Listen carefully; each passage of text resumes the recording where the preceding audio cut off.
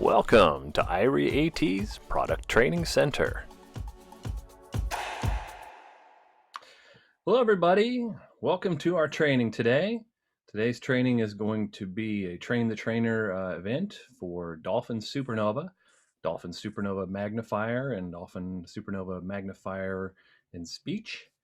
This is version 20, the brand new version. We have three different presenters with us today. Myself, Jeff Gardner, I'm the team leader here at IRI AT. Doing the main narration and training will be our new training expert, Eddie Allen. He's a new software trainer working with IRI AT and with Dolphin. Also, our training manager at IRI AT, Mr. Cody Mitchell, will be the one operating the computers and doing all the technical stuff for us today.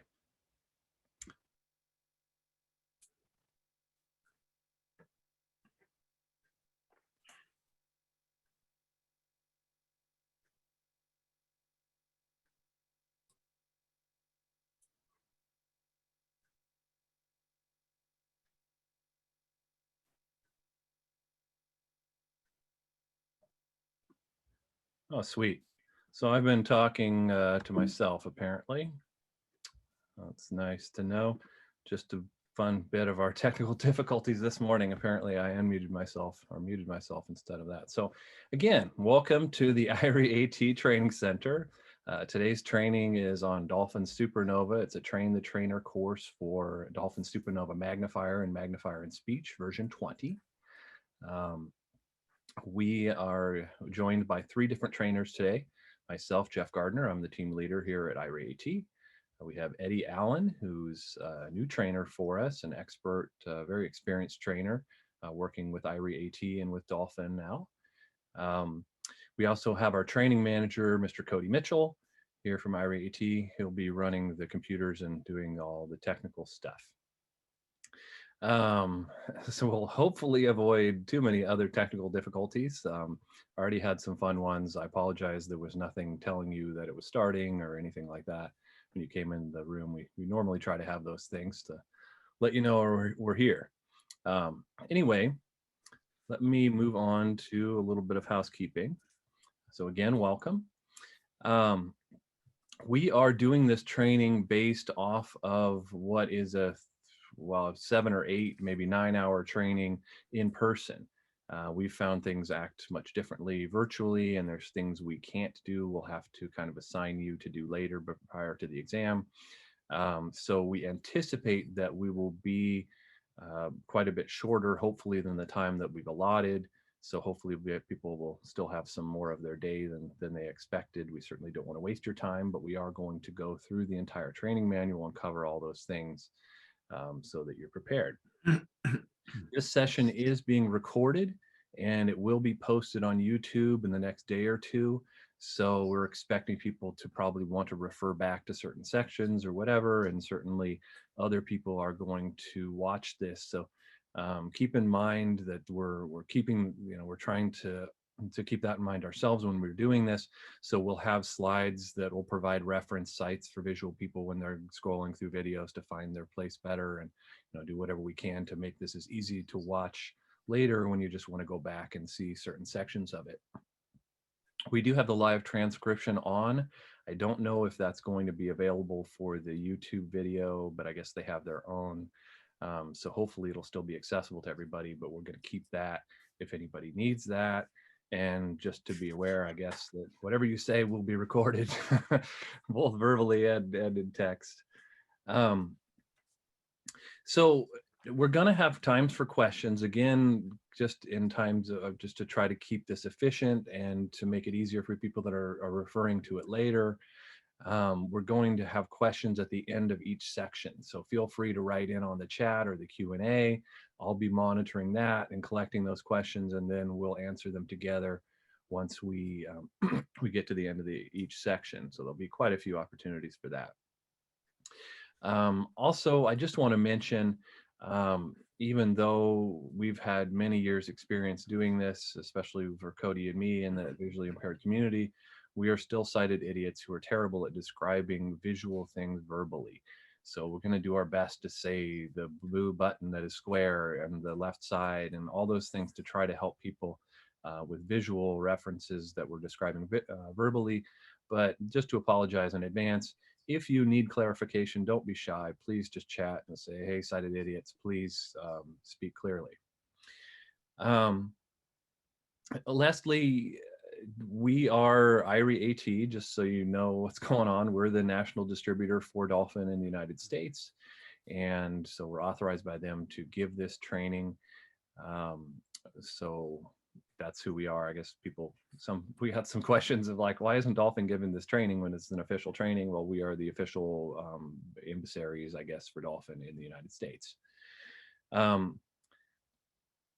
So at the end of the exam, you will receive information about, or sorry, at the end of the training, you'll receive information about the exam.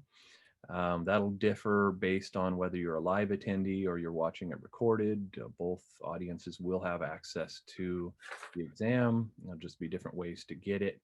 And then with that exam, you, let's see if I'm in the right place for that. Yeah, with that exam, what you'll get, Mike Thomas asked a question earlier that I should have put in here, so I thank you for that question, Mike. The certification is not from IRI AT. The training is from IRI AT. The certificate and the manual and the whole program, this is a Dolphin program. You'll go to the Dolphin Exam Center to take your exam. The certificate will be issued by Dolphin, so you will be officially certified by Dolphin Computer Access should you complete this training and complete all the exam. It's a pretty short, easy exam, but we also have some exercises and quizzes and things. But you will be certified by Dolphin. Dolphin is working to try to get this particular training qualified for CEU credits. So we will hopefully, I don't really know how that works, if it can be a retroactive thing, but just in case, we are following exactly the same format for which they're applying for credit. And then we'll continue to do this training more in the future. So it will be, I believe it will be accredited for CUs at that point.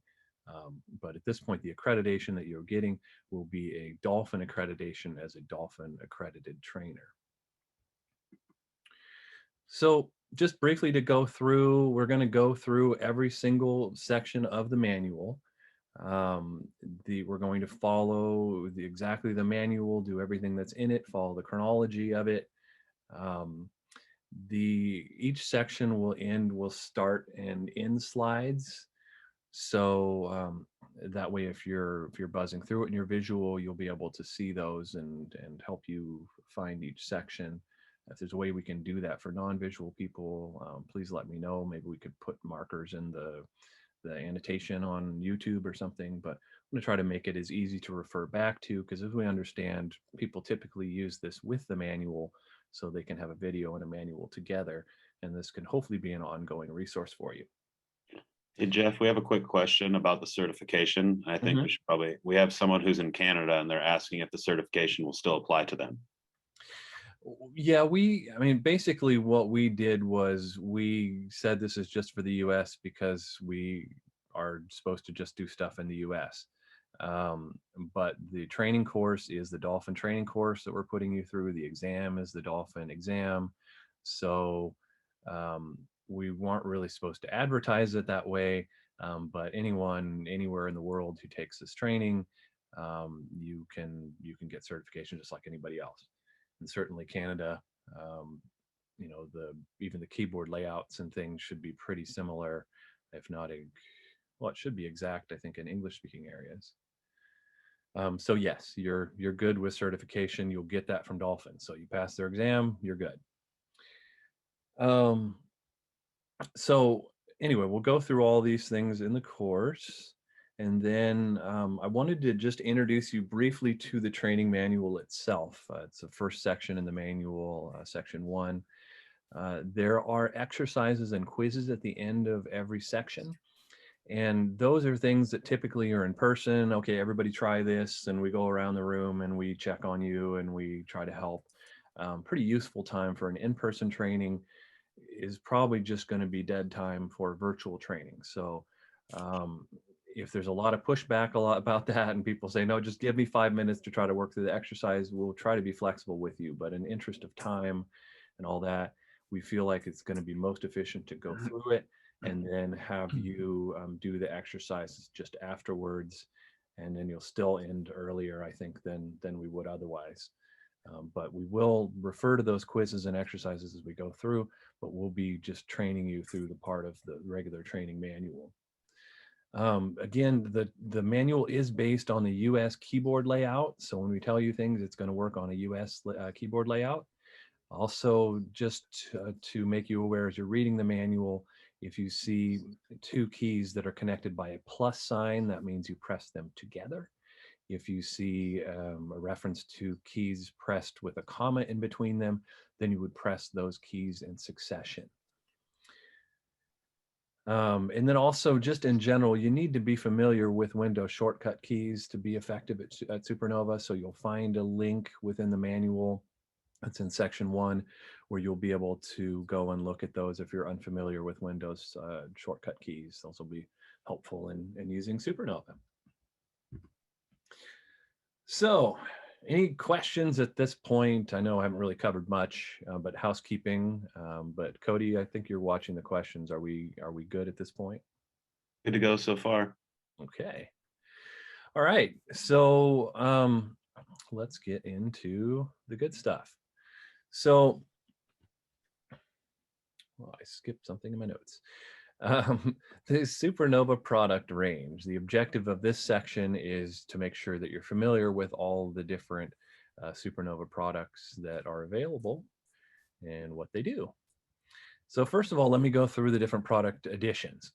There's 3 editions that are the home user and normal user, I guess I should say, thing. They are SuperNova Magnifier, which is magnifying for your computer screen. SuperNova Magnifier in Speech, which adds a lot of speech, but not everything you need. If you're going to use a screen reader, you'll need SuperNova Magnifier in Screen Reader. That will run a full screen reader. It will also work with braille displays and other necessary things for people using screen readers. If you are in an enterprise environment, if you're networked, you're using a Citrix system, something like that, we do have the SuperNova Enterprise version that will work on a server. I believe it's the only one out there that will. So very good to know. You can get any version, Magnifier, Magnifier in Speech, Magnifier in Screen Reader, all working as you want using the SuperNova Enterprise version. There is also Dolphin Screen Reader, which is just the screen reader part without the visual elements. We'll be focusing today on the first 2, SuperNova Magnifier and Magnifier in Speech. And then there is a separate training that covers Magnifier and Screen Reader and the Dolphin Screen Reader section, essentially the without sight access training. So that will be, I'm not sure when we're going to be able to do that one. It's not yet available from Dolphin, but we hope to be able to do that one as well, or to be able to do that soon. We're definitely doing that. Just when, we don't know. So you've got a few different options for installation methods. You can still get a good old-fashioned DVD sent to you. We also have the Dolphin USB, which gives you a installed version as well as a traveling version. Typically, what people do is they download the 30-day demo, which is the full software and just requires the 25-digit access code or unlock code to get it going. That's how most people get it. We'll send them a link and the and the access codes or the unlock codes. And then there's a separate installation method for SuperNova Enterprise, and we'll work with your IT people to get that in, or whatever IT people we need. Okay, so any questions on the product range? I'm counting on you, Cody, again, to be watching the questions. I don't see any questions in here, but one thing I should mention about the trial within SuperNova is, as Jeff, it's 30 days, and there's no, it's, you have it for 30 days. It's not, you are using it for 45 minutes at a time, like other trials, software out there as well. So you do get the full version, use it for 30 days with no time limit at all. Good. Okay. All right, so we'll move on from there. So registration. This is something to know when you're working with clients. You want to make sure that they can get things registered correctly. There's two parts of that. One is unlocking and one is activating. If you get the software downloaded or you otherwise load it on your computer, it will give you two options when you first open it. Those are unlock now or unlock later. If you want to unlock now, you need to have purchased, or the client needs to have purchased, a 25-digit unlock code. Enter that, and that will activate the software. If you choose unlock later, that will go to your 30-day trial. And then eventually, after 31 days, it will tell you you need to register, and that will not be a working option really for you anymore. Once you have unlocked the software, you will need to activate it and essentially register it with Dolphin. You're going to get two options after you unlock to activate the software. One is activate now, and one is activate later. Pretty similar to the unlock now, unlock later thing we had. So if you choose activate now, you're going to use the most popular option most of the time, hopefully, and do online, and it just does it. You also, though, do have an option within Activate Now for manual activation, in which case you will need to contact your Dolphin distributor or just contact IRI AT directly, and we can help you with that. Because this, well, and be aware, the third option under Activate Now is to display your product code. It's a 30-digit product code, and that one, anyway, you need to read that one to us over the phone if we're going to do the manual activation. I was going to say email, but if you have email, you probably could just do online. But you can read that code to us. Anyway, if you choose activate later, you can do that, but you only have 30 days before you need to register with Dolphin. So try to do that as soon as possible, or take care of the manual activation if you're having trouble connecting online. All right, any questions about that stuff? All right. We had some questions in the chat, Jeff, but it looks like Okay. I answered them. So Anything that we need to read aloud? I don't want people who can't read the chat to not. sure. I mean, if you want, let's see. We had someone just asked if the thumb drive could be used on an iPad, and it just wanted to mention that this software is only compatible with Windows, so it's not going to work on an iPad, a Mac, or anything like that. Then we also had the question about multiple 30 days on the trial. And we do technically have the ability to extend 30-day trials in certain, particular situations. We have found, I mean, that 30 days generally is more than enough time for individuals to get a good feel for the software. But I know in many cases where, like someone will, if you're working with a client and they're trying it and it takes, certain amount of time for an order to be processed through the state or whatever, through certain organizations, we totally understand that and are flexible with those types of things. And it looks like that's all we have for now. Okay, that looks good.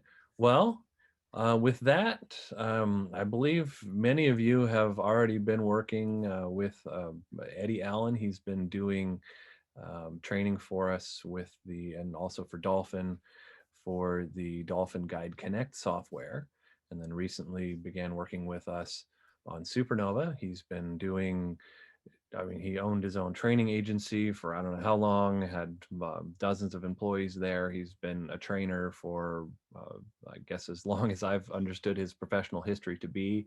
He's picked up our stuff really quickly, and our clients and people have been really happy working with him. So we're thrilled to bring Eddie out today and have him give his first national US training. So with that, I'm going to try to turn things over to Eddie. Thanks, Jeff. Everyone hear me okay there? Raise your hand if you can. Yeah, thanks very much for the intro. No pressure there for going national, so that's great. Thank you very much. Yeah, so today that we're going to be looking at, as Jeff said, at SuperNova. And we're going to be working through the manual in the order that the manual shows how SuperNova works. So the way that we're going to be working today is I'll be doing a read through on the manual, talking about the different features for SuperNova, and Cody will be showing us examples of how different areas work within the program. So just to go through the topics that are in the first part of what we're going to be explaining today, which is the control panel. And we'll be breaking that down into several areas as reflected in the manual. We'll be looking at the objectives of this particular section, how to access the control panel and what the control panel is, keyboard commands to get around SuperNova. Now, the issue with doing online learning is that we can't really show a lot of keyboard commands. So I will allude to the more major commands that are out there, but a lot of the stuff that we'll be showing will be the visuals, the outcomes that you can get from the keyboard commands. So I will refer to some, but I will refer you back to the manual for referring to any other keyboard commands where there's it would just be me reeling off line after line of different commands. So what I'd want to try and get over is the actual outcomes that can take place with the control panel and the different areas within SuperNova. We'll be looking at the settings. We're looking at how you change the appearance of the control panel. And we'll be having a look at some of the functionalities about the compact version of that part of it. And then we'll be showing how you close off SuperNova control panel. Okay. So would you like me to go ahead and share? Yes, please. Yep. Thanks, Cody.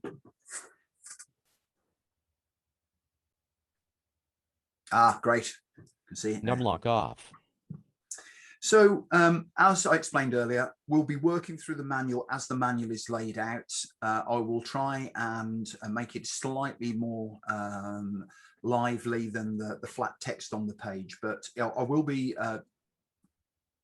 moving through in the same order that it's laid out in the manual. Okay, so we've got several objectives that we want to try and achieve for this particular section, which is section 4. And what we want to do is explore the different elements of the control panel and understand their purpose.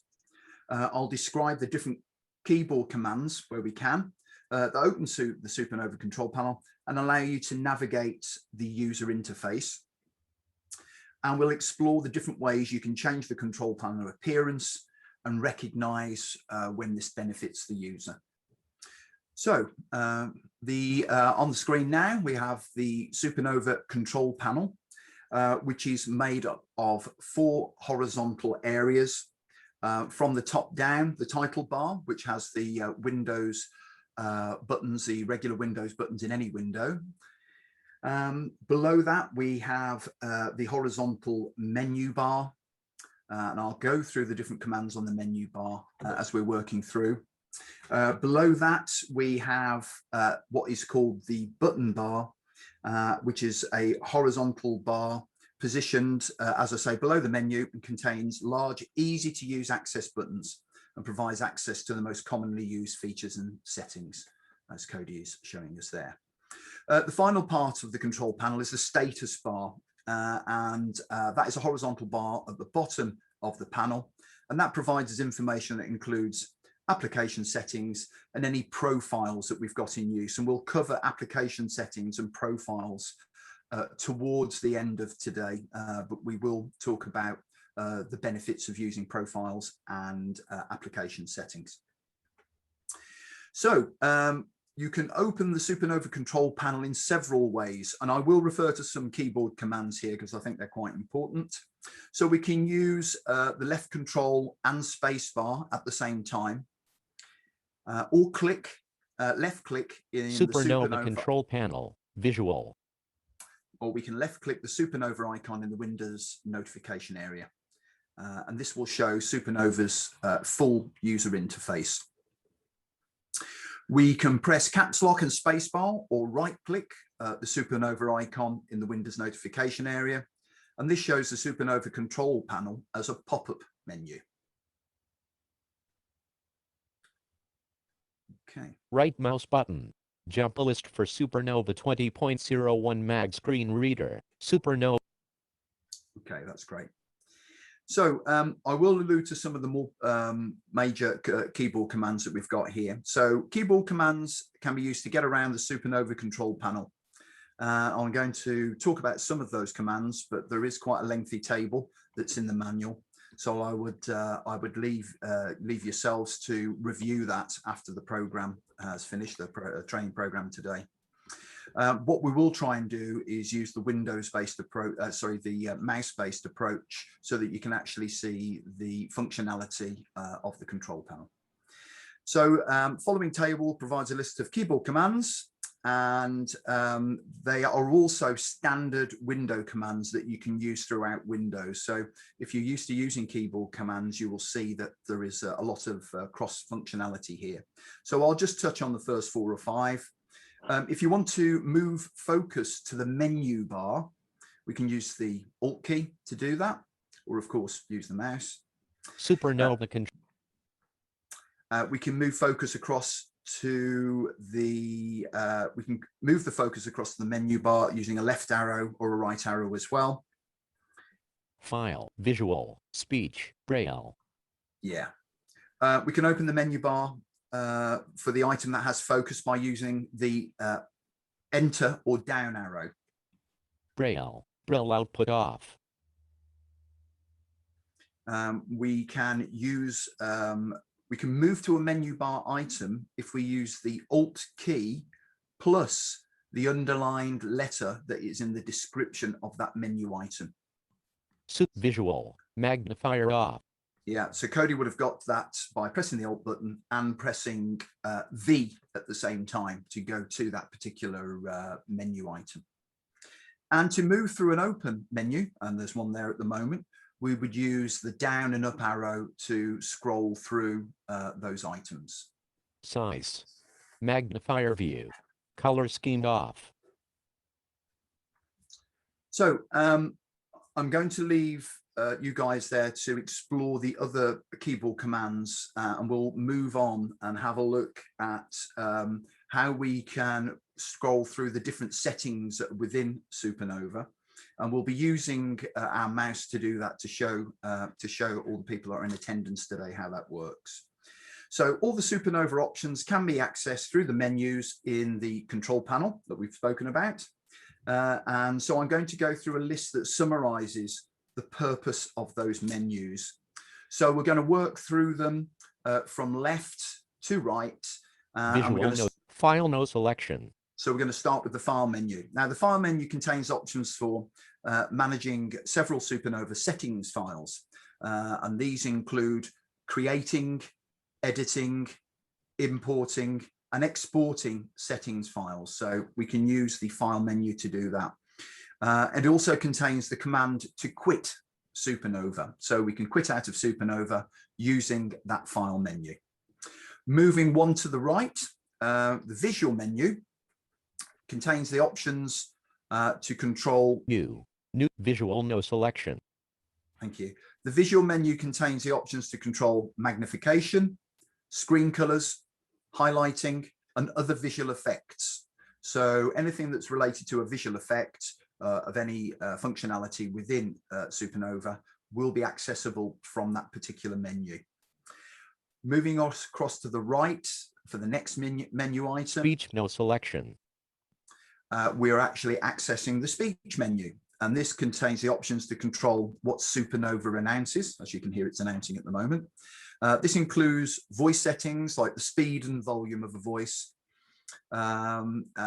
options to control what SuperNova says when you're typing and reading and working with text. You can also access many of these settings through the button bar. Now, as I spoke earlier, the horizontal bar below the menu bar contains large buttons that will reflect some of the actions that can be carried out within the menu above it. And it's just an easy access way of getting certain things done. So if we move to the next menu item on the right, Braille no selection. which is the Braille menu, and those that menu contains the options to control what is an output to a Braille display. So that includes a Braille table and language and text attributes. And you can also access many of these settings again through the button bar. And the button bar will reflect some of those settings, the more common settings that you can access in the horizontal menu below that. Moving to the right, we have the media menu. Sorry, Radio selection. Media menu. The media menu contains options for scanning, reading, and reading of online news articles, listening to radio stations, and playing podcasts. You can also access these settings again through different selections of the button bar in the horizontal area below this. And as we move one more to the right as well, General no selection. We have the general menu, and that contains options that control SuperNova's behavior, including startup preferences, updating settings, the control panel appearance, and the SuperNova keyboard and hotkey assignments. Again, we'll allude to keyboard and hotkey assignments a little further on down the line today.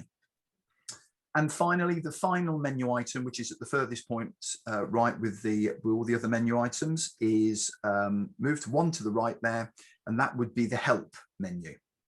Help no selection. So the help menu provides shortcuts to useful resources, including the SuperNova manual, online tutorials, and the about information. That information includes the customer ID number and the product edition, version, and build. Just a note here, it is important to ensure you have this information at hand if you require technical assistance. So we're going to have a look at changing the appearance of the SuperNova control panel. And you can make many changes to the control panel. SuperNova control. For example, you can hide the button bar, hide the status bar, stop the control panel appearing when you run SuperNova, and remove it from the Windows taskbar. So there are several things that we can do with that. So we're going to move now to have a look at that control panel. So we can switch from a full-sized version to a compact version of the panel using the restore, down, and maximize buttons. And those are in the title bar of the control panel. Could we have a look at that? Down arrow.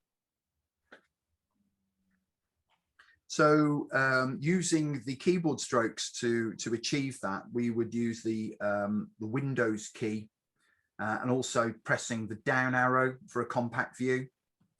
And then we would look at bringing that back up to full view again. We can press the Windows key. Numlock off. Down arrow.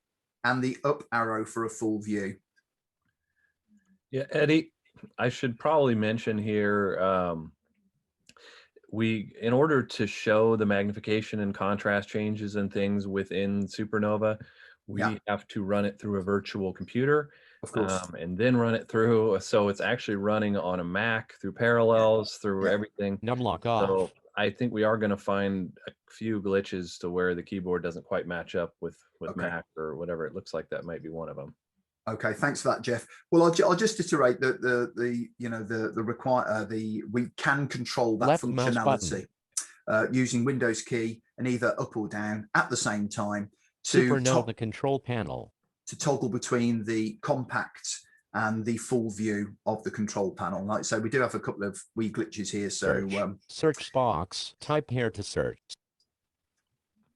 So the compact version, the reason why you may want it like that, is ideal for those who use higher levels of magnification. It's also useful for those who don't need to see as much information displayed. So the reasoning behind maybe using a compact version there.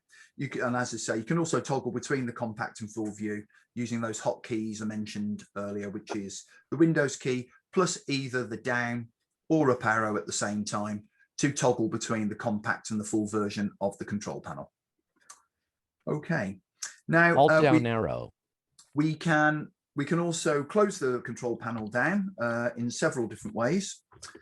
We can use the escape button to close, or we can click the minimize icon. There Desktop. No focus.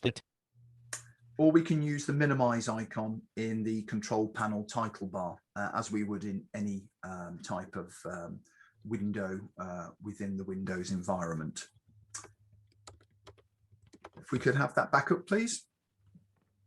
SuperNova control panel. When we do this, we minimize and we expand. Sometimes the focus will go back to the application you were previously running, but SuperNova will continue to run. We do have a command which allows you to put focus back into the control panel, and that is another keyboard stroke. But this is quite an important one to just talk about now, and that is that you would press your left control button and a space bar at the same time, and that will give you focus back into the control panel. Desktop, no focus detected. SuperNova control panel, visual, magnification, magnifier. Okay, thank you. If you wish to quit SuperNova, there's several different ways we can do that. We can use the Alt plus the F4, and as Jeff says before, if I use the term plus, it means those keys must be pressed concurrently. So they must be pressed at the same time. Or we can click the close button in the SuperNova control panel title bar, as I think has already been, yeah, yes, thank you. We can see that there. And Quit it will, SuperNova, if you quit. It will ask you whether you want to actually quit or not. So we're not going to do that just yet because we want to keep it going. No, SuperNova control panel, visual. Okay, so that brings us to the end of the explanation around what levels of control, what levels of addition that we can use with the control panel. Again, when you're using the product, it's a case of going through some of the exercises and quizzes that are in the manual. Again, with the environment that we're in today, where everything is remote, that's going to be quite difficult to do. So we'd rely on you as the end users who are reviewing this, is to look at the manual and reflect on the topics that we've spoken about. Okay, so what I'd like to be able to do is ask and see if there's any questions. We've got the chat section. Cody, are you going to be looking at those questions as they're coming through?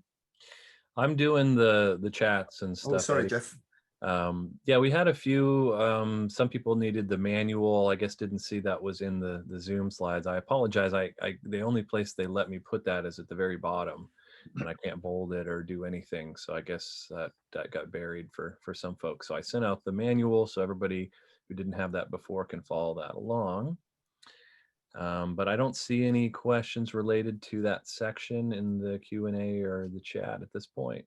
So okay, let's hope. Hopefully everyone's still awake as well. So, so what we'd like to be able to move now to the next section, again following the manual, is section 5, and we're going to be looking at the basics around the magnifier element of SuperNova. And what we're going to do in this part, again, is go through the objective of what we're hoping to cover, or what we will cover. We'll be looking at adjusting magnification size, and Cody will be showing us examples of how we can do that. We'll be exploring the screen around the magnifier, and we'll be looking at panning. And I will explain that there are several ways that we can move across the screen, but we're just going to look at panning in this particular, in this way that we're actually presenting at the moment. The manual actually does say for panning that that you would refer to different areas to get some other details, but I'll cover that in a moment when we come to that particular section. Okay, so we get a question in regarding whether the control panel shows Alt Tab order.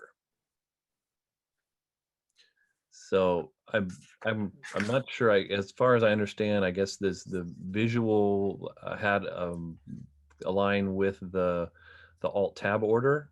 I don't know, Mike, if that's your question. Maybe clarify it, because it does. As you tab along, it's visually in the same direction as your tab order. Okay. So we'll come back to that if we didn't answer that correctly, Mike. I think we may just not quite understand. Okay, thank you. Okay, then. So as we say, we're at the section of the manual which talks about the magnifier and the basic elements of using the magnifier. So again, we'll go through that same process. We'll talk about what we're not hoping to cover, what we will cover. I'll go over that now. So we're going to be looking at displaying the different methods you can use to magnify the screen and the types of user that may suit each method.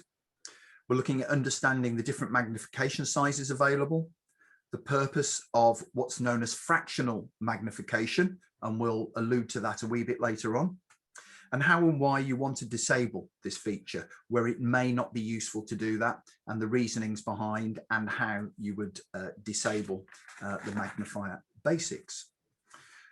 So if we could move into sharing the screen, Cody, and see where we can go from there. You got it, sir. Thank you. We don't get called sir very often. That's good. At all, in fact. All right. Unlock off. Okay.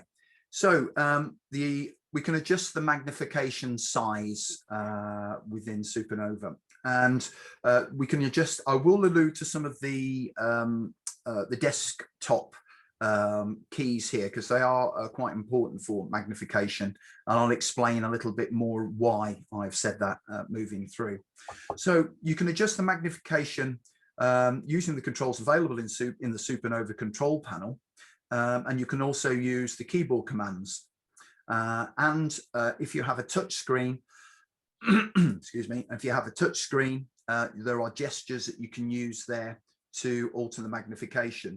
I will just say about the touch screen gestures, we do allude to several here, but what I would like to do is just talk about those very quickly, and we will talk more about touch screen when we move towards the end of the program. We've got a more of a visual display about how you could use a touch screen and the sort of commands that are useful there. Okay.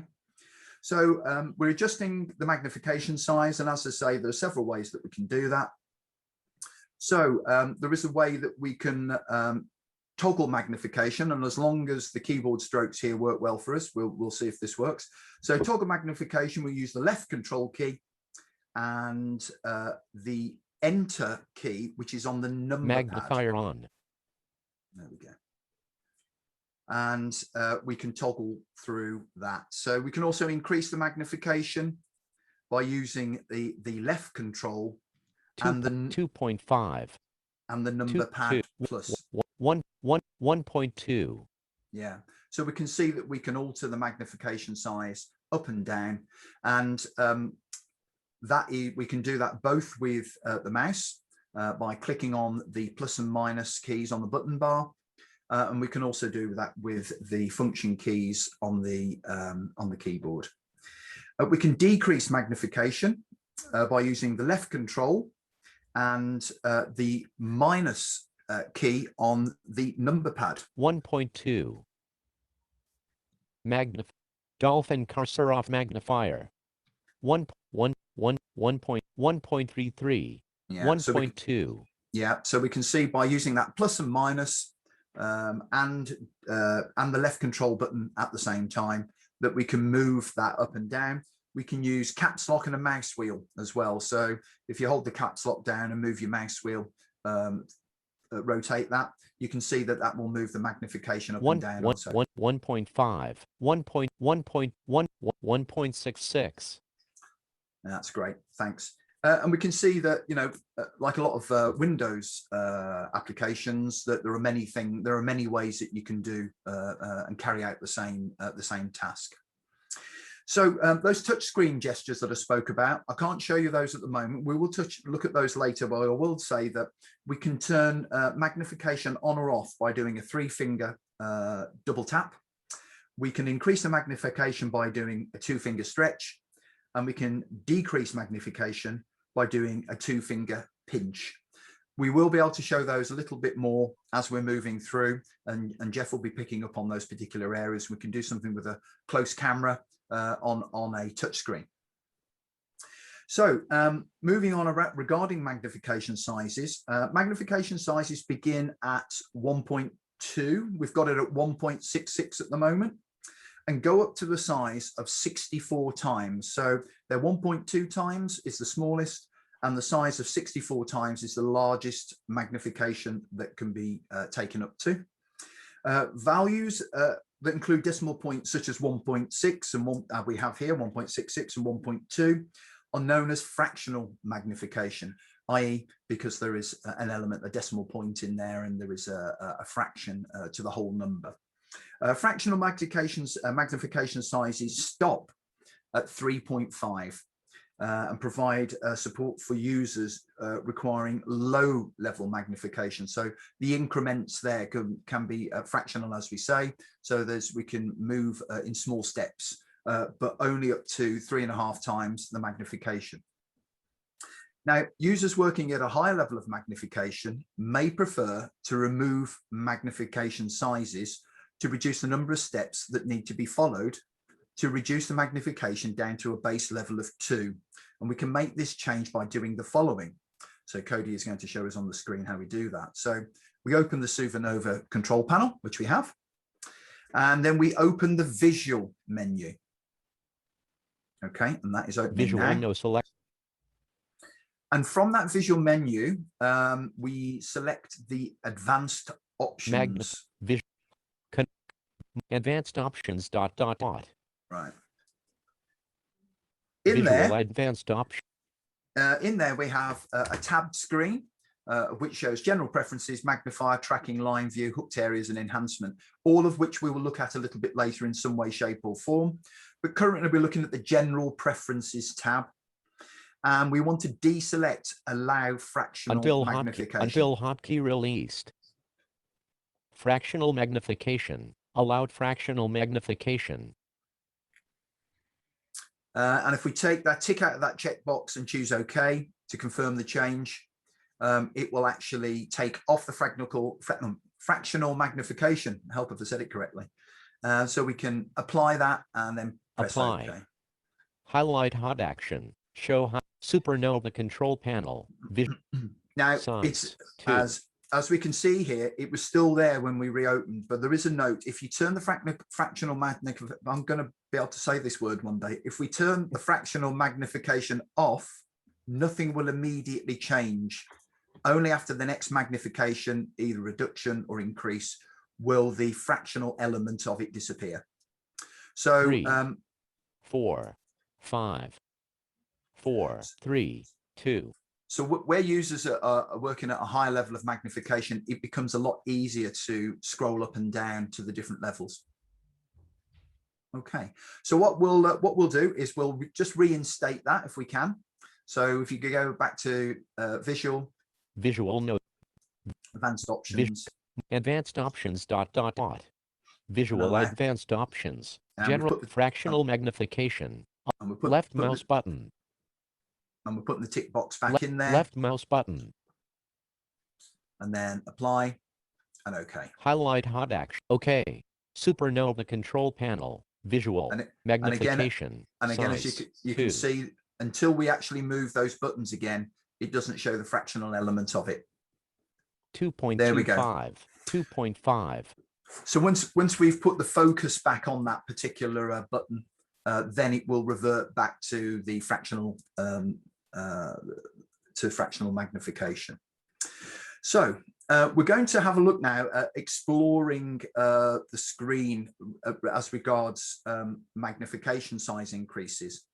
So we're going to look at several different areas and how you would navigate around when using magnification. So as a magnification size increases, the amount of visible desktop conversely decreases. Obviously, we're making magnification bigger. So obviously, you've got that conversely decrease of visible desktop. And this isn't a significant issue at low levels of magnification, but obviously, as the size increases, it can raise some issues for users wanting to explore other parts of the screen. For the most part, you can explore the screen by moving the mouse pointer around the screen, or if you're using a touch screen by a single swipe gesture. SuperNova can also include keyboard commands that will allow you to explore the screen without causing the focus to move. For example, if a dialog box was open, was on the screen and the OK button had focus, you can move the magnified window away from the dialog box to explore other aspects of the screen without causing the OK button to lose focus. Is that anything that we could show here? Left, quit SuperNova. If you quit SuperNova, your speech and magnification will... Say it one more time, Eddie.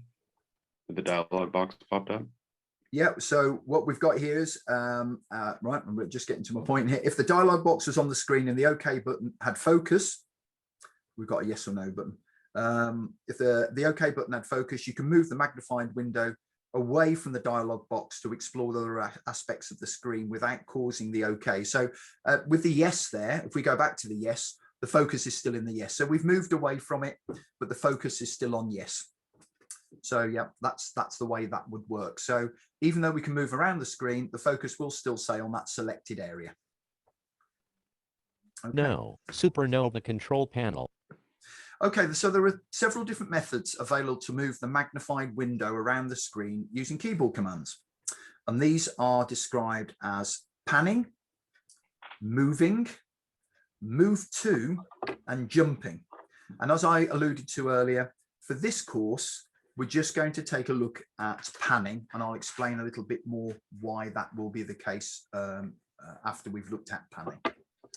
So panning moves the magnified window across the screen at a constant speed in the direction you specify. The speed of movement can be increased or slowed depending on keys that are pressed or for the mouse to be moved. So to use the keyboard presses for this, you would press the right control plus an arrow key, and that would allow you to start panning across the screen. That's of course if we can Right do arrow, that in this. right arrow. So the right control and the arrow key, and then we would keep pressing that repeatedly, and we would just increase the rapidity. That's a good word for today, isn't it? How fast that we press that arrow key to increase the speed it would move to and across the screen. And then we would press the opposite arrow key then to slow it down. I think that's going to be a little tricky to show now, so because of the setup that we've got. But be aware at 5.4 in the manual, you can refer to how that is carried out. So we can use the other arrow keys to change direction and release the right control to stop panning. So I think for panning, where we're using the keyboard element of that to control it, I think you will need to refer to that, as it's looking like it's difficult that we can show that here with the setup we've got. So what I'd like to be able to do now is talk about right arrow. Is talk about the other elements that we can use to move around. As previously mentioned, there are other keyboard commands available to let you explore the screen, and the moving, move to, and jump commands are something that really it's going to be difficult to show here. So we're going to let you study those at your leisure in the product's online help, or in fact, elements of the product manual, you'll be able to do that. So at this point, I think what we're going to do now is just call a close to this particular section before we move on to section 6, which is about magnifier views. I'd just like to put it out there to see if there are any questions relating to that particular section. Okay, we haven't seen any questions for that section, but I wanted to mention one of the great things about working with Dolphin for us is that they provide such a high level of support for everything that we do. We have, among other people that are even located in the country to help us, really awesome technical support. And they, amongst other people, like Cody, sent me a Skype message that I did not answer the question very well at all. And that was echoed by Dolphin support. So I wanted to repeat the answer maybe and try to make it a little bit more clear in terms of switching with the Alt Tab. So the Alt Tab is a standard Windows shortcut key combination. Those of you who use it know you use that to switch between open programs. Dolphin SuperNova is a Windows program, so it will be included in the Alt Tab order.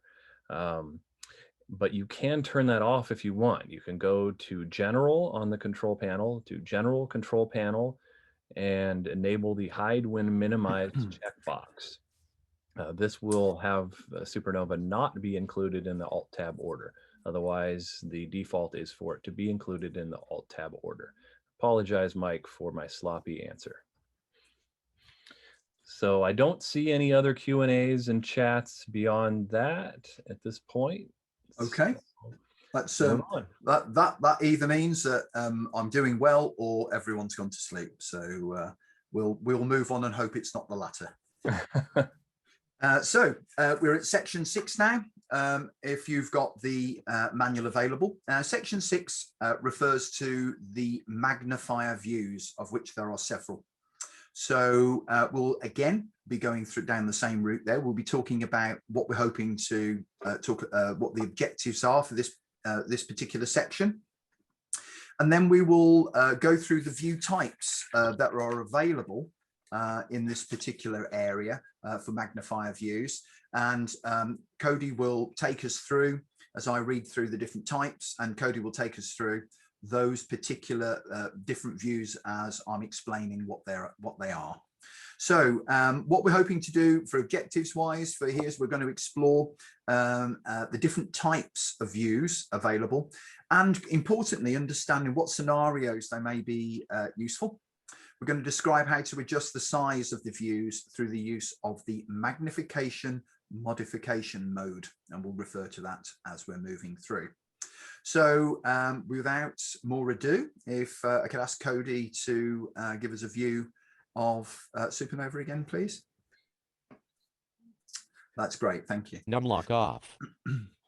So what we are going to talk about are the different view types for the magnifier views in SuperNova. So I'm going to, as I've said, be reading through in the right order that the manual is showing, if people are following this as well, is starting from the full screen mode. And this view fills the screen with a magnified portion of the real Windows screen. And that's what we're in at the moment. This is the default and the most popular way to view the screen with magnification. And as Cody is showing us, that we're in that currently. Right, so we move to another view, and this is called View no selection. This is the fixed window view. And this view shows the fixed window. And this view shows the magnifying region of the screen in a static window. And you can change the size of the position of the window on screen. So I will just refer to that now, and then we'll go through a description of how it works just a little bit later on. So I'm just referring to the different methods that we've got of magnification. So we also have a magnification view called the magnifying glass. And this magnifying glass. SuperNova control panel. Visual. Yeah.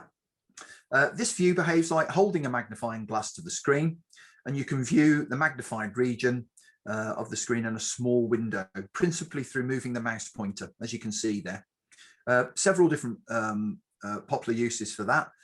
One of them could be, you know, highlighting over where the time and the date are, so you can see that. So that could sit in May 12, SuperNova control panel, visual, view. So as shown, you can change the size and position of the window on the screen using your mouse. Okay, there is another view. If we go back, view no view, and that view, view, resizing glass. Sorry, Eddie. That's okay. I know it's not your fault. And then we can have a look at the resizing glass. SuperNova control panel, visual, view. Okay, so this view behaves similarly to the magnifying glass. So it's very similar to that, except that the magnified window will automatically resize itself to the size of the current focus. So I don't know if it's actually doing that, is it? Desktop, SuperNova desktop, SuperNova test PDF. So it will dynamically adjust itself in size depending on what's in focus. So, you know, if it's moving over an icon that's small, it will reduce in size. If the item is long, it will reduce in width, etc. SuperNova test PDF. Okay, as we can see there. So this view is useful if you're using the keyboard to navigate windows and feel more comfortable seeing the unmagnified screen as you work. Only the focus is magnified, so it will only be where you've got focus on the screen and moved it to. And it, again, it will be dynamic, so it will fit to the actual element that you've got focus on. So we're going to move to the next area that we were talking about magnification, and that is the split screen. So if we could have a look at the SuperNova test PDF. Fixed win, magnify, resize, left split screen. SuperNova control panel. So this view splits the screen into two regions, a magnified window and an unmagnified window. And as you can see, we've got the split screen where it's actually at the left, and we can adjust that to move to the right, and we can have it in a horizontal view as well. So we can change the viewing style as we've shown there on the button bar, but you can also use the visual options in the control panel on the menu as well. So not only can we use the button bar there, but the horizontal menu above it, we can use the visual menu to make changes there if necessary. And the code is just showing us there. Clicks on that. Visual no selection. And then you can see magnifier view no selection. Now, what's Full useful, screen. we can see in there that there are several different options for split screen: left split screen, top split screen, right and bottom. Now, it depends which one you want to use and which one you get best use of, but you can move that split screen around your viewing window. So for instance, SuperNova, we've selected the top split screen there, and it's moved the magnification to the top of the screen. And again, if we just go through each of those just to show how that works. View, left splits, right split screen, SuperNova control panel, visual, view, SuperNova control panel, visual, view. Okay. So we can see that split screen can be used and moved around your working screen there to be left, right, top or bottom. So it's a great tool to have so that you can work on part of the screen and have that magnified, and then the other part of the screen stays at the ratio that was originally there. So we've talked about the different types. There are other keyboard options to be able to do this. Going through those keyboard options now, I don't think is going to give you guys who are watching this any particular value apart from referring to it in the manual, in as much as what we're looking at is the outcome of what we're hoping to achieve by the different magnification views in the magnification modification mode. So I will leave the keyboard elements and how to achieve getting into magnification mode to your own review as you're working through the manual after this program has finished today, because basically on the screen it'll just be the same output but carried out on a keyboard. So what I'm going to ask Cody now to do is to exit the magnification mode if we could. View, SuperNova control panel 1.33. So we can, but go back to the full screen. As I say, we've used the mouse to do that for the purpose of representation to all the viewers on here. But as I say, within this section of the manual, there's a couple of pages of how you can actually do this via keyboard strokes. So as I say, the outcome would be exactly the same. So I think it just wouldn't be a valid reason for going through that now. And I'd leave that down to the audience to be able to review that after the program has finished. So we have got to the point where we've reviewed the different magnification modes And we've looked at the magnification modification mode to achieve that. So back to magnifier views. As you can see, there's a bit of a pattern emerging here, just to see if there's any questions for that particular section. Yeah, I'm not seeing any for that particular section. Okay. Any referred to the previous section that have come up? Nope, we had a couple of just sort of random things. Oh, we just got a question.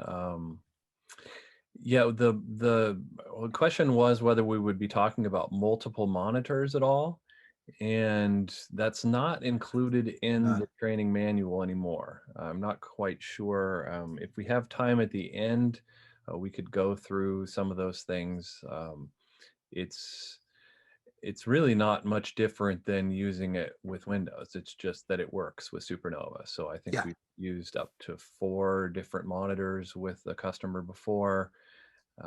We do have a number of videos and other trainings that do show that. So those are already available on YouTube. But really the adjustments within SuperNova are not much more than just using it with Windows. For instance, you can do things where if you want to move the mouse from one monitor to the next, you can add more of a buffer so it doesn't move as easily. SuperNova adds some neat features about the like if you want to change the contrast or the magnification on one monitor, you can do that separately on different monitors. So there's certainly things that SuperNova does special on top of multiple monitors, but I think the main thing is it works, and there is information to show you how to do that. But if we have time at the end and you want to see that, I'm happy to, I think we could figure out how to do that under a live camera. Okay. Okay, so I think that's all that we have right now. Excuse me while I just have a slurp of water. Okay. All right, so we're going to break, are we now? Yep. Yeah, let's take a 10-minute break and let people stretch their legs a little bit. We're going to take a couple of breaks just to make sure people have potty time and coffee time and all that sort of stuff. So we will be back then in exactly 10 minutes. By our time, that'll be 10:20 a.m. And we'll see you back here soon. Thank you.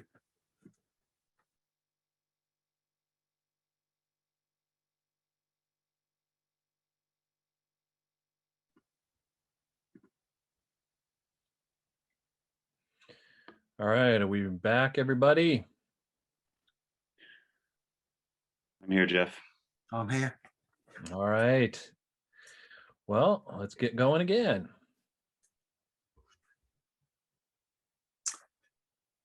Hi there, everyone. Hopefully you're all refreshed now. Had your cup of coffee, glass of water.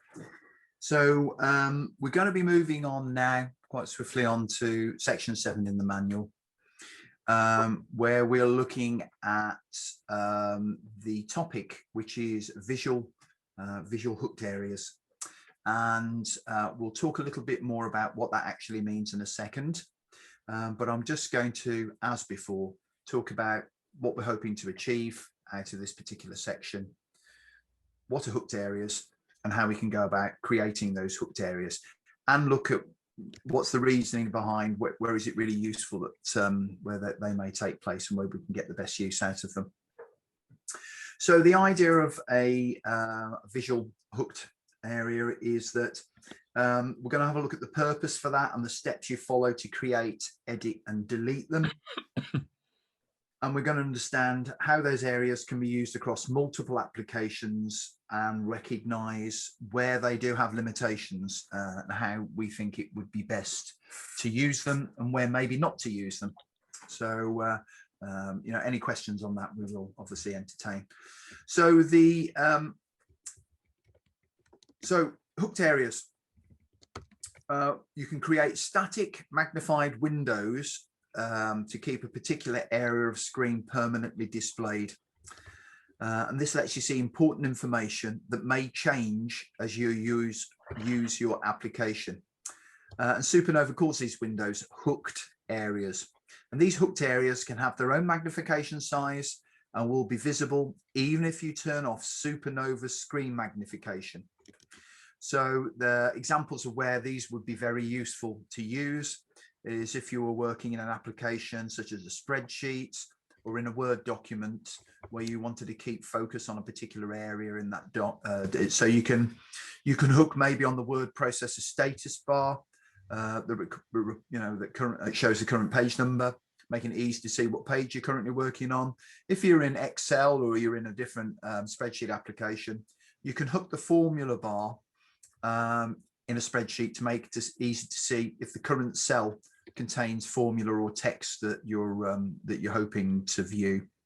And also when you're in just on a general Windows screen on the Windows desktop, you could hook the system tray clock to make it easy to see the time. So what we're going to do is ask Cody to move back onto the desktop now, and we're going to have a look at creating hooked areas. Numlock Great. off. Thank you. Thanks, Cody. Now we can create hooked areas by using either the mouse pointer or by using the keyboard. And as you refer back to my previous comments about using the keyboard, I will indicate where the keyboard functions can carry out these tasks, but the output will be the same. So we will carry out how to use it with the mouse, and I will refer to you in the manual to say that you may want to review that after the program so that you can see where the keyboard actions can actually take place to achieve the outcomes. So we're going to create and change the position and the size of a hooked area window. I'm going to use the magnification modification mode, and this is the same mode that we've just recently talked about that we use when adjusting magnifier views. So we will now look at how to set up that particular hooked area. So to actually achieve this, Cody will be carrying out some keyboard strokes on here, but I will allude to what they are just after that we've carried out that exercise. So what we would be using, if we would be using the left control and number pad 5 to create a new hooked area. Entering magnification modification mode. There we go. So we can see that we've now got an area, and the flashing border indicates that it is a hooked area, so that we can see that is the case. So using the increase and decrease magnification elements within SuperNova, we can increase the size of the content inside the hooked area. Could we have a look at that? 1.1.66, 1.8, 2. Yeah. So we can see the content is, the magnification is increasing in there.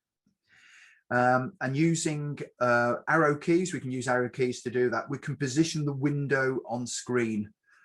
You can also do this by holding down the Z key and moving the mouse. There we go. So we can move that around the screen as well. And that's the Z key if you can't speak English like me. Oh, yes. Sorry. Yes, the Z key. A note to self. The Z key. Yeah.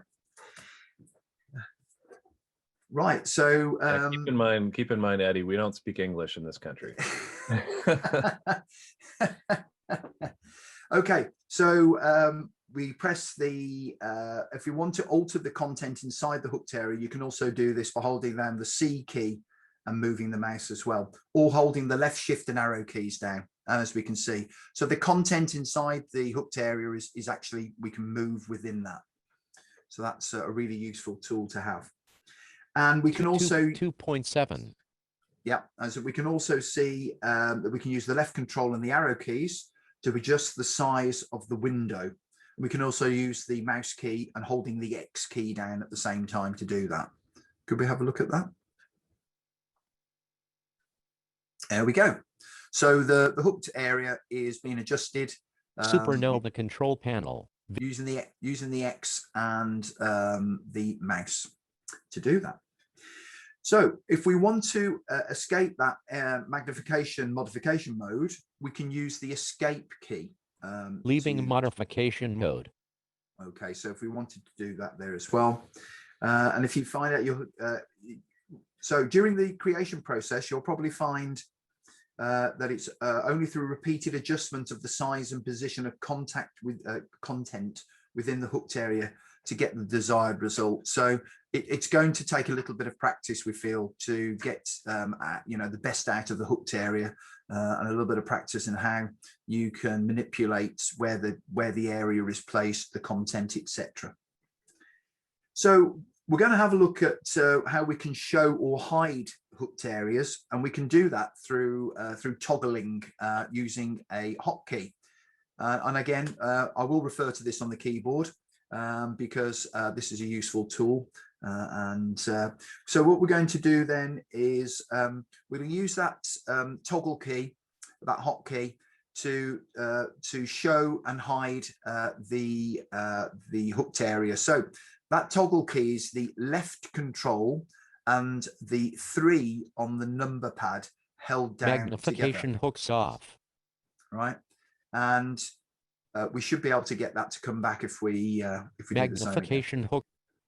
Okay, so that we can see by using that keyboard stroke, which is left control and number pad 3, so concurrently, you can toggle with the hooked areas, making them, displaying them, or getting them to go out of view. So we can modify and delete the existing hooked areas using several different commands, including keyboard commands. And this simply requires you to re-enter the magnification modification mode through either using your left control button and number pad 6. Entering magnification modification mode. So this will allow us to go in and edit how we can manage those hooked areas using the keyboard, and as Cody is showing as he's moving the hooked area around the screen. So if you've got more than one hooked area, then you can cycle between the hooked areas by, again, a keyboard stroke, which is left control and number pad 6. Cody, is it possible that you could set up another hooked area? There we go. So you can see that he is using that control now to move between the 2 hooked areas that are there. Again, I'll refer back to what I was saying slightly earlier. This is something that's going to, for the newer user, a very powerful tool, but it will need a little bit of mastering. So a bit of practice on there, I think, will pay dividends. So we've toggled between the 2. Magnification hooks on. Yeah, so we can cycle between those 2, and also we can use those at that escape key to press escape to save your changes and exit, or alternatively we can use the delete key to remove that hooked area. Okay, so Cody's just got rid of that one hooked area by using the delete key. Note, when the hooked area is deleted, leaving modification mode, the focus will move to the next hooked area. We had 2 going there at the time, and as you can see, when he deleted the one which was on the left of the screen, that the right of the screen became the focus for that. So as I said earlier, there are several different ways that we can create hooked areas, and keyboards and mouse, they are possible in both of those ways. And then again, it is for both of those, and how we do that, I will let the user explore the 2 different ways that we can do that. The outcome is the same to show you guys. So I'm going to let the audience today have a look at that when the program is finished. So we can have a look at working with multiple applications here now. So although the number of hooked areas you can create is unlimited, a problem does arise if you want to create different hooked areas within different applications. So is there any way that we could get an application like a Word document open and we can get the hooked area placed in that?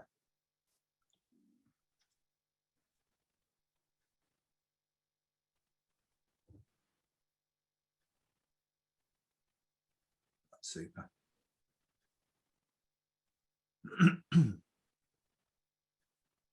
So we're going to have a look at an example of where it can be a little tricky to use. SuperNova Magnifier and Speech Training Guide HTML.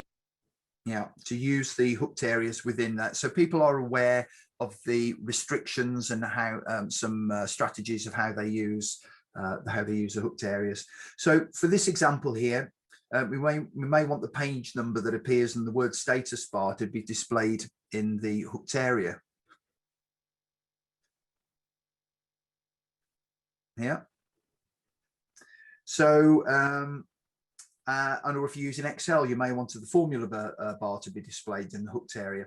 Now we want to know what happens if you switch back and forth between two different applications. And I think what we could see is it possible to get maybe an Excel sheet up, and so we can just show that sort of example?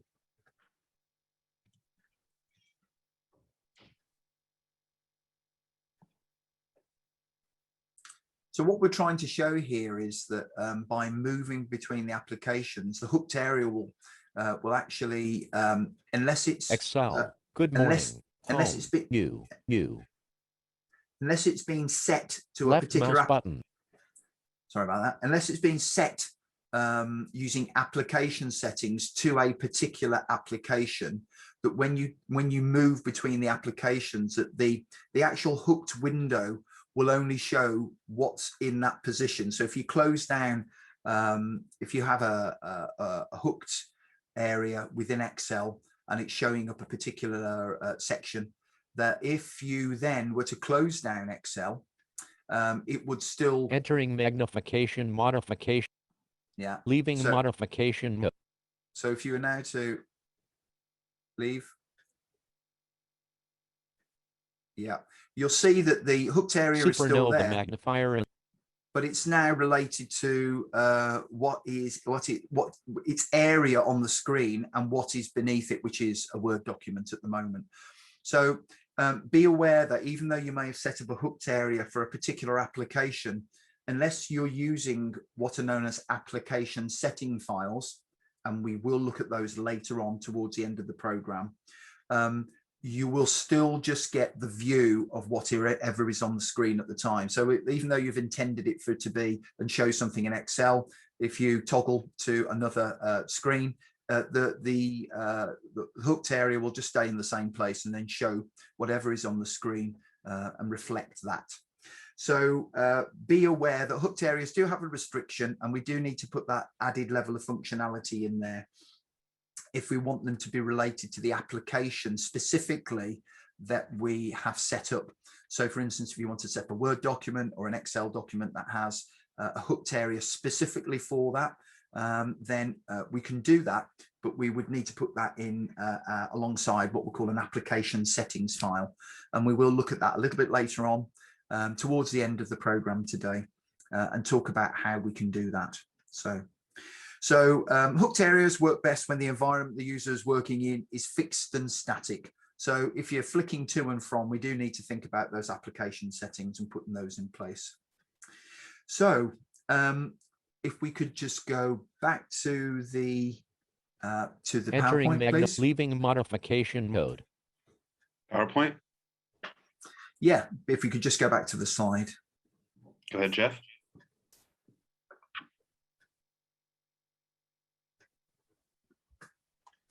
Trying to get this to work again. Okay, we're back.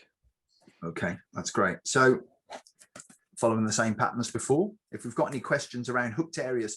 Now, hooked areas is a great and it's a really powerful tool, but it is something that the user or the person that's being trained really needs to get in there and have a good practice on using them. They're a very powerful tool, but it's almost it can be a little bit difficult to get over the ethos and how good they are and what benefits you can get out with them. So it really needs for people to dig in and have a good play with that one. Okay. Eddie, we did have a question for that section for people who noticed that the hooked area was blinking. That, just to point out, that is when we're editing that particular hooked area. So as you Okay. jump between hooked areas, the one you're using will blink, but then once you're using them, the blinking will stop. Someone was concerned about that would be a lot of visual stimuli, but that's simply just when you're editing that the hooked area where it's going to blink for you. Oh, no, that's great, Jeff. Thanks for clarifying that. All right. Well, that's So, all the questions we have here. Did you have something? Okay. So what I'd like to be able to do is move on to section 8. Again, following the pattern of how it's shown in the manual. And what we're looking at now are the topic that is discussing visual enhancements. So again, we're going to be going through the same process. I'm going to be talking about what the objectives are in this particular section, how we can make the screen easier to see, and how we can change the colors on the screen using the visual enhancements applications that are within SuperNova. So it makes for the end user, they can understand the purpose of color schemes and recognize the steps to follow to create custom color schemes. So it allows them the opportunity not to just go with a fixed set, but allows them to create custom schemes that are beneficial to them. We're going to be having a look at the purpose of highlighting schemes and recognize the steps to create, again, another opportunity to create a custom scheme. And then we're going to have a look at the purpose of mouse pointer schemes and recognize the steps to follow and to create custom schemes in that particular area. So what I'd like to be able to do is if we could move back so that we can see the desktop again, and then so we can show some examples. If you could, Cody. You got it. Thank you.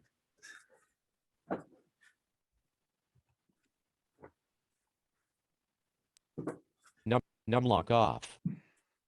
So if we could Entering magnification mode, leaving modification mode. that's great. If we could just lose that. That's brilliant. So we're back on the SuperNova desktop there, control panel. and we're there on the control panel again. So making the screen easier to use using this particular in this particular element of the training is that we're going to be looking at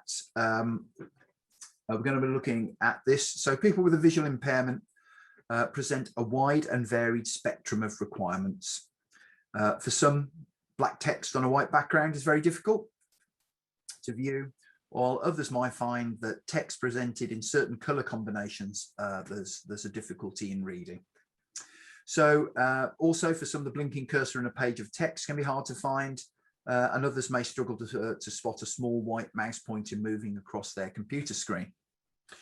So SuperNova includes a number of features that can make the viewing the computer screen a more comfortable and productive experience. Users will also find the settings that will allow them to personalize their viewing experience if the default options are not suitable for them. So we're going to move on and having a look at changing the colors on the screen. And Cody is pointing at the button there that shows you for the color scheme. Color scheme.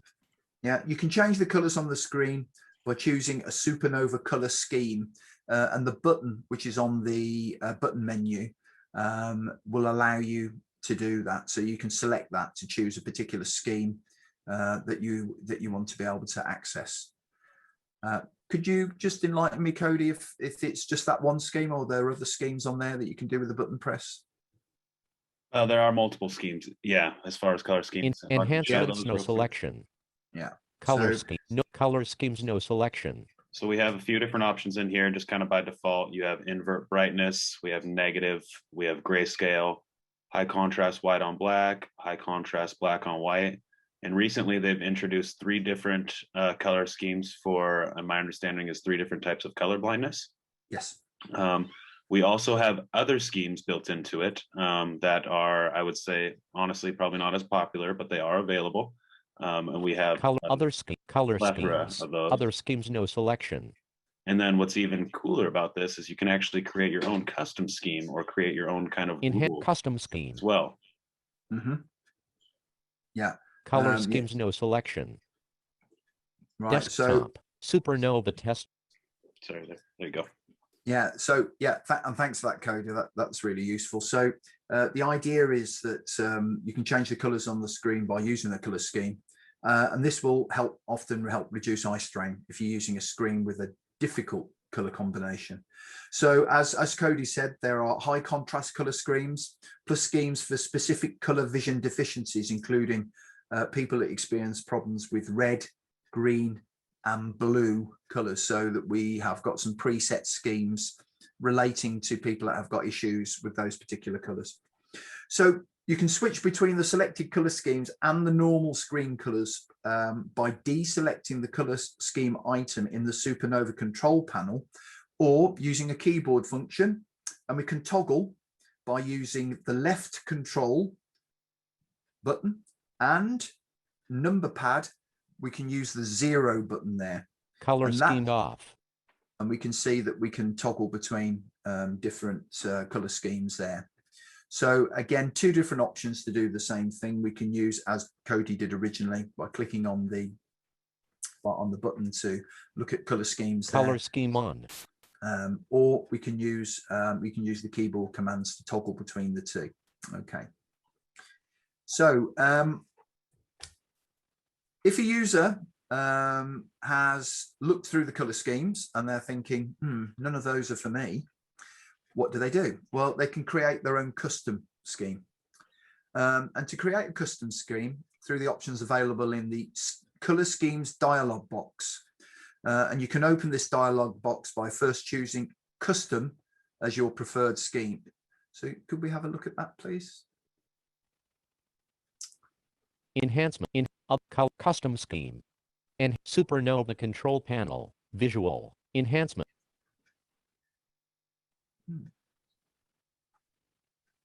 So enhancement enhancement color configure dot. There we go. Configure custom color scheme classic. So we're using the configure part of the menu there, and then we can configure a sub menu in there for color schemes that will allow a custom scheme to be developed, which is useful for the individual, where the more standard schemes aren't suitable for them. So they could use an actual scheme and then make adjustments on that to, again, this is something very much individualistic for the individual that's using it, and they would need to get into this and work through what they feel is best. And once that has been chosen, and that can be then saved as an actual scheme for that individual, and they can choose that moving forward. As with hooked areas, you can apply and create different color schemes to different applications and even different dialog boxes within the applications. But again, you would need to use what's known as an application settings file, which is allows that scheme to be activated dynamically when you're using a specific application.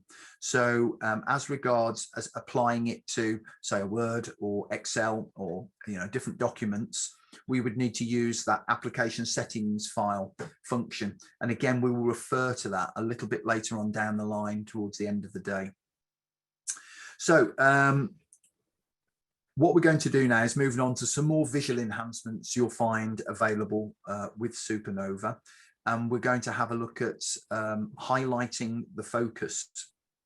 So if we could just step out of that, please. Left SuperNova control panel. So highlighting the focus, you can make different types of focus that appear on your screen easier to see by adding what's known a highlight indicator. And we can get to that by using the highlighting button on the button bar. Enhancements, highlighting. We can use several different styles, or rather we can use several different types of highlight, which is style, color, and behavior we can apply to the highlighting that we're using. And you can highlight the following objects. We can highlight a mouse pointer. You can make the mouse pointer easier to see by placing a highlight around the pointer. Is there any way that we could show that? Enhancements. Large red with SuperNova control panel. Right. As you can see that there's, we've now added that so that that could be seen a lot easier, which is that red cross that's in the middle of the screen as you move your mouse. That will make that easier to see. Yeah, note it only appears when I move the mouse as well. Yeah, so. yeah. It's only when you move the mouse there. When it's stationary, the red cross will disappear, and as soon as you move the mouse again, it will actually come back. So one of the ways that you can use, and again, these sort of different attributes that you can bring to the mouse, they need exploring after the program, really. So what we're trying to do is highlight that you can add different highlighting to the focus on the item that you're using. We can also do this with the cursor, and we can, or if we just switch that one off, yeah. Enhancements, highlighting. Mouse pointers, scheme, large red. So for the cursor that we can present that large white. Yeah. Okay. Scheme, large red. So as you can see, what Cody's doing left there, mouse up. Okay. Changing the size, changing the actual color of the cursor there and the pointer to allow the individual to gain confidence in being able to view that. So we can have a look at we can also have a look at how we can highlight a line. This refers to the line in a blinking caret when it's currently positioned. You can help indicate where the caret is on the screen by placing a colorful highlight below the line containing the caret. Could we have a look at that? Say that part one more time. I couldn't hear you. Yeah. It's where we can this refers to the line the blinking caret is currently positioned on. You can help indicate where the caret is on the screen by placing a colorful highlight below the line containing the caret.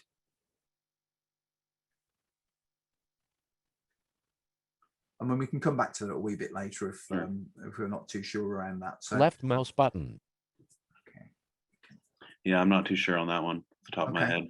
Yeah, I mean, there are many and varied ways that we can highlight. So it's I think it's very much down to the individual working through all these and identifying what best suits them.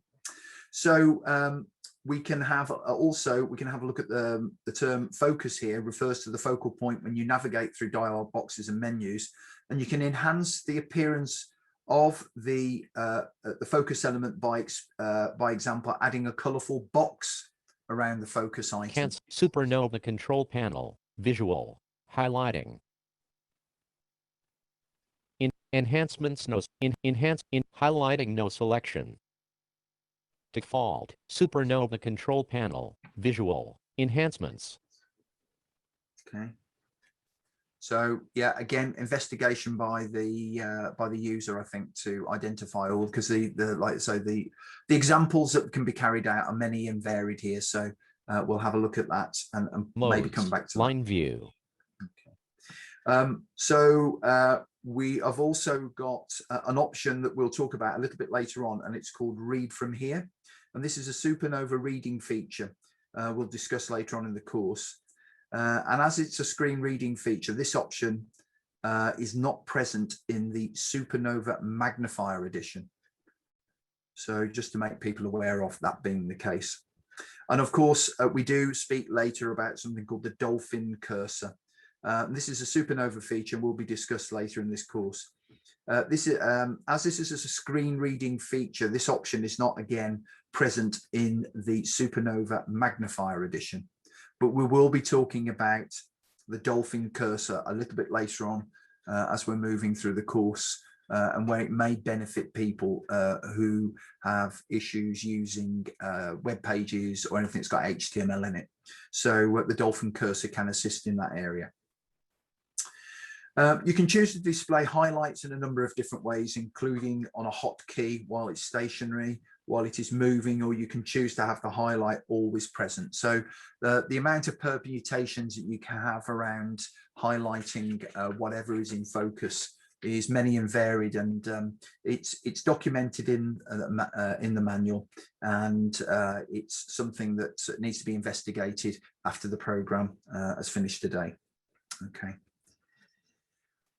What we're going to look at now is looking at creating that custom scheme through the options available in the highlight options dialog box. And you can open this dialog box by selecting the settings option in the highlighting submenu.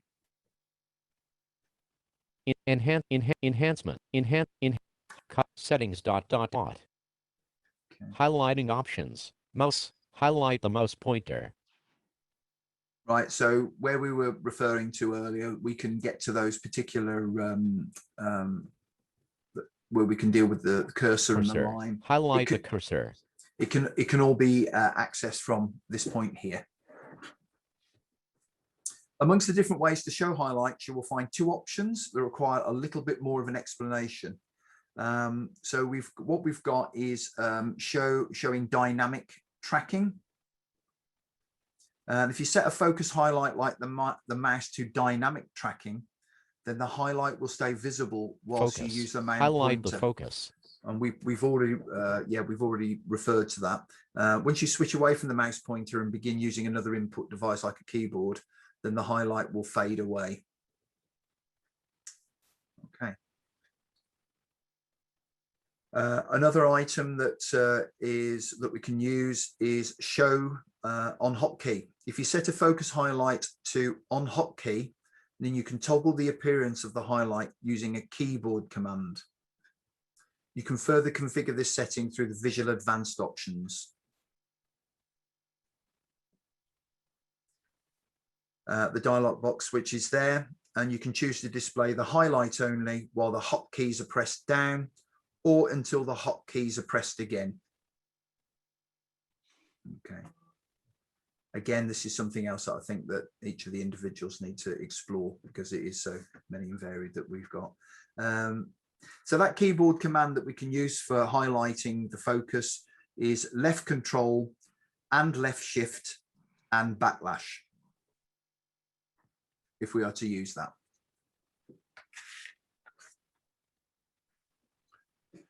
Right, so what we'll have a look at. Is that something that we can do, Cody, or is it not compatible? I'm attempting to. At first, I had to find the darn backslash on my keyboard. Oh yeah, I say, like I say, we're having a couple of issues compatibility because we're using display shape box.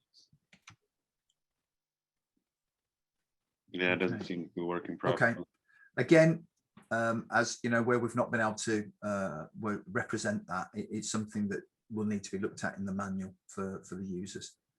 So what we'll do, we'll go back to something as probably a little simpler now, is about changing the size and the color of the mouse pointer, and I know that Cody has already showed us that, so we can look at changing to a large red, a large white, a large yellow.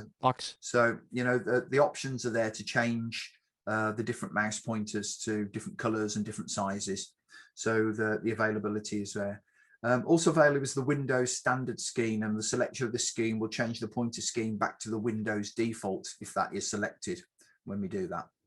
Highlighting options, focus, display, shape, box, mouse pointers, scheme, Windows standard. So that we can see that there's quite a control over what we can do for the mouse pointers there. 3.1 mouse pointers, custom pointer, apply. Okay. Yeah. So yeah, that's what we can do with mouse pointers. So again, like with other enhancements, you can apply to elements on the screen. If users find that no default scheme is suitable, then it's possible through the mouse pointers dialog box to create a custom scheme. So we can mix and match what we do with the mouse pointer. If a custom scheme is required, some useful information about some of the more technical settings in the dialog box. I'm just going to go through that. The customer pointer size group. The options in this group allow you to adjust the size of the mouse pointers in the current scheme relative to their default size. So using a custom pointer size checkbox, if you select this checkbox, the value in the size list will apply to all pointers in the current scheme. If we use the size list contains the range of values you can apply to the pointers in that scheme, or you can choose a fixed size. For example, 8 will increase the pointer to 8 times their original size. Mouse pointers, custom, apply. OK. When a fixed value is chosen, the pointers will remain at the same size. So it will always remain at that point. It won't be dynamic as such, regardless of the magnifier size that you have set. So if you've got the magnifier size set, it won't enlarge and decrease in line with the magnifier. Alternatively, you can choose a value relative to your magnification level. For example, say 150%. 8. And with the relative 100%. 100 so mouse pointers, custom pointer size. With a relative value, the pointer size will adjust as you increase or decrease your magnification size. OK. At higher magnification levels, you may find we can see. 2.25. At the pointer size will adjust as you increase and decrease the magnification size. At higher magnification levels, you may find that the fixed pointer size occupies too much of the screen. So you may benefit from choosing a relative pointer size smaller than the original. So what we're saying is, you know, from the original pointer size, take it smaller, but make it relative. So when the magnification increases, it grows exponentially with the magnification levels. We can use a custom pointer in magnified own areas only checkbox. If you select this checkbox, then the custom pointer size is only visible in magnified areas. It is not visible when you turn off the magnifier or view the unmagnified screen in views such as split screen. So that gives you another level of control that you can have with your pointers and the magnification thereof. So if you're using SuperNova Magnifier and Speech or SuperNova Magnifier and Screen Reader, then you can also make using the mouse even easier by setting SuperNova to automatically read the text under the mouse pointer. So we'll just go through how we can actually do that now. So we would need to open the SuperNova control panel. Left SuperNova control panel, visual. Which is where we're there now. And we open the speech menu. Speech, no selection. And select general announcements. General announcements ... General announcements. Announce rail changes. Yeah, so if we can select the announce text under mouse checkbox and choose the OK button. Announce text under mouse. OK. OK. Left mouse button. SuperNova control panel. Visual. So when the mouse pointer hovers over text on the screen now, SuperNova will automatically read the text under the pointer. Well, it should do. Type PDF document size 1.05 MB. Date modified 5/10/2111. Desktop type PDF document size 45.6 KB. Date modified. Desktop desktop. Access the internet. Yeah. So we can see that if that is set, that every time the mouse passes over a particular element on the screen, it will read back as to what desktop. That mouse pointer is sitting over the top. SuperNova 20.01 Magn screen reader super desktop. Google Chrome. Okay. I mean, the levels of magnification and the way that you can adjust your mouse pointer and focus on these, as you can see, are many and varied, and it will be down to the individual user, we feel, to explore and see what best suits them for their way of working.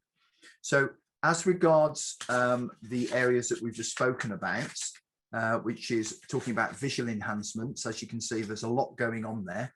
So I would recommend for the guys that are here today is that we, you know, when the program's finished, that this is definitely one of the sections that you need to be looking over in a little bit more detail, just to get the full impact of what's available for either training someone to use it or for the end user. So yeah, that brings us to the end of that particular section, section 8, about visual enhancements. So if we could just move back to the Yeah, that's great. So back to the slide, and we're going to talk now about any questions based around that particular area.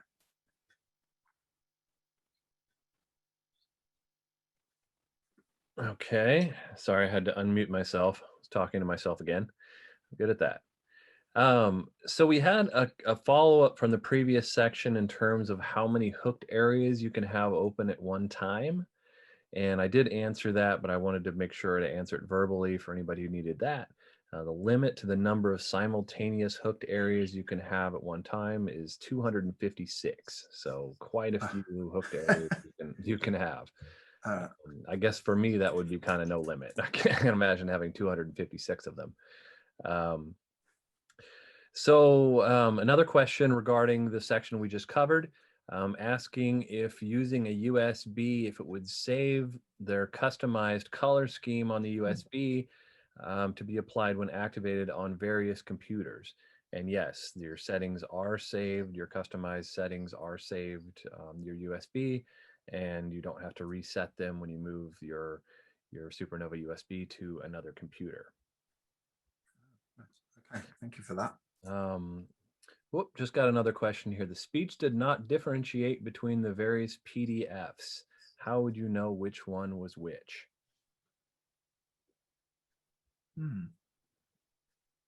Sorry, I was doing other things when you guys were doing that. Yeah, this is with the mouse pointer. It's set so that when you move the mouse pointer over the different items in the window, it would actually read back to you what it was covering at the time. And Cody took it through half a dozen, maybe 10 different items, and one of them was a PDF. But it read back. But I'd have to go back and have a look and see what what it actually read back.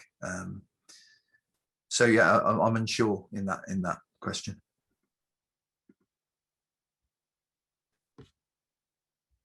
Okay. All right. So we'll get a typed answer to that one in just a minute. Any other questions for this section? I don't see any, but we will get to everything before we finish. Let's go ahead and move on. Okay, thank you. So that moves us to section 9. I think we're moving towards the center section in the manual now. So speech output. So again, following the scheme that we looked at earlier, we're going to be talking about what we're hoping to achieve and what people are hoping to learn out of this section. We'll be looking at adjusting the voice parameters within speech output, how to change the voice. Correcting mispronunciations is something that can be achieved. Changing the screen reading language, and changing the synthesizer that produces the voice that is used. So we'll touch on that topic as well and talk about how that we can move ahead with that. So if I just talk about the objectives and what we're hoping to cover here, what we will cover rather, we'll explain the process used to change the speech parameters, including the speech volume and the language. We'll describe the processes to change the synthesizers and understand the different types supported, and explain the steps you can use to follow to correct a pronunciation error with the synthesizer voice, and they do occur. So we can train it to do certain things that it doesn't necessarily do. So we'll talk about that and use an example a little bit later on. So what we're going to do, if we could move back to the screen with the SuperNova panel on, please, Cody. You got it. One moment. Unlock off. Left mouse button. Left mouse button. Let me go ahead and turn off the announce text under mouse real quick as well. Yeah, sure. Speech. Voice preferences. Voice preferences. General. Volume. 70. Speech. No. Speech. General announcements. General. Announce text under mouse. OK. Left mouse button. SuperNova control panel. Visual. Enhancements. Highlighting. Okay, we're there. So this part of the module is going to be talking about adjusting the voice parameters within SuperNova via the control panel. So SuperNova supports a number of synthesizers, including vocalizer expressive, eloquence, and Dolphin Orpheus, and includes support for synthesizing using SAPI 4 and SAPI 5 protocols. Each synthesizer comes with a number of voices, typically providing both male and female alternatives. Users that have used a particular voice for a while become familiar with the voice and often prefer to choose have that chosen synthesizer voice over others. And it's an understandable choice. In addition, users that have become familiar with a voice will often increase the speed of the voice to help them work more effectively and efficiently. And this can sometimes lead to speeds that others find uncomprehending. And they get so used to the actual voice that they can speed it up almost to a point where other people can't understand it. And speeds faster than the average sighted person can read. So we can adjust the key voice parameters through the SuperNova control panel and through keyboard commands, as we've shown before. And often users that work with speech will favor the use of keyboard commands because they can find themselves needing to regularly adjust settings throughout the day. For example, changing the volume as the working environment rises and falls with background noise.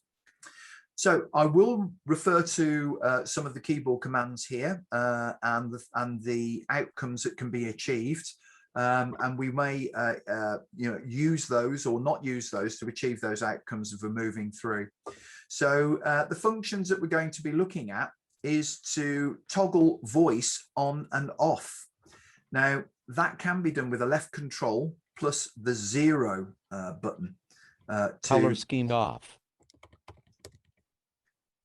And yeah, so by not hearing something, we assume that's been toggled off. But yeah, it can be toggled on and off using the keyboards there. Could we get it back on? Color scheme on. There we go. Speech so off. Yeah. Hitting the wrong button, the wrong 0, Eddie. Sorry. Okay, that's not a problem. So yeah, so it shows you just by using those keyboard commands that we can toggle between switching the voice on and the voice off. And for people who are using that day in, day out, and various things going on in the background, that could be really useful. So so we can also mute a voice, which shuts up the speech output until a key is pressed or focus changes. A focus change occurs on the screen, and that can just be with the left control button. And that can be achieved like that. Speech. Left mouse button. So you can maybe hear it as I click. Left mouse button. It'll cut it off. It's the left control. That's a universal command generally for muting. So. Okay, so that will mute as Cody says, it's a universal thing that's used. So we can increase the volume of speech as well. And again, using the keyboard commands, left control plus equals. Volume 74, volume 76, volume 78. And that can also be carried out on the button bar. As you can see, that is increasing and decreasing with using the left controls. To increase the volume is left control plus equals. And to decrease the volume is left control plus minus. But the mouse can be used to do that as well also. Now we can increase the reading speed or reduce the reading speed by using the left control plus the left shift plus equals. Speed 108. Yeah, and again, speed 116. That could also be used on the button bar that's available on the control panel. So several different ways to do the same thing to increase and decrease the speed for reading. And as it as it referred to earlier, some people might have that read back really, really quickly because they've got used to the voice and it flies back at them quite quickly and they can take all that in. So we can change the voice and to to make sure that happens, we can change the voice using SuperNova through the SuperNova panel. There's no keyboard command available to perform this function. And in order to change the voice in SuperNova control panel, we need to open the speech tab, which is on the Speech, menu no bar. selection. And or we can use the button bar as well, and then you use voice and language in the drop down menu.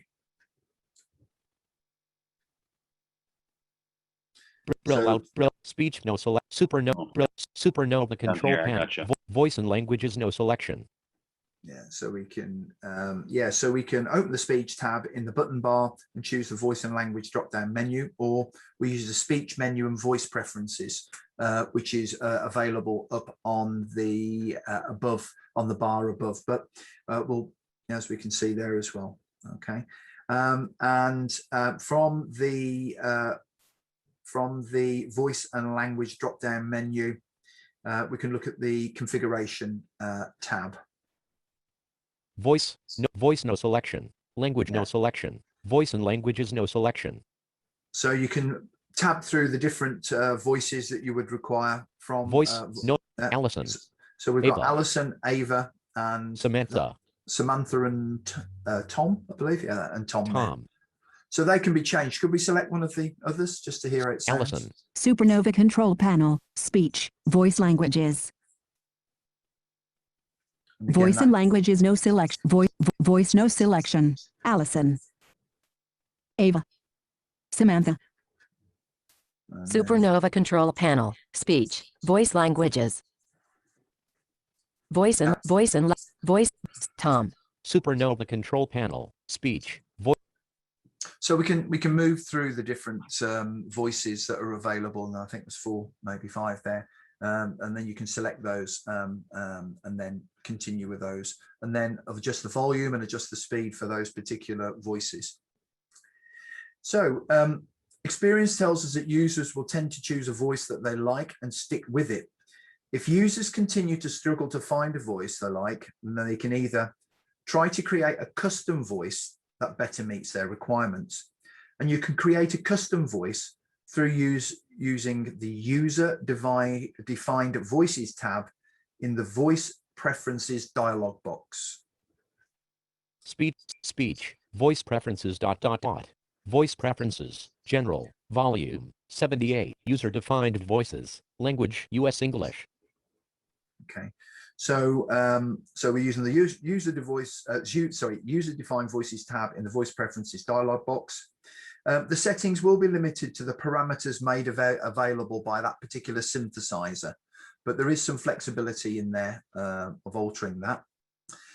You can alternate the synthesizers, such as using a Windows default SAPI 5 synthesizer. US English. Yeah. So we can adjust the languages in there, or the language types as well. So there are opportunities to, if you select a different voice synthesizer, there could be some flexibility in there. Now users can visit the yourdolphin.com website to review a list of the supported synthesizers and voices. Later in this section, we'll learn about the steps you need to follow to change synthesizers. So we won't look at that now. We may have a look at the synthesizer configuration a little bit later on down the line. So what I'd like to be able to look at now is correcting mispronunciations. So no matter what synthesizer or voice you choose, US English. there will always be a word that voice fails to pronounce correctly. This may be a strange place name, a company name, a person's surname, or even an acronym that is causing an undesirable output. So we're assuming that it will be read back to us in a certain way, but the synthesizer and the settings aren't actually doing that. So what SuperNova does, it includes an exceptions dictionary. And in this dictionary, you can correct mispronunciations. So we need to go back to, so we're in the SuperNova control panel, and we open the speech menu. Left. SuperNova control panel. Speech, no selection. So when we're in the speech menu, we select the voice preferences item. Voice preferences ... And Voice from that preferences, general, volume. And from that dialog box that appears, we open the voice and language configuration tab. Left mouse button. Okay. Voice and language configuration. Screen reader. Language US English. This is Tom speaking. US English. Okay. In the voice exceptions group, ensure your current voice is selected, and then you choose the edit button. US English. There it is. Voice exceptions. Vocalizer. This will open the exceptions dialog box. 1 point magnifier off. Okay. We need to enter the source word and the replacement word. Note that you may need to misspell the replacement word for the speech to announce it in a manner that you consider appropriate. So again, this is something that will need to be worked through when you actually come across that particular problem. So it could be that it's expressing it in a way which is in a way that you wouldn't normally spell it, but it will recognize it in the correct spelled way, but pronounce it back to you in a way which is more phonetically shown that you in the way that you're expecting to hear. So again, something for the user to have a look at and get some practice involved with that one. But that will only need to be done if you're getting that mispronunciation happening. So that is a way that we can do that. Now, once that element is being put in, you would use the speak button to recheck the pronunciation, and then you would use further options to determine when the rule is applied. For example, you can make the rule case sensitive to ensure words like IT in capitals is handled different to the word IT in lowercase. Obviously, we're going to be referring to the IT in capitals as the information technology. That's what it means. And IT in lowercase will be turning for the word it. So when that is done, we would select the OK button, and then that would allow us then to collect that mispronunciation. Okay, voice preferences. Because we haven't got a mispronunciation, it's going to be quite difficult to show at the moment. So again, by showing you the process of how that actually happens, you can work your way through that after this particular section has completed. So we're going to look at changing the screen reading language now. And SuperNova can automatically change the synthesizer language to match the particular alphabetic scripts to make the screen reading a more fluent experience. There are several different we can automatically switch between, and those scripts are varied, and they include Latin, Arabic, Chinese, Mandarin, Greek, Hebrew, Hindi, and Russian. So the Cyrillic alphabet there. And where SuperNova is unable to determine the script language, for instance, where the same alphabet is used by different languages, you can use a keyboard command to switch to the synthesizer language you want to use to read that passage of text. Not all synthesizers support this feature, and you must have a supporting language and voice installed to read the text. So in this particular area, there are hotkeys that we can use. And if we want to move down a language, we can use the left control and full stop shortcuts. And if we want to move up a language, use the left control and comma hotkeys to be able to achieve that. And again, it will be restricted by the synthesizer that you are using. So could we give that a go, Cody, see if that's available to control and again? Yeah, that was left control plus full stop. Latin American Spanish. This is Angelica speaking. There we go. And if we wanted to go back US to where English. we were, This is Tom speaking. Yeah, left control and comma. So to go to up a language and down a language, you can select it in that way. So that would. Go ahead, Eddie. Sorry. Yeah, so yeah, I've finished speaking there. So yes, sorry, Cody, is there something you wanted to say on that one then? Yeah, I was just going to say by default, the US version of SuperNova, when installed, it also, as you notice, it has Latin American Spanish. That's what I was going to mention. Those are the two default languages built into it. Yeah.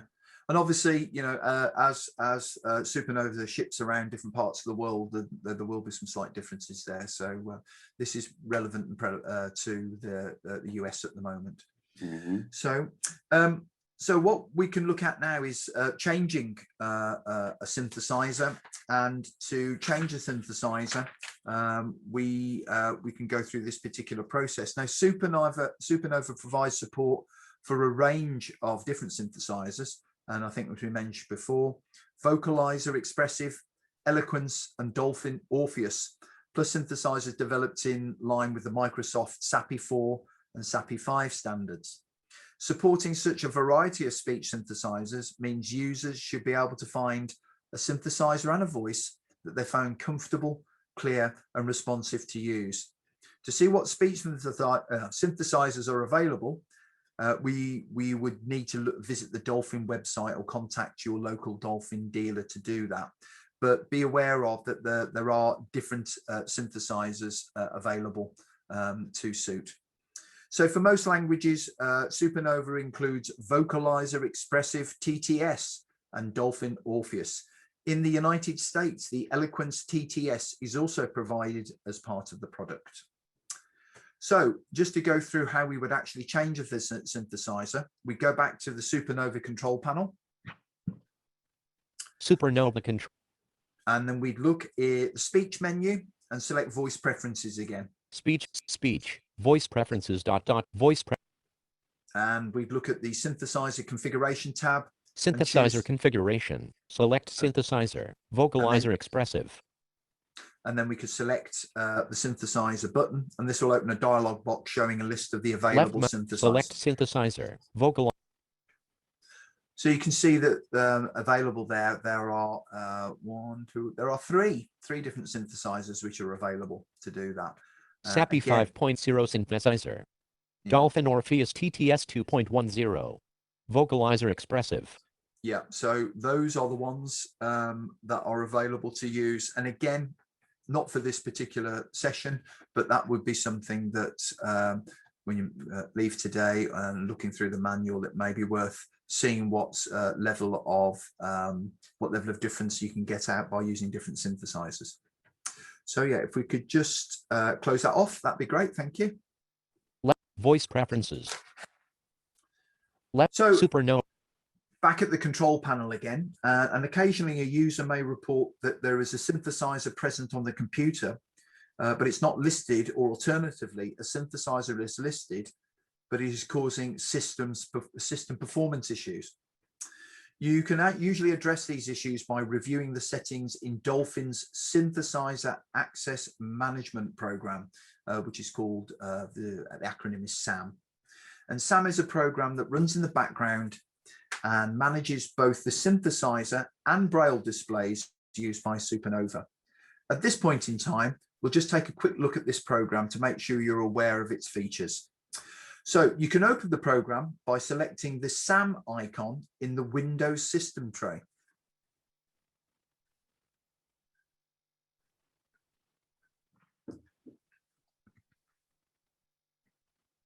Search box, SAM. Yeah, so once we've got that, best match, configure SAM, actions, open. Yeah, they should. Enter. We should be able to see in that there is a general menu. SAM configuration, numlock off. Is there a general menu there? We're going quite deep into an area that we probably don't delve into very often. Any thoughts on that, Cody? General menu, is that what you're saying? Yeah, there's open the general menu.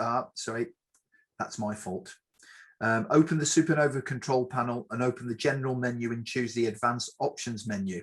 Yeah. This will open up, yeah, my fault. Left mouse button. This will open the general advanced options. There you go. Thank you. Took the word out of my mouth. And in there is the, we can have a look at SAM's, open the SAM configuration dialog box once we select the SAM setup button. SAM setup. which has brought us back to the Numlock same place. off. Yeah, I just did the shortcut. Yep. Yeah. And within that configuration dialog box, you will find a list of all the synthesizers and Braille display drivers supported by SuperNova. Drivers that are active will have a check mark beside them and a numeric value to indicate how many units are detected. You can disable a driver by deselecting the device or enable a driver by selecting the device in the list. So again, quite a lot of information to take in there, but it is more so that they're aware that that option is there, and again, something to investigate at a slightly later date with yourself. So that brings us Left up to mouse the button. So that brings us up to the close on that particular section when we're looking at speech and what's available and what isn't available for speech output. Again, lots and lots of different ways that you can vary the speech output and how you can deal with that. And again, it will take an element of investigation at the end of the program. So again, back to that point, if we've got any questions or in that area or questions that have come out for the previous areas since we started this one. Okay, Eddie. So we've done a little backseat investigation here. We're not sure exactly what about the question differentiating between various PDFs. The name of the opened PDF document is in the title bar of Adobe Reader, so you can press numpad 7 to read the title bar to differentiate between various PDF documents, if that's what you mean. However, we are presuming perhaps they're asking if you can have different voices for different elements. I use Vocalizer Tom to announce what's under the mouse pointer, but use Vocalizer Allison for reading text from the screen keyboard. To do that, go to Speech, Voice Preferences, Voice and Language Settings. You can choose different voices for your mouse, your edit areas, for your menus, for your Dolphin cursor, etc. So we're assuming that that all answered Melinda's question. Hopefully, if not, please repose your question. Okay. We also had a question about getting different voices, getting UK voices in particular from Beverly. I think we covered that one, but I just wanted to kind of point out that when you download SuperNova in America or you download SuperNova in Spain or Norway or wherever you are, you're going to get the same program. It adjusts its voice automatically to the screen language that you're using in Windows. However, the big difference is that it doesn't want you to get every voice pack in the world because it'll take 17 hours to download. So those are available to you. You can get them, and we can help you get them. But they will come, as Cody mentioned, with the English ones, Spanish ones, things that we assume we're going to need in this country. But if you need something unique, as Eddie pointed out and Cody showed, just about anything will work, and we can help you use your custom one, or we can help you get ones that Dolphin makes available to you as a SuperNova user. Thanks, Jeff. So follow-up question here.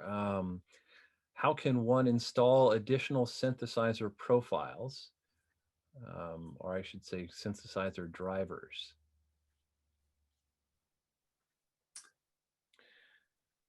Does anybody want to take that one? No, I'm unsure on that. Okay. Well, I mean, as far as when I've done it, I've downloaded just an additional synthesizer and then used, if I had any trouble with it working, I've used the SAM configuration to get it working. I mean, basically they're all SAPI 4 or 5 from what I've found. So I think it can depend on the synthesizer. If you want to get additional ones, just contact us and we can help you get them and install them. So let's see. No, that was not the question apparently that we answered about the PDFs. A new question. No, when the mouse point was over the PDF, it announced the name such as Cloverbook. It gave other info. Cloverbook was not announced. And basically what she was saying is when I hovered over it with my mouse, there was two different PDFs right there. One was a SuperNova test PDF, and the other one was a Cloverbook PDF in the title, and you could visually see that. But when it announced it, all it did was announce the file size and type of file. It didn't actually announce what the title of the file was itself. And I think that's what she's referring to, is she was asking whether or not how do you know the differences between the two? Right. Is that correct, Melinda? Yes. Okay, great. Go ahead and ask Gareth that one. All right. Well, we'll keep working on that one. I think we have all the other questions answered here that I can see. If not, please feel free to ping me again. Yeah, and Miranda, there is you can install the additional synthesizer profiles. I'm not sure off the top of my head on how to do that. I don't but we can ask Gareth, of course, and you and I can touch base outside of this. I can shoot you some info. Yeah, I think it varies, like installing the synthesizer varies on the synthesizer maker too. But anyway, that's definitely something that we can help you with, get the voice that you want and get it installed. All right, so it looks like that's all the questions. So let's take another break. This should be around lunchtime for some people. I apologize, we don't have an official lunch break with 3 different time zones and maybe even more. We weren't really sure. So we just installed 10-minute breaks every now and then to try to give people a little bit of time to hopefully get some food and potty breaks and all that kind of stuff. So we'll take 10 minutes from now. I've got 11:34 our time, so we'll be back on in exactly 10 minutes at 11:44 Pacific time. Go stretch your legs. We'll see you soon. Okay, we are back. Hopefully everybody's back at their desks and ready and raring to go. So with that, I will change the slide and turn it back over to Eddie. Thanks, Jeff. That's great. Thank you very much. I'll just check that. Yeah, I am not muted. So yeah, we're going to right back in at section 10. And hopefully you've all had a good rest and a cup of coffee, glass of water. So we're looking at section 10 now. And in this particular module, we're going to be looking at typing and reading documents. Now, in this particular module, we're going to be describing the way to change speech output as text is typed into a document. Recognize the most popular keyboard commands for reading back information in a document. Now, on that point, as I have said before, we will allude to those, what the outcomes will be on that. But I won't scroll through absolutely all of the keyboard commands. And again, I will leave it down to all of the people attending to look at those on an individual basis when they complete today. And we're going to understand the continuous reading feature and the commands you can use whilst the reading is occurring. So we move on to section 10.2, which is typing echo. We'll be then looking at reading text, and then 10.4 is announcing capital letters, and we'll talk a little bit about that as well. So if we could move back to SuperNova, that would be great. Thanks, Cody. Numlock off. If you just close those down so that we go back to the control panel. Great. Okay, so we're going to be talking about SuperNova control panel. Speech. Yeah, so we're going to be talking about typing and reading documents, as I said, and we're going to describe the ways to change the speech output as the text is typed into a document. So they were now referring to the element within the manual, which is referred to as 10.2, typing echo, if you're following that as well. So SuperNova has the ability to read each character or word, or character and word, or actually be silent as you type text into a document. You can make this change through the speech character echo options in the SuperNova control panel, or through the use of a keyboard command, of which I will mention that, even though we're not going to particularly refer to it, is we can cycle through that by using the caps lock plus the semicolon, and that can be used to cycle through each of the different ways that the echo would work and how they are read back.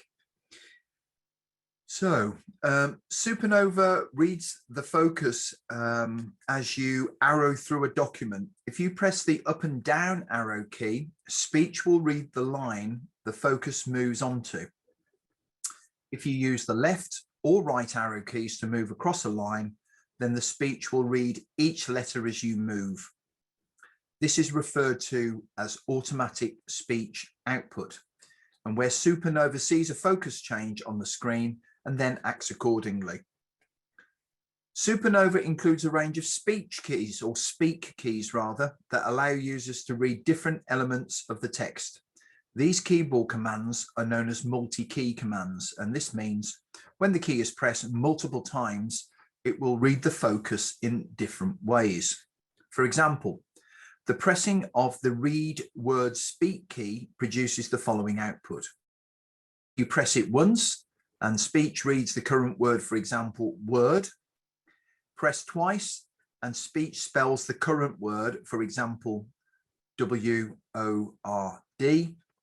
And you press that 3 times and speech reads the word using the phonetic alphabet, for example, whiskey, Oscar, Romeo, and Delta.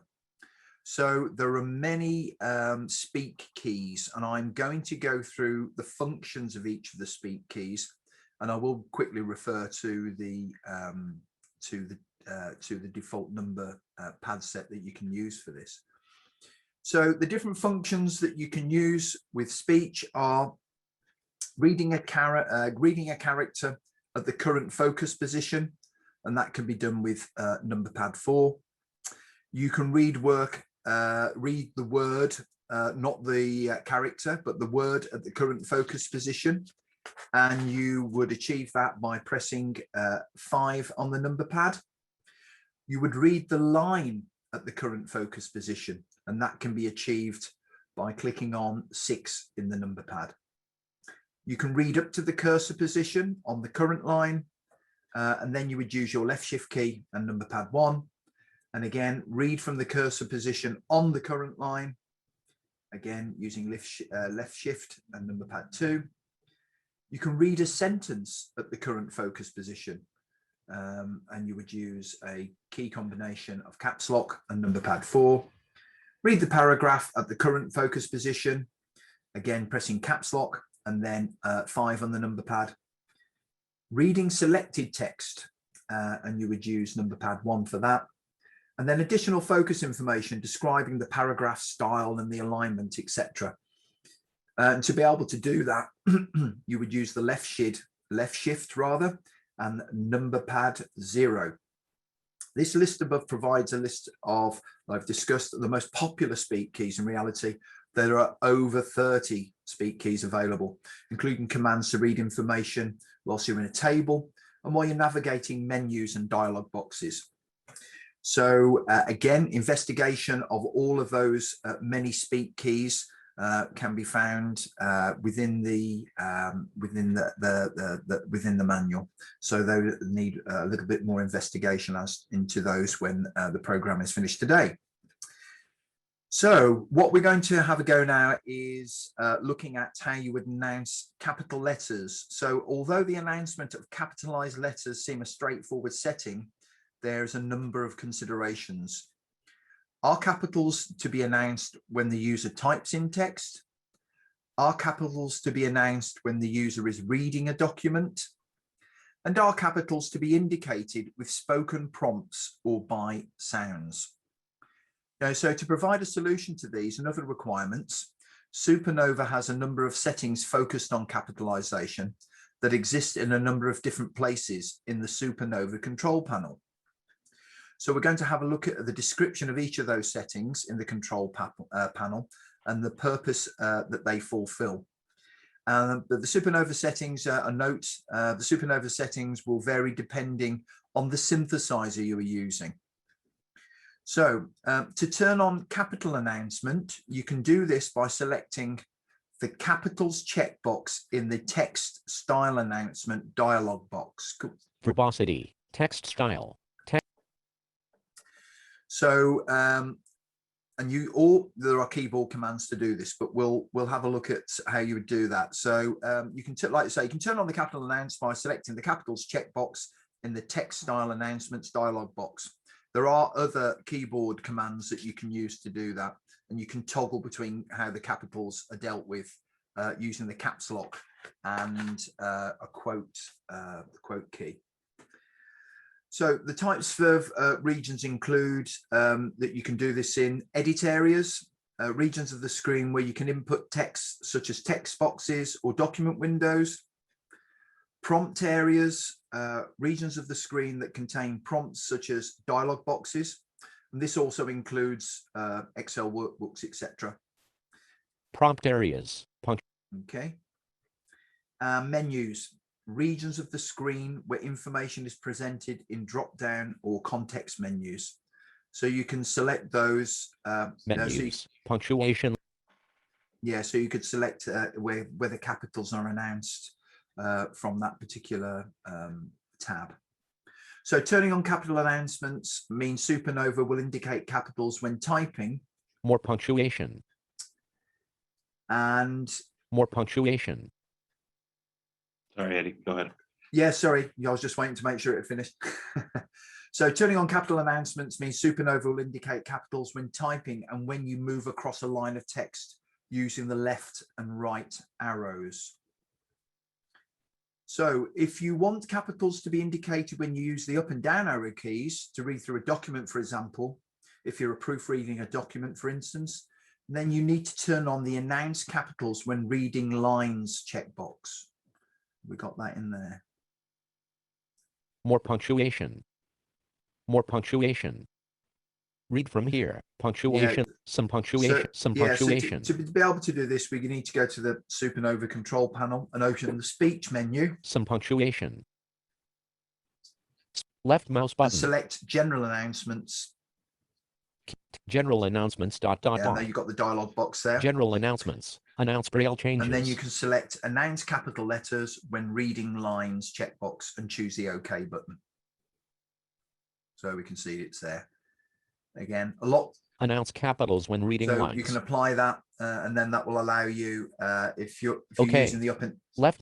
If you're using the up and down arrow key to read through a document, and it will then start to turn on the capital announcements in that way that you're reading. Okay.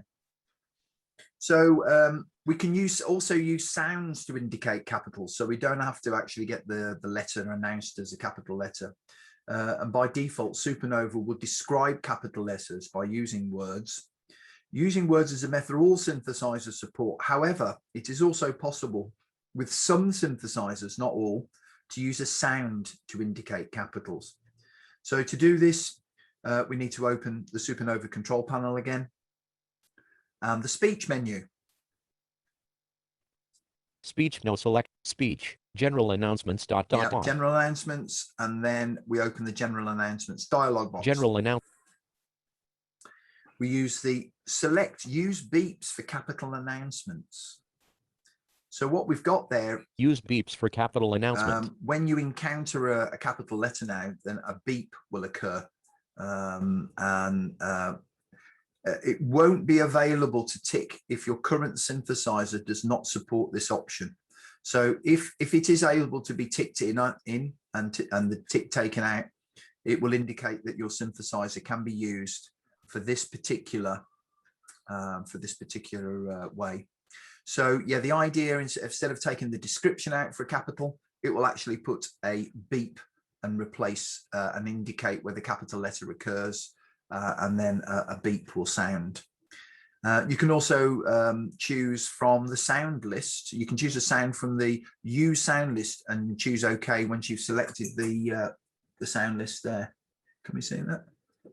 Left mouse button. 0.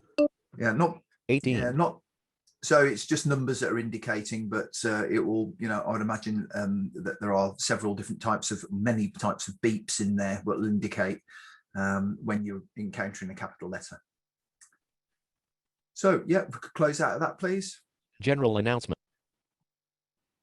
Left, SuperNova. Okay, so we can look at capital announcements again.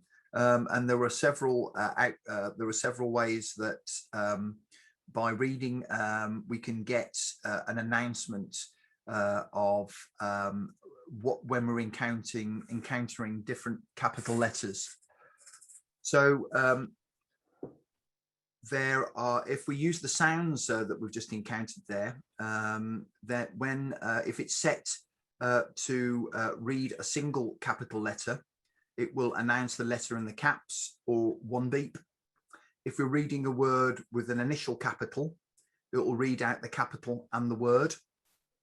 And again, it would be one beep. If you're reading a word written using capital letters, the words would all come out in caps and it would announce the word, or two beeps there.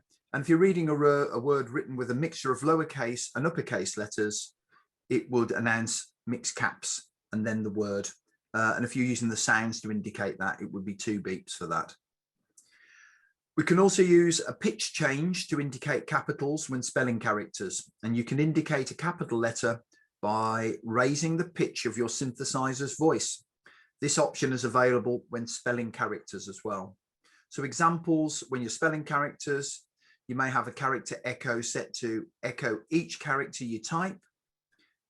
You move across a line of text a character at a time, or you delete a character. We can indicate capitals with a change in pitch. So to do that, we need to open the SuperNova control panel. We need to open the speech menu and select voice preferences, and then open the voice preferences voice preferences general volume 78 range. And then we need to open the voice preferences dialog box, and then we select the increase voice pitch for spelt capitals checkbox and choose the OK button. Increase voice pitch for spelt capitals. Yeah. Left mouse button. Yeah. And then this item, this item will not be available if your current synthesizer does not support these options.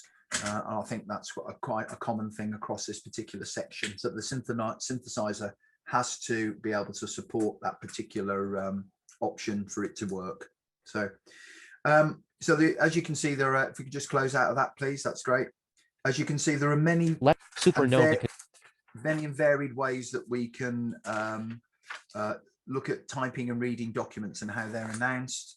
And there are many ways that you can, as we've just gone through, there are many ways that you can be indicated where there are capitals in words or in lines, etc. And it can be indicated to us.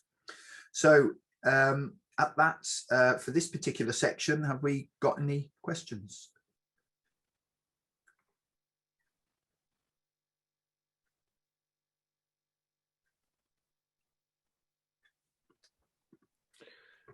Sorry, I'm actually trying to write answers to questions as I'm supposed to be putting up slides and things. That's absolutely fine, Jeff. Yeah. Again, this particular section is, I think, very much about the users going in and working their way through all the different options, because there are multiple options in there to be able to, you know, to be able to reflect what you want to achieve within the software.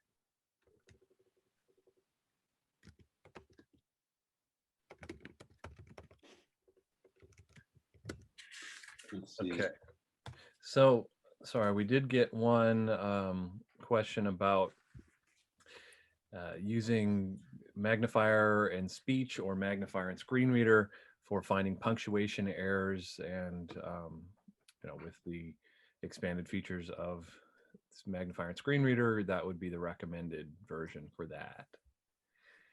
And I don't see anything new in the chat besides that, so I think we're good to go. Okay, great. All right, so we'll be looking at section 11 next, and we'll be looking at reading text style attributes. Again, we'll be looking at what we can achieve out of this particular module. We're looking at text format styles, and we'll be talking about that.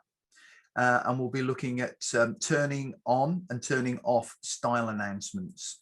So these are the areas that we'll be covering in this particular section. So as they say, the objectives are for this to describe the purpose of text style announcements and explain the steps to follow to turn on or off the automatic announcement of text style changes.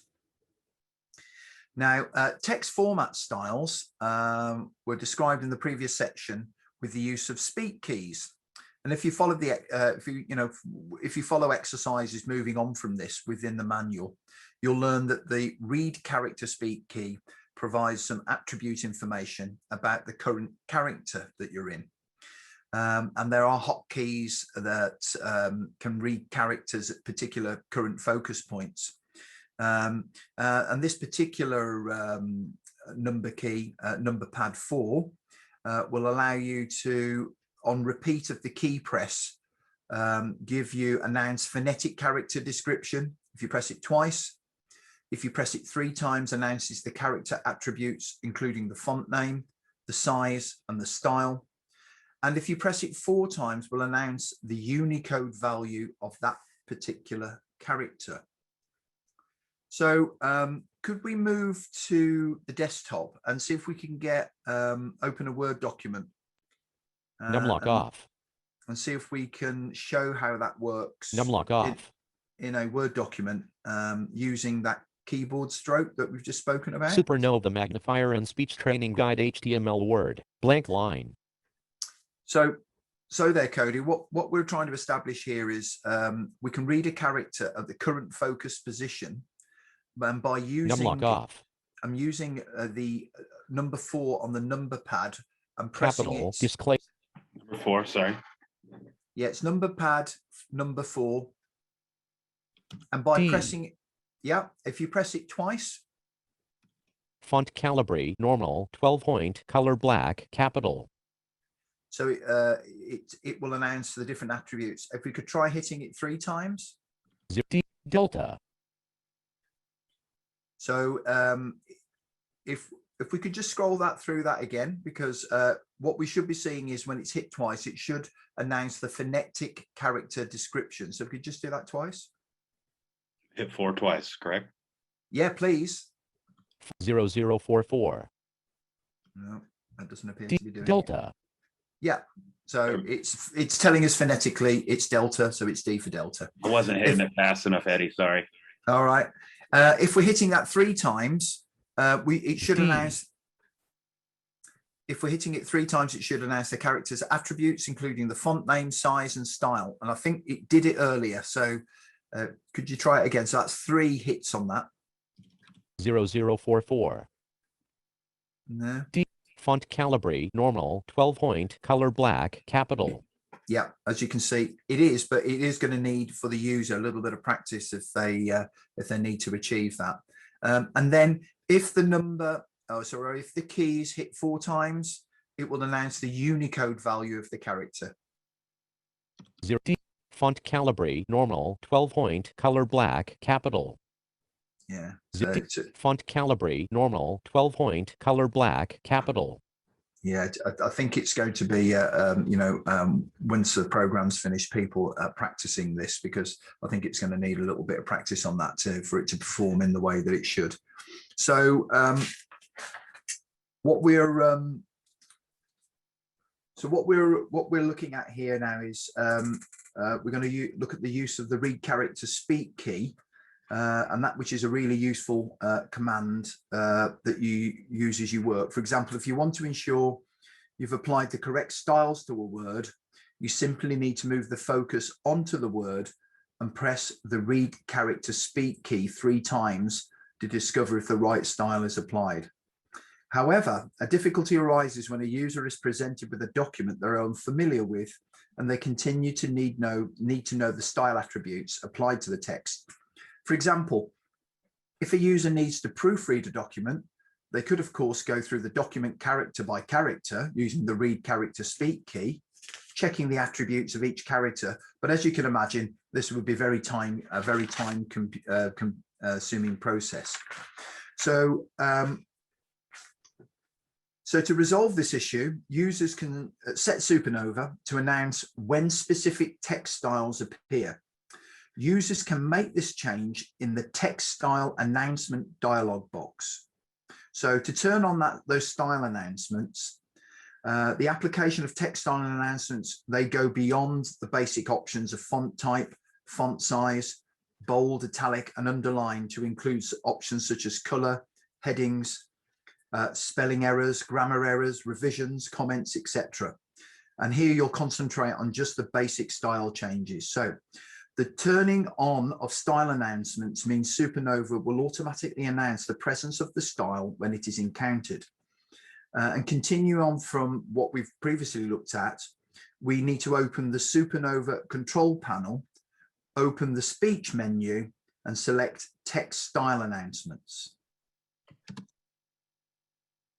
SuperNova control panel, speech notes, text style announcements, ... In the dialog Text box, style announcements. in the dialog box that appears, ensure the focus is in the edit area tab. Got it. Yeah. And then select underline change.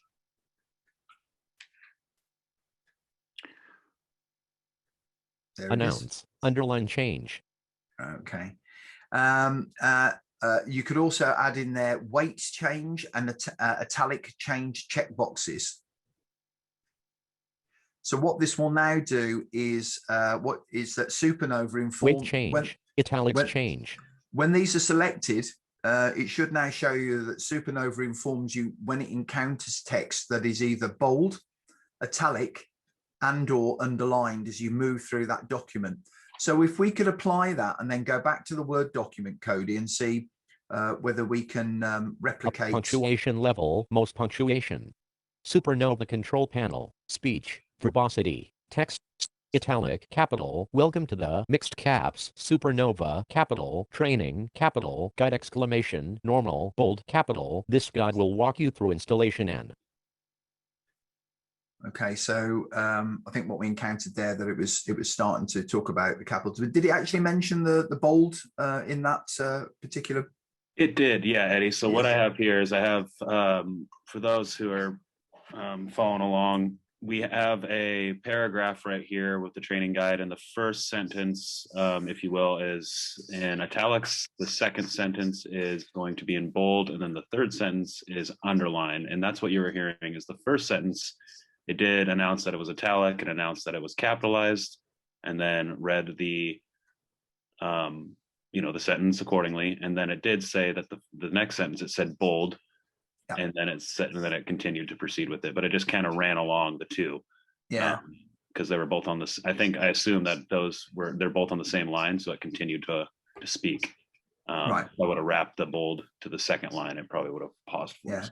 So the actual the functionality which has been selected is there, and we can see you can do that, and it's just the way that people, when they're using that, move through the actual text in order for them to get the feedback on that.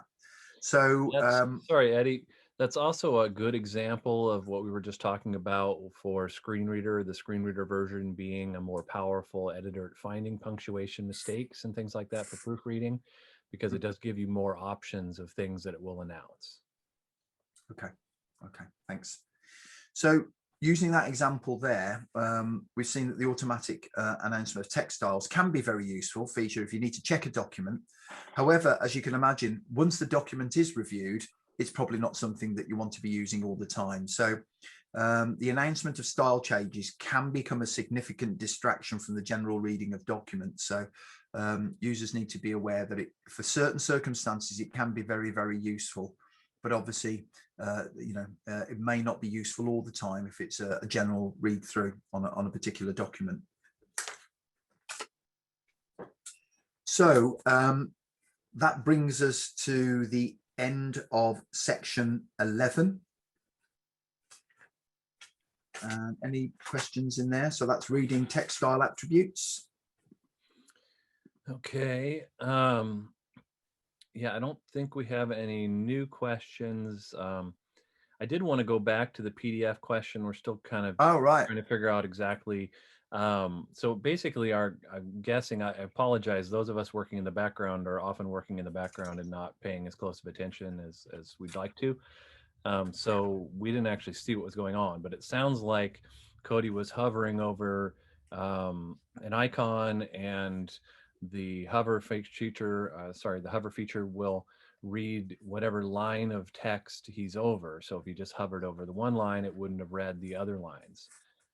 However, if you want to make it easier so that it does read everything, you can have it read everything. There's a Windows feature. I didn't know about this till was told. Let me see if I can find that again. If you have tooltips enabled in Windows, then SuperNova will act like a screen reader. So in Windows Explorer and hovering over icons, it gives you a bunch more information and it will read all of that. But normally, if you just have it on hover mode, it's just going to read whatever particular line of text you're on. So in this case, we're guessing that we just didn't hover over every line on those icons. So hopefully that's the final answer to that question. Okay. I don't see any additional questions beyond that. You must be doing your jobs. Okay, thank you.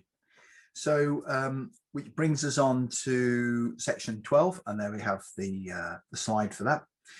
What we're going to be looking at here is around continuous reading in SuperNova. We'll have a look at what we're hoping to talk about, what we will be talking about in this particular section. We're going to look at reading continuously, continuous reading using the mouse, enhance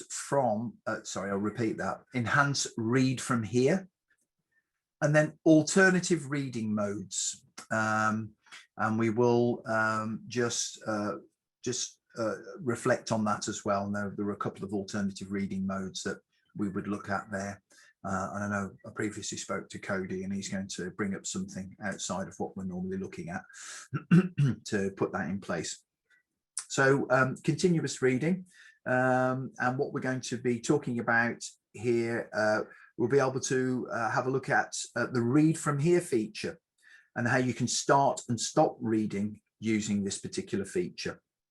And we'll discuss and look at additional SuperNova keyboard commands that are available whilst using read from here.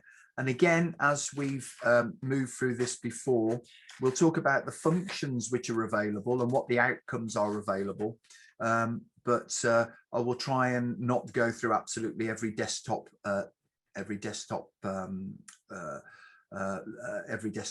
key that we can use, hotkey that we can use to achieve that. So again, it's more about referring back to this at a slightly later date and talking about how we can achieve those functions using those specific hotkeys. So as we move on, so we're going to be talking about reading continuously. We can set SuperNova to read continuously, meaning that we don't need to move through the document or web page using keyboard commands like the down arrow key. We can just sit back and let SuperNova read the text to you. SuperNova's continuous reading mode is called read from here. Reading begins at the cursor point and stops when the speech reaches the end of the document, or you press the keyboard command to pause the speech. So the pressing of the keyboard command to stop read from here will move the cursor to the last spoken word. So Cody, could we get maybe that Word document up again and see how we could maybe show how this works? You got it. Okay, so I will mention Numlock the keyboard strokes that you're aware of what they are, and then we can see how that works. So it may be worth putting the cursor at the start of kind of a paragraph of text. So to start read from here, normal capital to begin. We would use the plus in the in numpad, in the number pad. To begin installation of SuperNova, insert your SuperNova installation CD, or if installing from a downloaded version. Okay, so we can halt that by using the number pad number pad plus or the escape or the left control to stop that. So we can pause and unpause read from here by using the space bar again. So could we just start it again and then pause it with the space bar? Version, double click on the SuperNova magnifier and speech check. So we just need the plus and then... So yeah, I'm just showing right there. I was hitting the space bar to pause and start. Oh, great. Okay. Yeah. So like I say, it's quite difficult to establish what's happening with these keyboard shortcuts. The function we can use to move down to the next line would be the down arrow. We can move down to the next number to launch the installer. The install is self-voicing and walks you step capital number right parenthesis to launch the installer period capital. The install is self. And we can move through paragraphs and sentences using keyboard P and S. So we, pressing the P and the S will allow us to move to the next paragraph or the next sentence. We can go back to the previous line using the up arrow. Let me do that. P, delete, mixed caps, SuperNova underscore, capital, magnifier underscore and underscore. And we can see that we've still got those previous selections shown on there for the announcements. And we can go back to a previous paragraph and a previous sentence by using the Shift key and either the P for the paragraph or the S with the for the sentence. So that would be the Shift plus the P key or the Shift plus the S key held concurrently, and it will move us back to the previous paragraph and the previous sentence. Note, while using the read from here mode, you can temporarily change the reading speed by using the assigned speech keys for that.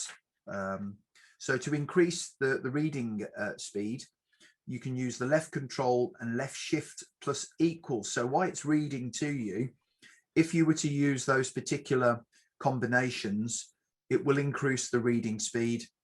And conversely, if you use another set of hotkeys, which is left control, left shift and minus, it will decrease the speed of reading. Could we try that out, please, Cody? Version number to launch the installer. The install is self-voicing. Self-voicing and walks you. As we can see, that's increasing it, and the converse. You step by step of the installation. Simply follow the prompts to complete the installation in one. And we can reduce that down again by using left control, left shift, and minus. And once the installation is complete and you start SuperNova for the first time, you will be prompted to activate SuperNova with your unlock code. As you can hear from there, those function keys, those hotkeys work for that particular function to slow and to speed up the text as you were moving through it. We can also navigate backwards and forwards through the content of a document as it's been spoken by the keyboard commands documented as we spoke about earlier. But be aware that navigating by sentence and paragraph requires the document area to support navigation by defined units. Applications that support this movement include Microsoft Word and Microsoft Outlook. So as you can see, we've been using that in Word, so it's quite clear that it can be used there. In addition, although discussion on the Dolphin cursor will take place a little later on, it's worth noting that read from here is also available when using the Dolphin cursor, and we'll be talking about where it would not be, a Dolphin cursor would be used in things like web pages. So we can use the read from here commands in those places as well. And this allows you to continuously read information that you may not otherwise be able to read, including, as I say, web pages, dialog boxes, lists, and menus. So we can use continuous reading using the mouse. In the previous section, we discovered it was possible to set SuperNova up to read the text under the mouse pointer, and we've had several questions and comments around that. And this is helpful for users wanting the reassurance that the item that the pointer is on is the item that they wish to interact with. SuperNova also includes the ability to control read from here using the mouse pointer. And for users of the SuperNova Magnifier Speech, this option is on by default. For users of SuperNova Magnifier and Screen Reader who wish to use this feature, they must enable it first. And to do this, we open the SuperNova control panel. Could we do that, please, Cody? Version. SuperNova control. And we need to open the speech menu and the read from here submenu. Speech no. Speech. Read from here no selection. Okay. And then we need to select the click and read from here. Enhanced read. Click and read from here. Yeah, great. So read from here no selection. Yeah. With this item enabled, you can start and stop SuperNova Magnifier and Sorry. That's okay. With this item enabled, you can start and stop the read from here feature by using the keyboard commands or by positioning the mouse pointer where you want to begin reading and then clicking using the middle mouse or this for the wheel, and by using that as a middle mouse button. So the scroll wheel. The first tab is the visual tab. This tab. Capital. The first tab is the capital visual tab period capital. This tab has visual settings on it. So I assume, Cody, that we're using the scroll wheel to stop and start that there. I did, but I did it well before you were finished talking. I apologize. That's all right. There are enhanced read from here options as well, and it can create an alternative reading environment. And in this reading environment, a magnified window shows the current text being spoken as moving text without line breaks at the top of the screen. The rest of the screen is unmagnified, providing an opportunity to check the visual layout of the document as a continuous reading progresses. To turn on or off this option, you can either select Enhance Read from Here item in the SuperNova control panel or use a keyboard command. If we could go back to the control panel just to show how that's switched on and off. SuperNova control panel. Speech. Verbosity. Text style. Speech no selection. Read from here no selection. And that can be selected from there. So that enhanced read option can be selected from that point. Enhanced read from here. Okay. Enhanced read from here works only when using magnification. It doesn't work if no magnification is being used. If the magnifier is turned off, this reading mode will not initialize. This is because the magnified window at the top of the screen is proportional to the magnification size you are using. So it's a dynamic tool on that one. So we did speak earlier about alternative reading modes, and SuperNova does include alternative reading modes, and these are dock reader and line view mode. Now, I had a conversation with Cody earlier, and we got ways that we could show these alternative modes. Did we Read not? from here no selection. SuperNova control panel. Speech. Would you like me to show SuperNova them for you? Magnifier and Speech Training Guide HTML. Sorry there, Cody, I missed that. Did you want me to go ahead and show the doc reader? Yeah, that'd be great. Yeah. Okay, great. So we have our Word document open. I'm going to go ahead and pull up the SuperNova control panel. SuperNova control panel. Speech. Media. Documents and downloads. Scan and read. Visual. Enhancement. I'm going to go to the visual tab and select doc reader. Loads. Starting doc reader. And what it has done here is it's taken us into SuperNova's doc reader rather than having my Word document open in Word, and it's taken me into SuperNova's document reader, if you will. And what we have is the text is big print, high contrast. Of course, we can adjust the size of the text, different highlighting features, and then of course have it read aloud to you. Okay, so there is the alternative reading Play stop modes space bar. in doc reader. We have also got line view mode. Is that something we can show, Cody? Sure. Let me go ahead and exit out of doc reader. And basically, for what the line view feature does, guys, is it's basically similar to like what a CCTV will do, where it does line masking, where you can show one line at a time. You also can achieve that within SuperNova. So let me go ahead and pull up the SuperNova toolbar. I'm going to go ahead and select SuperNova the line control view panel. option Modes. Line view. and give it a sec. This is quite a large file for it to convert all into one line.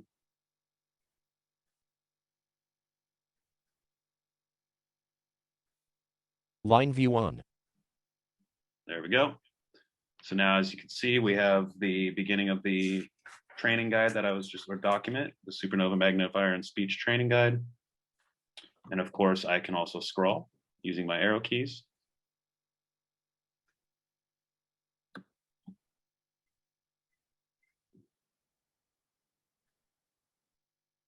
That's great. Thank you very much. As the manual says, you can learn more about these modes by going to the yourdolphin.com site. And there are some product videos that can take you through how you achieve the things that Cody's just showing you there for both the doc reader and the line view mode. Okay, so that concludes that particular section in and around continuous reading, the use of the read from here feature. And you can see that it can be used either through the keyboard strokes, or it can be toggled, it can be used via the mouse as well. So a really useful tool, and it can be used in several different ways. So Jeff, what we like on questions there? Any more questions or any questions to previous sections?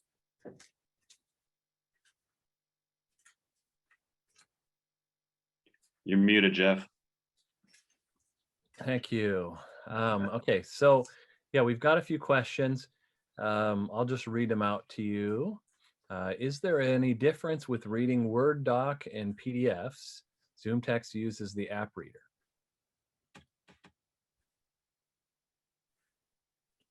That's something, Cody. So, I mean, I guess, is there any difference? I guess it would depend whether or not the PDF is accessible or not. But it should read them just fine. Also, if the PDF isn't accessible, we will be showing this feature in a bit. There is a way that SuperNova can convert inaccessible PDFs into doc files so that they are accessible. Okay, so I guess what I'm hearing is navigating or reading within documents or different applications should be pretty much similar. And then we can also use the doc reader and the line view. Mm-hmm. All right, skipping over to chat for a second. What do we see here?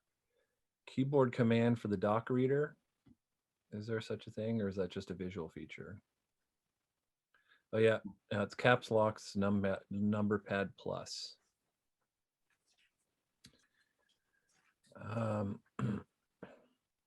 Yeah, that's right. Seeing if there's any more questions. Okay. All right, so one more. Line view is similar to the ticket tape of ZoomText, but it was not vocalizing. What was the blue spacers? So there was blue diamonds in between. What that was is it's indicating that it was a next line. So generally it would wrap to the next line, you know, just in a standard format. But since it was in one line view, it was just putting that little tick in there to indicate that it was the next line. All right. Okay. Yeah, and yeah, the line view is only a visually useful feature, so it's just visual. It's not reading, but yeah, the blue spaces are line breaks, and looks like that's the end of the questions that we have here. Again, sorry, we've got a lot coming in different ways, so if I miss you somehow, feel free to just ping me again. So it looks like we get another break now. We're doing pretty well on time. I think that I think we're definitely going to be done early. Hard to project exactly when, but we're doing pretty well on time. So I've got 12:30 here. So at 12:40 Pacific time, we will be back to you. For now, go take some potty, to get some food, do all that. We'll talk to you soon. Okay, folks. We're going to get going again here. Give you another few seconds to get back to your desks. As I've mentioned to some people in the chat, if you have suggestions about the format and the breaks and things like that, we're definitely open to your suggestions. We have moved the day of our trainings to asynchronous days, and done what we could with the advice that we've gotten, but if you have ways that we can improve the breaks or any part of this presentation, this training today, please do let us know. We'd love to get your feedback. So with that, I will turn things back over to Eddie. Thanks, Jeff. Thank you very much. We're now looking at a section which is titled Verbosity.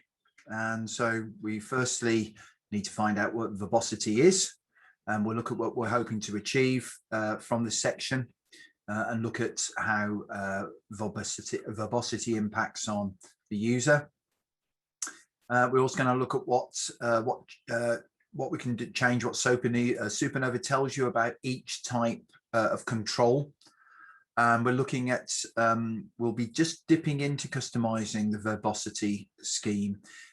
This isn't a particularly long section, so we will be touching on more so what verbosity is, and then the what opportunities you have to adjust what it is.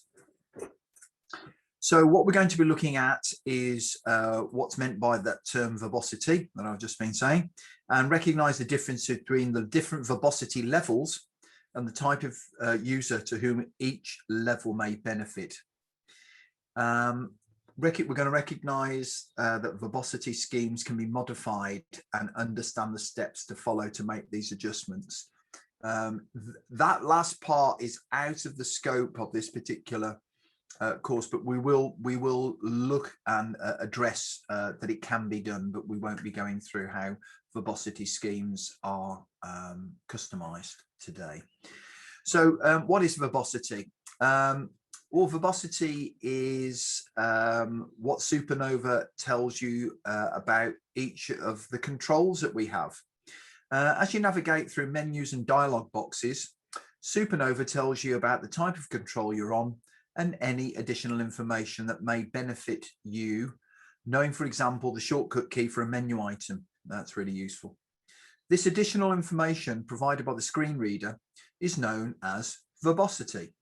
In essence, verbosity is the output provided by the screen reader that is not visible on the screen. So, for example, if you were to go into the SuperNova control panel, could we go there, please, Cody? You got it, sir. Thank you. Oh, there we go. Apologize. So what we're looking at doing here once we're in there is to open the file menu.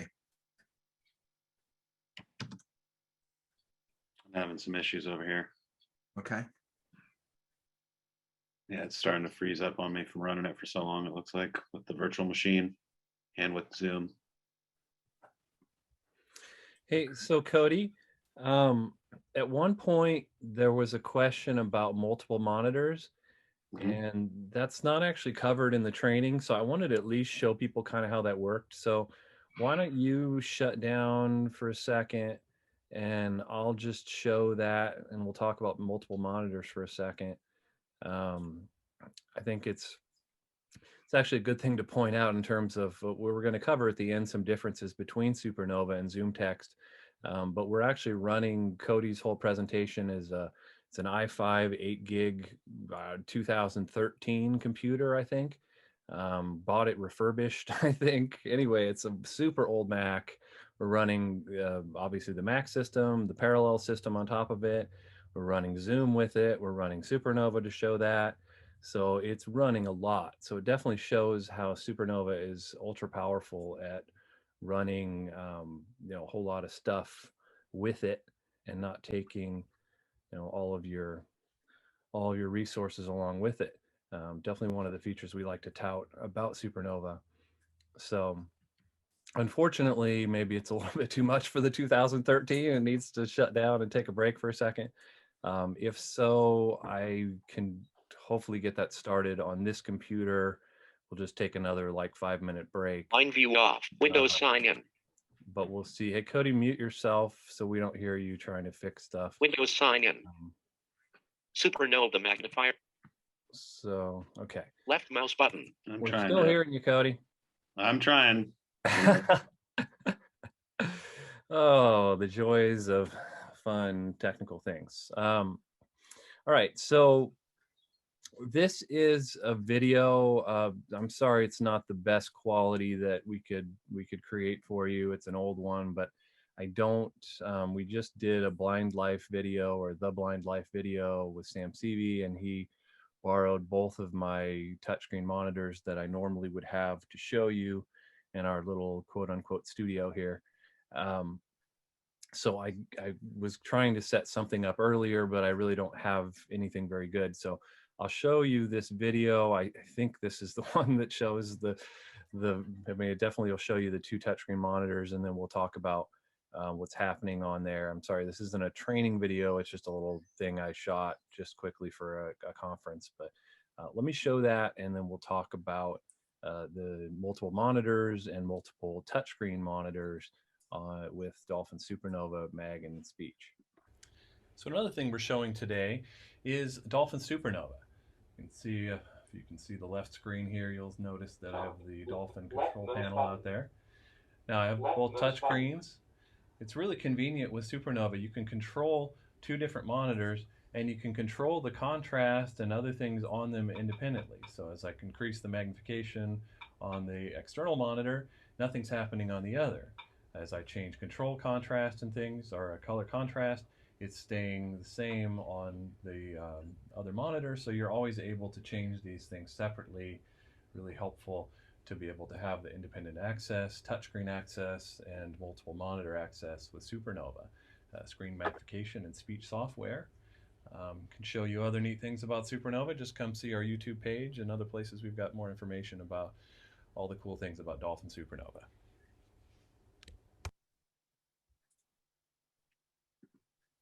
All right, so okay, so that was a pretty brief overview, but you know, like I believe it was Naomi asked the question earlier with multiple monitors. You simply hit the Windows key. I think it's Windows P, just like you do normally to start another monitor. There are just a few settings within SuperNova control panel to adjust things like the mouse buffer and this and that. But you essentially get the same thing that you get with any Windows computer with multiple monitors, only you also can have those separate controls. So very often we show this with the camera, where we have a live magnification on one screen, and then maybe you're typing and dictating on another screen. So back up and running, guys. I wasn't expecting to jump quite so quickly over here. So we're doing good again, Cody? I think so. As far as, well, we'll see what happens. I'm sure as soon as we get in there, we'll, you know. But yeah, I think I'm ready to go. Okay. So let me go ahead and switch. Do you want me to share my screen, guys? Yep. Yes, please, if you could. Yeah, if we could go to the control panel again. Great, that's fantastic. So what we're going to try and do now to look at and show an example of the verbosity of using a menu item. Could we use the control Alt and F to open the file menu, please, Cody? Sure. Let me go ahead and turn speech back on. I had it shut off while I was trying. All right. Okay. Speech. File. New. Okay. So you can hear there. Export no selection.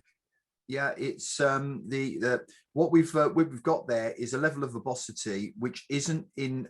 It has given us some description, but not gone into the level of detail that it could go into. What it shows is that the setting on that, which is the default setting for verbosity, is at medium. And there are 4 default verbosity levels, but the one that's set at the moment for SuperNova is the medium one. So the level of information that you can receive regarding commands that are taking place can range from minimum, low, medium, which is the current one, and high. The lower the verbosity level, the less information SuperNova announces. So we're going to have a look at changing the verbosity level, if we could, please, Cody. So we've got the control panel open. Let's open up the speech menu if we can. Speech no selection. Thank you very much. And then open. Verbosity level, no selection. Thank you. Yeah, so the verbosity level we want to have a look at. And then you can change the verbosity level in there from minimum, low, medium, and high. Actually, it was on minimum, not on medium. So that was me, Eddie. I did that just because of it was on medium by default. I just, out of the interest of this training, where I appreciate that. Yeah, my fault. I should have thought that one through. Okay. So what can we just go through each of those so we can get a feel of the level of feedback it gives us? Speech, voice on, verbosity level, low. All right, so if we could select low and then see, you know, SuperNova control panel, speech page, voice languages, speech, verbosity, no, verbosity menu, low checked. So if we could go to medium and just get an idea of. SuperNova control panel, speech page, verbosity pull down button. All right, so a little bit more information Left in there. mouse button. And then you can move to high. SuperNova control panel, speech page, verbosity pull down button, use space bar to press. Right, okay, so it gave you that little bit of extra information there at the end about using space bar to press. So the higher the level of verbosity, the more information that it's going to be giving the user. So again, it's quite a contextual thing. So you know, you need to be able to, as a user, really just to gauge how much information that you want. So some of the reasons that we might want to change the verbosity levels are the user reports that screen reader is speaking too much information, and as they're navigating windows and applications. And as such, there we would look at reducing the verbosity level. So we would be using reduction on that. So we maybe take it down from high to medium, or medium to low, or low to minimum. You may get a user that's unsure what to do when they're navigating windows and applications. In such a situation, it's not that they're getting too much information. It might be that they're not getting enough. So such a user would benefit from increasing the verbosity level, maybe to high. And this scheme provides helpful keyboard instructions as you navigate. You might find a situation where the user is unfamiliar with an application and wishes to learn the shortcut keys to navigate the menus. And such a user would benefit from a medium or maybe high verbosity, because that's the level of information and feedback that they want. And this will ensure shortcut keys are announced as they're navigating through. So another situation might be that the user is familiar with their application and would like to reduce the amount of information they're being told as they work. Such a situation would benefit from reducing the verbosity level down from where it was currently, maybe down to minimum. So it's all about the user. What's the user's requirements for that? So although not part of this course, Braille also includes verbosity levels, and they can be adjusted in a similar way to speech. And for many users of speech and Braille, the verbosity levels they choose will differ between these output methods. Such a user may have a low Braille verbosity level and a higher speech verbosity level. And the reason for this is because a Braille display has a limited number of cells to present the output.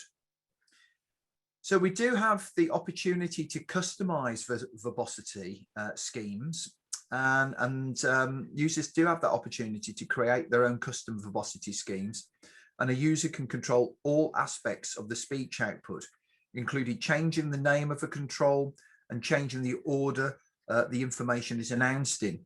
For example, a checkbox could become a tick box, or the control type button could be set to be read before the label, for instance, turning OK button into button OK. So those are the type of things that you could do. You can make such changes through the SuperNova control panel, which we have open now. And if Cody could open speech and select advanced options. Speech menu, speech advanced options, cursor page, use dolphin cursor. And in that dialog box, we will have a choice that says that has a verbosity schemes tab, I believe. Yeah, there we go. Verbosity page. Provide an explanation how to customize to create a new Verbosity scheme is outside the scope of this course, but we like to take you to the point where you can see that it is actually possible. All you need to know is that it can be achieved and where you go to perform this task, which is where it is at the moment. So if a user requests such modification, then it is best to refer them to their Dolphin dealer or directly to Dolphin product support for guidance. And that concludes the section regarding verbosity. So do we have any questions regarding verbosity there, Jeff?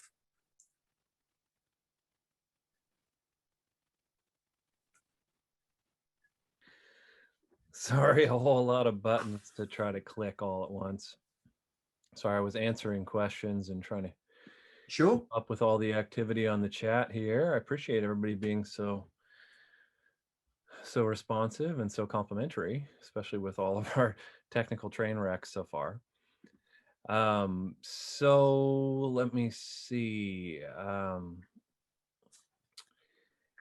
Here's a question. Is there information anywhere on exactly what is read on each verbosity level? As to the content and the level of content that's in there, I don't know. Cody, is that something? So that's part of the thing. Cody probably should switch the profile on that to Mag and Speech, not Mag and Screen Reader, because Mag and Speech is equivalent to the minimum verbosity. So you wouldn't even have some of those options. So we're giving an extended training today on some of Magnifier and Screen Reader as well, which is probably good because many of you will be using that, or at least working with clients using that.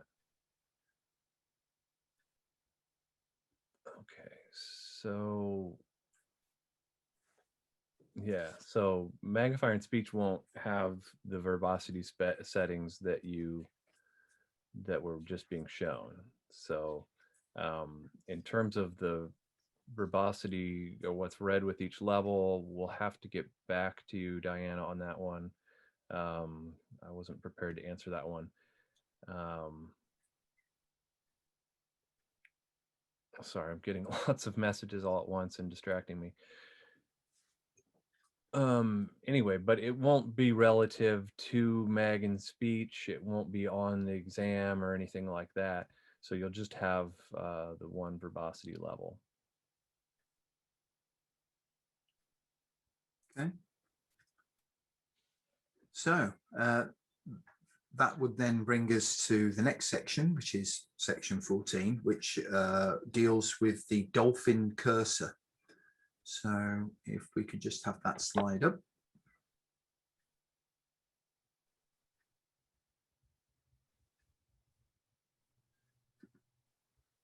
Thank you very much.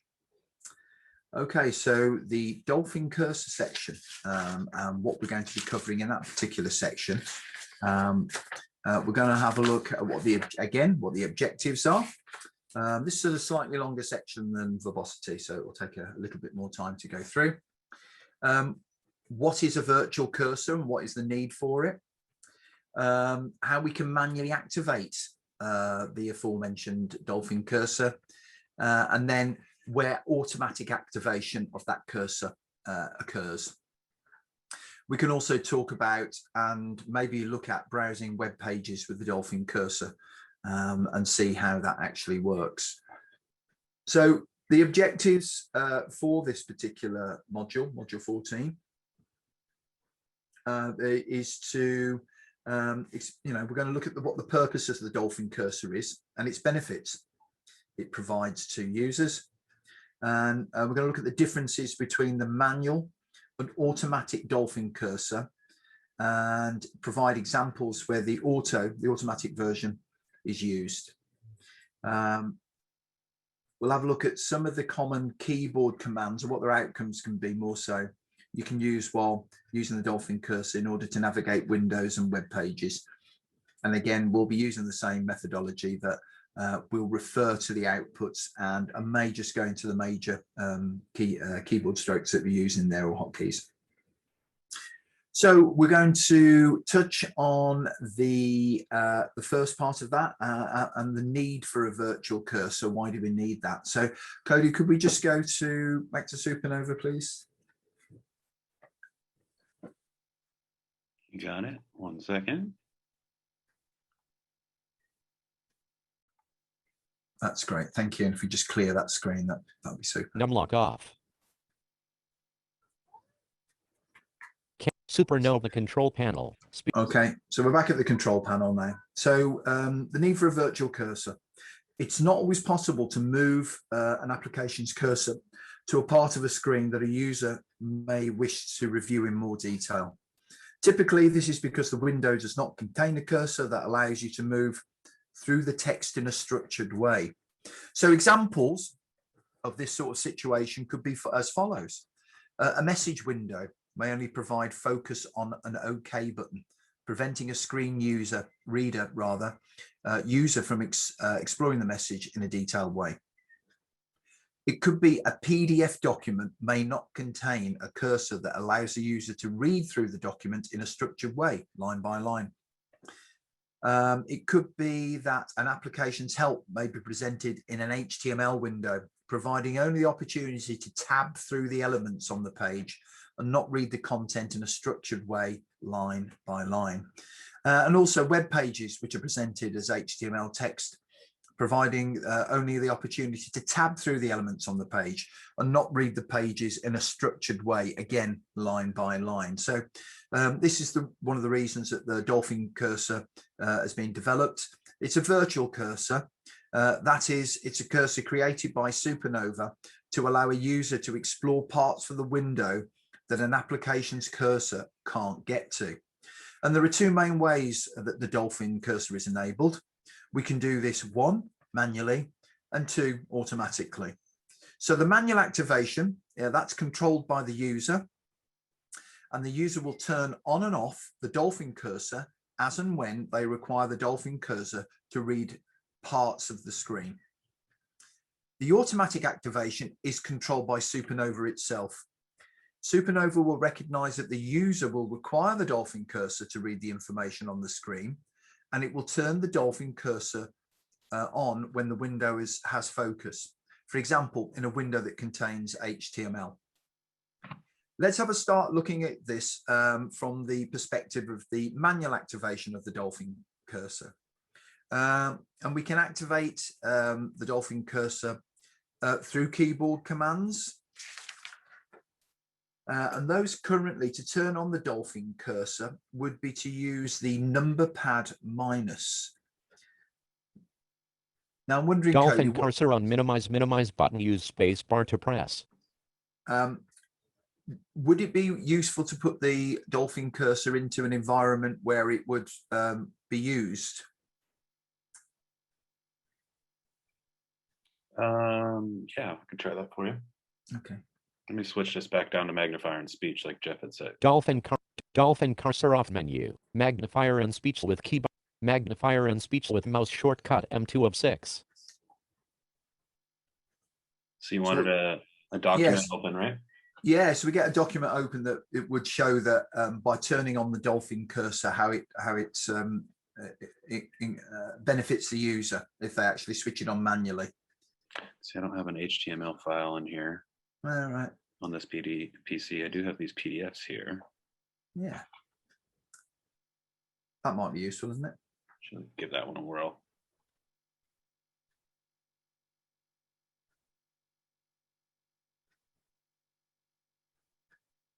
Magnifier. SuperNova.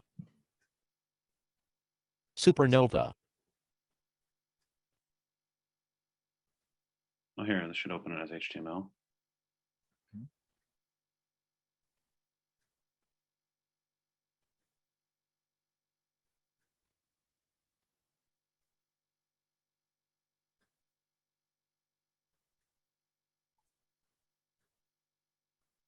So we've got the manual option to turn on the Dolphin cursor, which would be the number pad minus key in the number pad there to switch that on.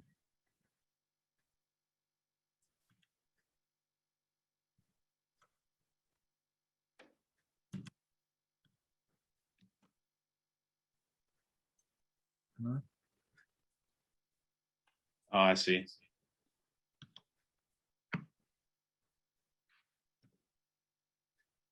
Is that working for us, or is that we're still having the same problems with? Yeah, my hotkeys aren't. Yeah, the hotkeys aren't working there. Okay, well, what we'll do, we'll just walk through the what the function is and how that would work in a user's environment. So we can turn the Dolphin cursor on in an environment where they would need that, where they maybe had to tab through instead of being able to go through line by line. Let me try this again, Eddie. I'm going to open it in something else and see if it'll work better.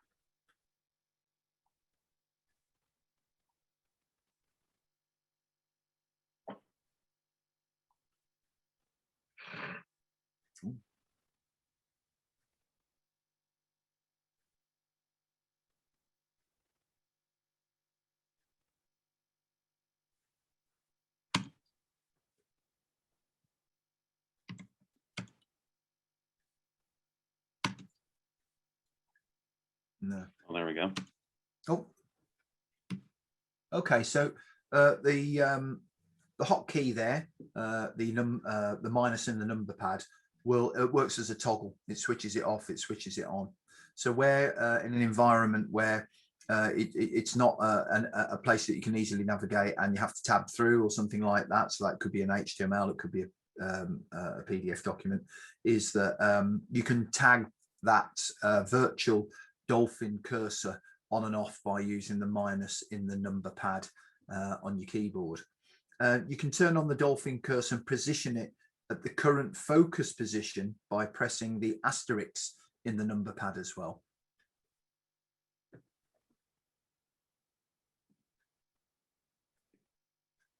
Is that something we can do? I'm having issues with my hotkeys, Eddie. I'm sorry. Okay, sure. Well, as we said, it can be switched manually on and off, and it can be placed at the position of current focus by using the asterisk in the number pad, and that will achieve those outcomes. Note that the Dolphin cursor turns off automatically if something else happens on the screen. So, example, if a message window appears, the Dolphin cursor would actually turn off automatically. So the control of the cursor around a window closely reflects the keystrokes you can use to navigate a document. This ensures movement is intuitive for users wishing to explore and review. And the common strokes there would include your left and right arrow to move to previous characters and the next character. And then in conjunction with using the control button, in conjunction with that, you can move word by word, or you can move up and down to the previous line to the next line. So common keyboard strokes that can be used in lots of different areas as well. Home and end, start of line, end of line, control and home, control and end, take you to the top and bottom of the document. So very similar to how they're used in other parts of SuperNova.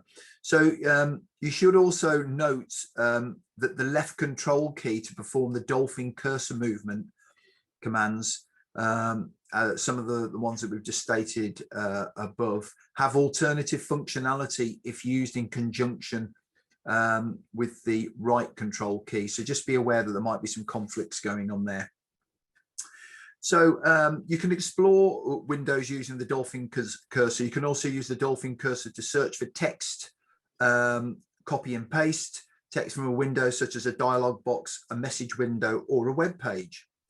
The use of a Dolphin cursor to do that is exactly the same as how you would use a regular cursor by using the shift and arrow keys to select your text, and then using Control and A to select all of the text in the current window if you wanted to do that. And then to copy that particular text, you would use Control and C, go to the place that you want to insert your selected text, and then you would use the regular commands, Control and V, to paste the contents of your clipboard into your secondary document. So the Dolphin cursor find command can also be used to perform a basic search for the text on screen in documents and on web pages. We can find, so we'll have a look at a basic search there. Do you think we'd be able to do that in this document, Cody? We can try it. Yeah, so we need to turn on the Dolphin cursor. Now, we had an issue doing that, didn't we? So I don't know if we're going to be able to do that. And then if we press F3, it will place an invisible edit box. I don't know if we're going to be able to achieve that in the current setup. No.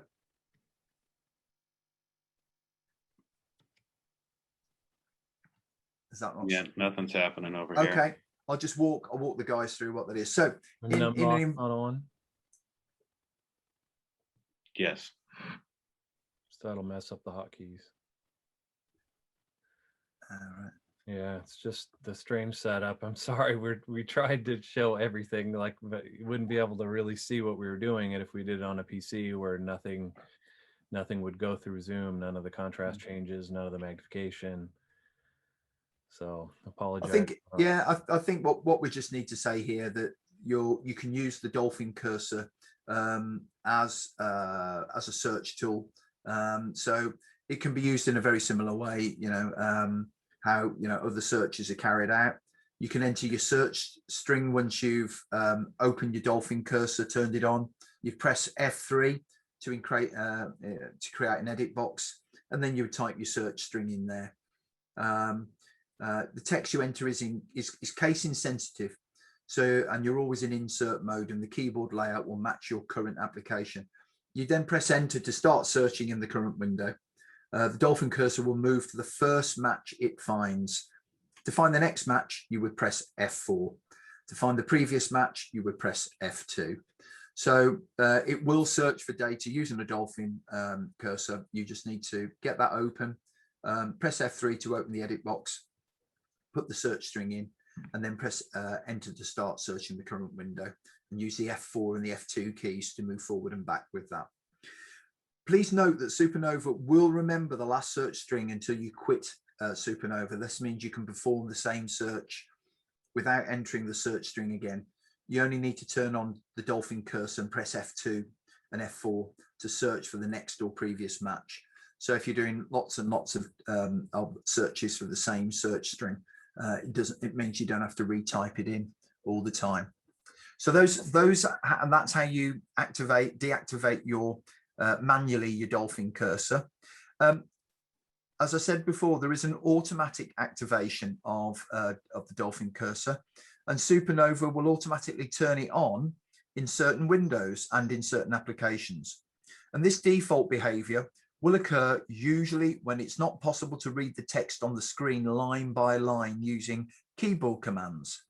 The most important scenario where this occurs is when a user wishes to read HTML contents, such as a web page. So, hopefully, Speech. I just wanted to mention, I figured my speech output has stopped working. Right. And so that was probably part of my issue. Notice when I'm clicking and stuff like that. Okay. Speech. That's still. Yeah, I'm having some issues with it. So. Okay. Okay. What I will. Are you okay for me to continue on the Dolphin side of things, on the Dolphin cursor with it in the current state, or do you need to close down again? Speech. Media. Speech. Speech. Yeah, I think I need to close it down. It's starting to lag on me. Speech. Okay.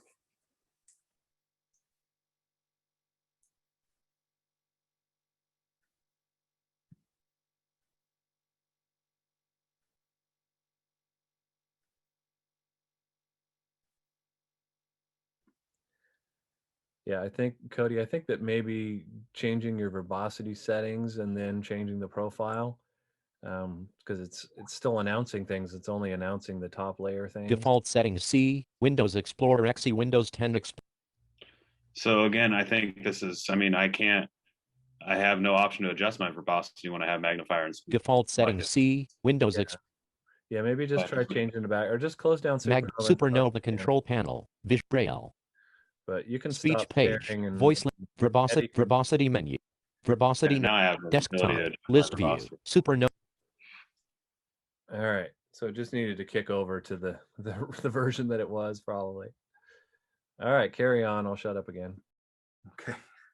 Yeah, so referring back to the Dolphin cursor, that automatically will identify when it needs to be used. And although most users prefer to use the Dolphin cursor to browse web pages, there are some who prefer only to use magnification to help them read what is on a web page. And for these users, the Dolphin cursor can become a distraction. For this reason, you may prefer to disable the Auto Dolphin cursor. So if requested to turn off the Auto Dolphin cursor, we can do this via SuperNova's control panel. So where we would do this is to open the speech menu and select the advanced options. SuperNova control speech. Okay, and we need to select the advanced options within there. Advanced options speech advanced options. And this will and this will open speech advanced options dialog box using the cursor tab, and deselect the use Dolphin cursor automatically. Use Dolphin cursor automatically. Have already done so. Yeah, great. Okay, and we would then choose the OK button, and that would then it would turn off the automatic use of the Dolphin cursor. So again, it's more so showing you guys how this works. If you are experiencing this and don't want to have the automatic Dolphin cursor setting on there, this is how you would actually disable that particular facility. Okay. The Dolphin cursor is a great feature for users wishing to browse web pages using a keyboard also. And although browsing can raise some accessibility issues due to poorly designed websites, it remains one of the most popular computer activities for users. If you're planning to train a user on the features available to browse web pages using the Dolphin cursor, then it is important to learn about the features available, and in particular, some of the useful keyboard commands that can help a user navigate a web page quickly and easily. So again, this will be a list of hotkeys that you can use to control and activate anything within the Dolphin cursor. And I am going to say that I think it would be relevant, instead of me just talking through a list of things that you can do and how you do them, is to look at that particular section after the program is finished, so you can look at it in readiness for exam. But the sort of areas that you can move to with the hotkeys could be a button, a list box, a graphic, a heading, a text block, a paragraph. All these sort of things that you'd find in an HTML based window on a web page. So the hotkeys will just be individual alpha keys there, such as B, D, E, F, these sort of things. So if you could just be aware that that functionality is available for using the Dolphin cursor, and then explore that when the program is finished and prior to the exam. And that's for your reference for that. If anyone's taking notes, and where they would need to look are on pages 69 and 70. And that is where the table is located for those hotkeys and what the hotkeys can achieve. So that has brought us to the end of the section regarding the Dolphin cursor. And just to summarize, it can be activated manually. It is automatically set unless that you decide that you want to take that cursor out. You don't want to have it to automatically kick in. And very useful where you can't navigate a page line by line. You might have to do it by tab, or in web pages where you've got the issue with HTML and you can't navigate through line by line. So Dolphin Cursor can be really useful, and something that you need to explore in situ when you have the requirement to use it. So as regards the Dolphin Cursor and any of the items that have gone before, how are we looking on questions there, Jeff? Well, despite all the technical difficulties, apparently you guys covered it very well. I didn't see any questions come in about that at all. So I think we're good to go to the next section. Okay, and that is section 15. And we are looking at application settings. I did mention this earlier on in the program. Application settings are allow you to make particular settings dynamically, so they will only operate in a particular application or program, and they're not a global setting as such. But I will go over that over the next few pages in the manual. So the idea is that we're going to have a look at application settings and application setting files and the reason that they may be applied.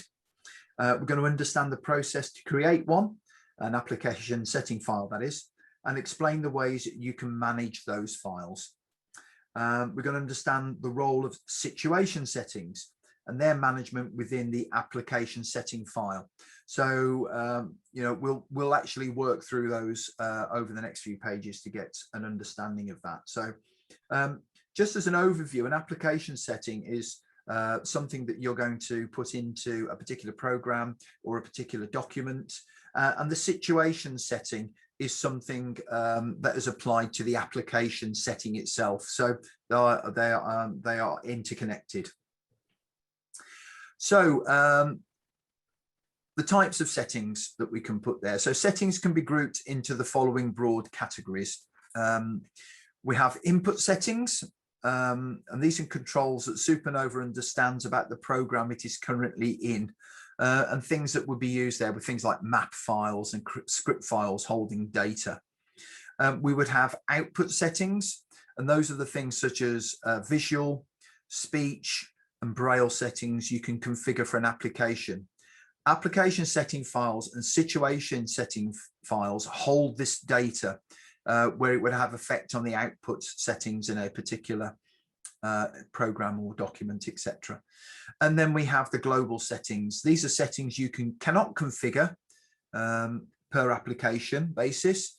And these include things like voice parameters like speed and volume, hotkeys, control panel settings, and update settings. And these are regarded as global settings. You can create, edit, import, and export these files through the file menu of the SuperNova control panel.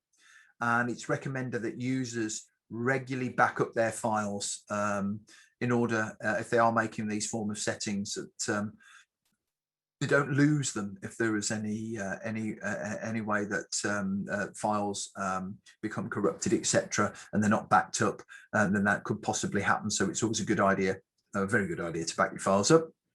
So to create an application setting, what you need to do is, if you have the requirement to regularly adjust SuperNova output settings when working in different programs, then the use of application settings can provide an automated solution. So if a situation occurred where you wanted to have a certain set of application settings work in one program but not in another, then you can use that an application settings file to allow that to work dynamically in a particular setting. So in a particular document, in a particular program. So to achieve that, you would run the application that you want to create an application settings file for.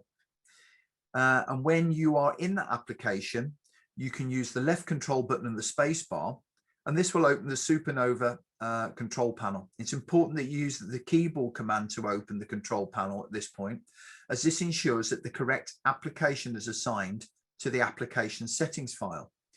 You can check to ensure the current program is recognized by reviewing the SuperNova control status bar, which is the horizontal bar at the bottom of the control panel. and it will report the current program in focus, for example, winword.exe, if you are actually in Microsoft Word. Would you like me to do that, Eddie? Yeah, that'd be great if you could.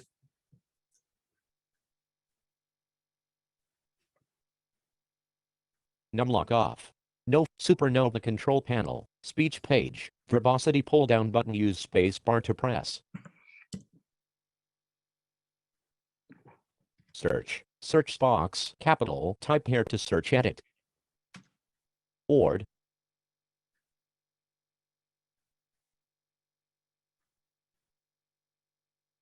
Word. Good afternoon. Home group. New group. New. Word. Blank line.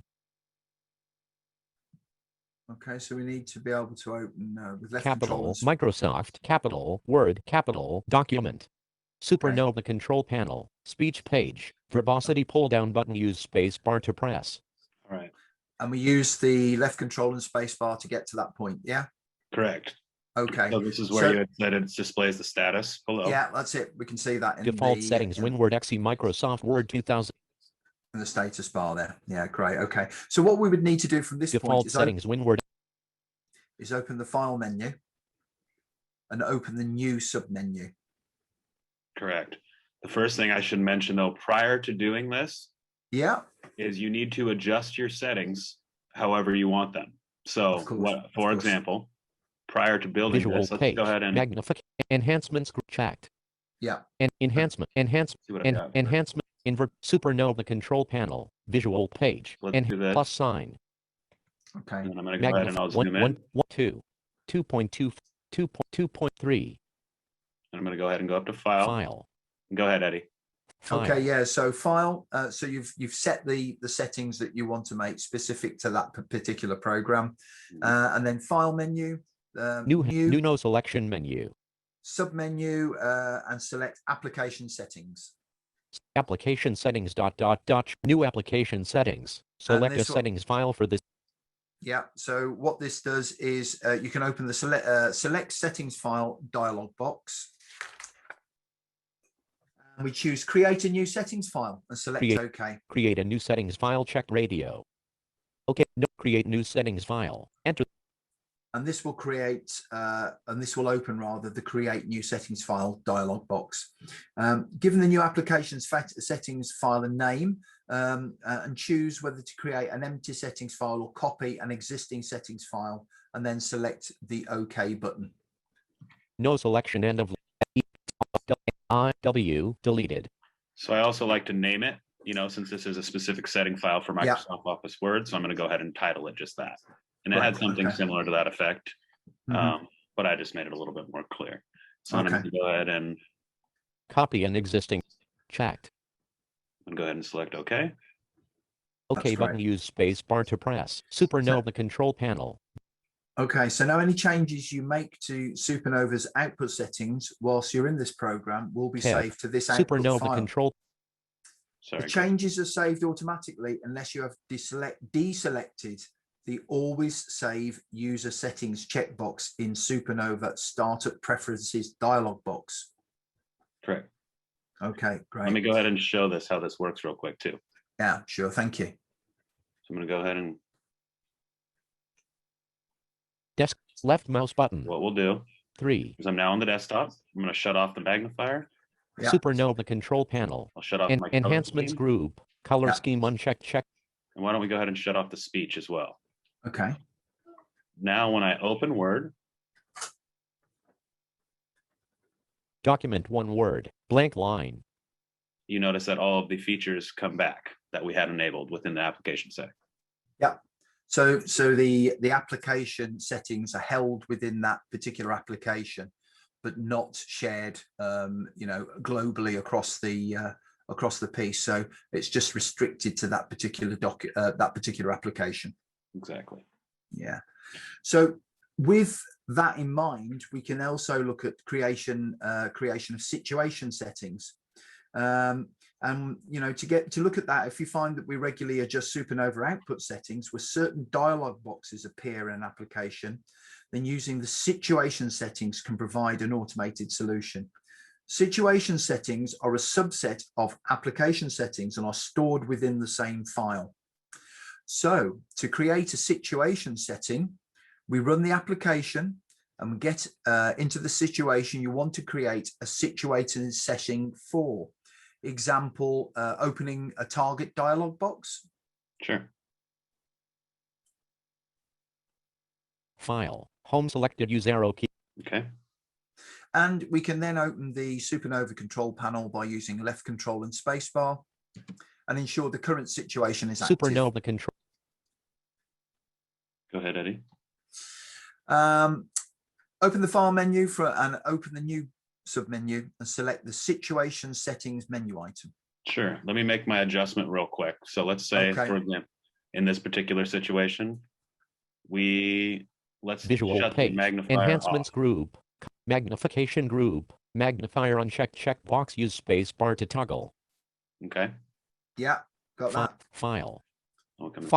file menu, new no selection menu, situation settings, short, new situation settings, create new situation check.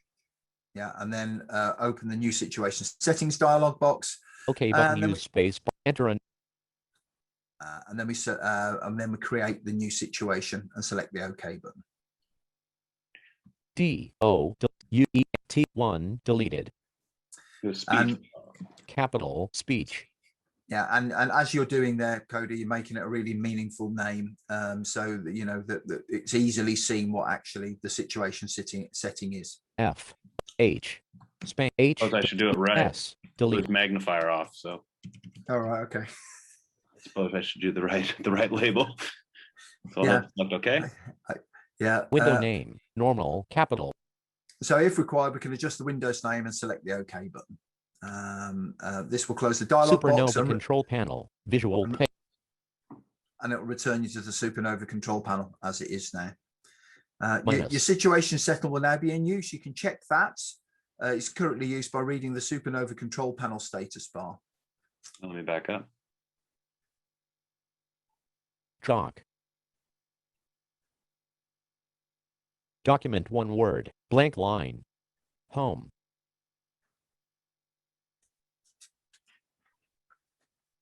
File. File. Home selected. List box. Looks like I did it opposite there. Turn the magnifier on. But as example, it's just to show you that you can create the application and then situation for that application as well. So it just shows that you can do that. So we can manage those application settings files so that users can make use of the application files. And they can ensure that they take a regular backup of these.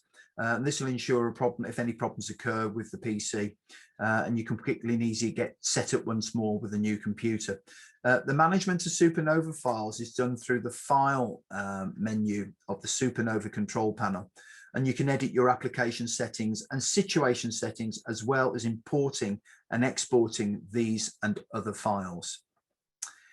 So we are at the end of that particular section. So we've looked at application settings, how you can how you can make that relevant for a particular application, and again how situation settings can be placed within that application setting for a particular situation. So that allows you to have those settings in a separate app, and it's not globally affecting the whole of SuperNova and everything that's being used in it.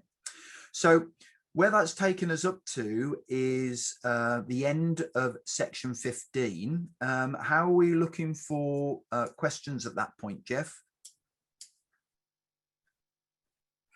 Sorry, just trying to keep up with everything in the background here. Let me get that slide back up there.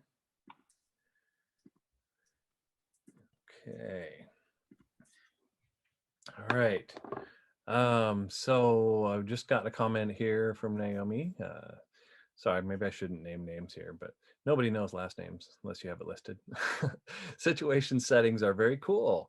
So it could be used if someone wanted different views for inbox versus calendar and Outlook, right? What about web applications? Anybody want to answer that? What do you reckon, Cody?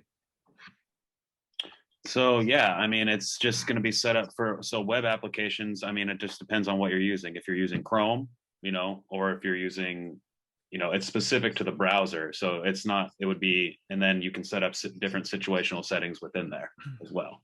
If that makes sense. And so I've never actually tried what you're referring to as, you know, switching from your inbox over to your calendar in that particular situation, but I can imagine that you can achieve that. That'd be a good question for Gareth, though. Okay. Okay, we'll see if we can't figure out about that. Okay, I just want to add one thing at the end there, which I haven't included, is where we talked about making the savings changes for the application settings, is that you can actually stop the savings being saved, the application settings being saved, if you've got it in an environment like a resource center or a library, and you can deselect always save user settings in the startup preferences.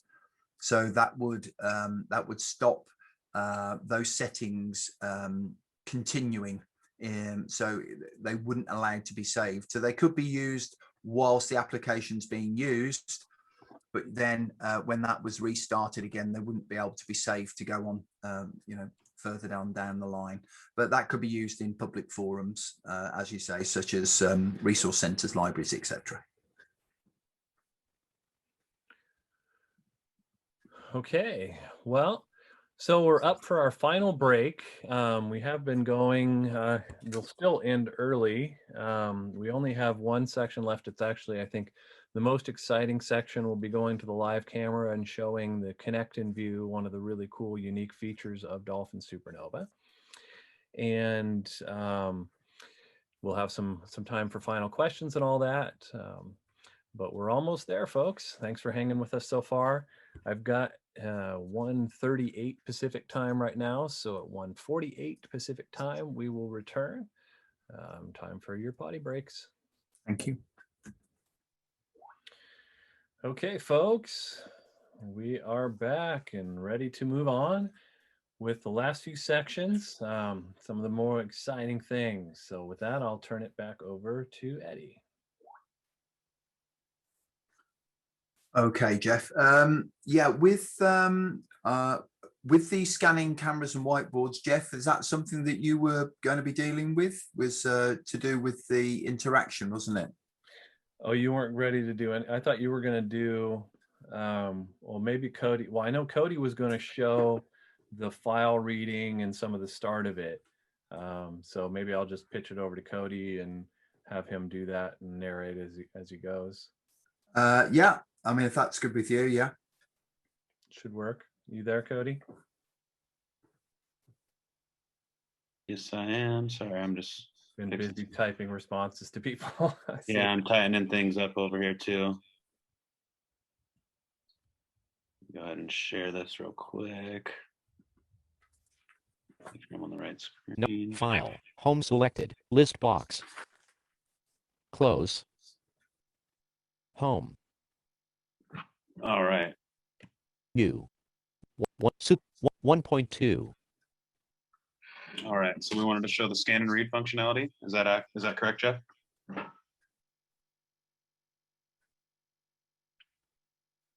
You're muted. All right, sorry, I was muted.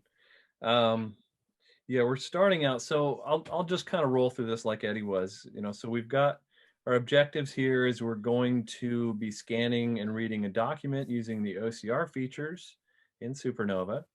We're going to use the Connect and View feature to view a document image in SuperNova. And we're going to talk about whiteboard access that we have available in the SuperNova Mag and Speech software.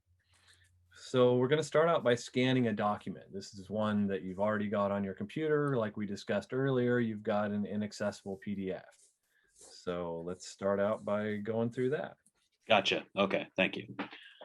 All right, so as Jeff mentioned, you can scan a few different ways. Not only, so we're going to be showing scan and reading from a file, as well as there's also the option to scan a physical document. And I briefly touched on this, scan.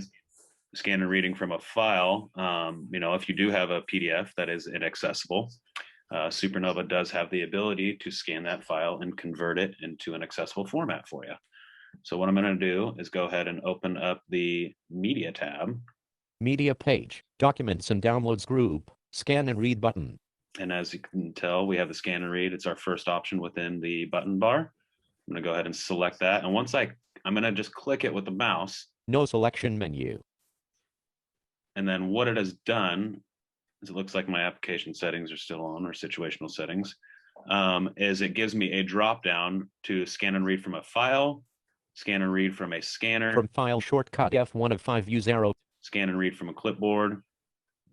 Or you can just open a file that you already have on here. So I'm going to scan and read from file. And I'm on my desktop. Tip date created 5/8/21 9:53 a.m. So I'm going to go ahead and open file to scan from. File name, blank line, pull down, edit shortcut M. And we'll go ahead and open up that Magnifier and Speech Training Guide PDF. It was a PDF. Scan and read. Scan to file. So this is a kind of a neat thing that they also offer in here as well. So we have, now that I've selected the scan and read from a file option, it gives me the scan and read dialog box. And am I stepping on your toes by anything, Eddie? Or do you want me to go ahead and explain this? I don't know. No, you carry on. Yes. Sorry. I was expecting us to carry this section, so we got it. Yeah.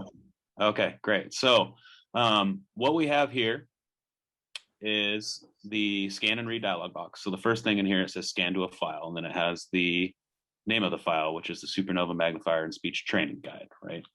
Then the next option is to, after scanning, what you want to happen with the document. And so the first option that we have selected in here right now is open document in Microsoft Word, and then in parentheses it says just formatting. Drop down, open document in Microsoft. And what the just formatting will do, it will remove the photos and whatnot and put everything in, so you just have text within there, just the important stuff. So I'm going to go ahead and I'll just, we have a few options in here. We have, as I mentioned, just the formatting. We also have the full layout of the document, which will display the pictures and everything in its true format and true layout. We also have the option of opening the document in SuperNova's doc reader, which we previously showed. You also have the option of opening the document in a text editor, such as Notepad. It'll open it as a TXT file, or you can save it as a TXT file, excuse me. And then you also have the option of opening it in Dolphin's Easy Reader software, where it will just read it aloud to you. And then you can even save this document to your Easy Reader library in there to refer back to later. So I'll go ahead and just open the document in... Open document in Microsoft Word. Open document in Microsoft Word, full layout 2 of 5. Why don't we go ahead and select that? Scan and read. After scanning, open document in Microsoft Word, full layout, pull down list box. Document will be saved to Mac home. So because I have it set up through virtual machine, it's saying that it's going to save to the Mac on here in the documents folder. And then I have my page ranges down below, where I can have all pages. Page range. I can have all pages. There we go. Thank you for interrupting me. I also have below that, I have current page, and then as well as range, just kind of similar to, if you're trying to print something. So right now I have all pages selected. So I'm going to go ahead. Once I have that selected, we're going to do pages 1 through 15. I'll select OK. Okay. Scan and read. Stop button shortcut S, use space bar to press. So it's initializing right now. It's scanning the document, and then it was letting us know that we can hit the stop icon on the screen if we want to cancel the scan. SuperNova control panel, media page, documents and downloads group. Scan and read button, use space bar to press. SuperNova Magnifier and Speech Training Guide Docs compatibility mode Word, normal, SuperNova to activate SuperNova with your visual. Go ahead and turn some of the stuff off. Visual page, Microsoft Office Word WinWord X, SuperNova. So basically it kept everything in the exact same format that we had it in previously. Normal, capital, the, capital, second, capital. So we have this option, of course. And it's pretty basic. It just Normal, open it in Word capital, the and keeps it in its truest format as it can. Trying to keep the pictures in the same, same position and all that stuff. But then also, if I go ahead and let me take it a step back, restore down. SuperNova 20.0, SuperNova control panel, visual 3, menu, from file shortcut F1 of 5 use arrow 10, open file, speech training, open file to scan from, open button shortcut O use space, scan and read, scan. So it kept all of our photos and whatnot in there in the correct order. Drop down, open document in micros, open, scan and read, after scanning, open doc. So now we're going to just do it with just the formatting. OK, press button, use space bar to press, scan and read, stop button shortcut S, use space bar to press.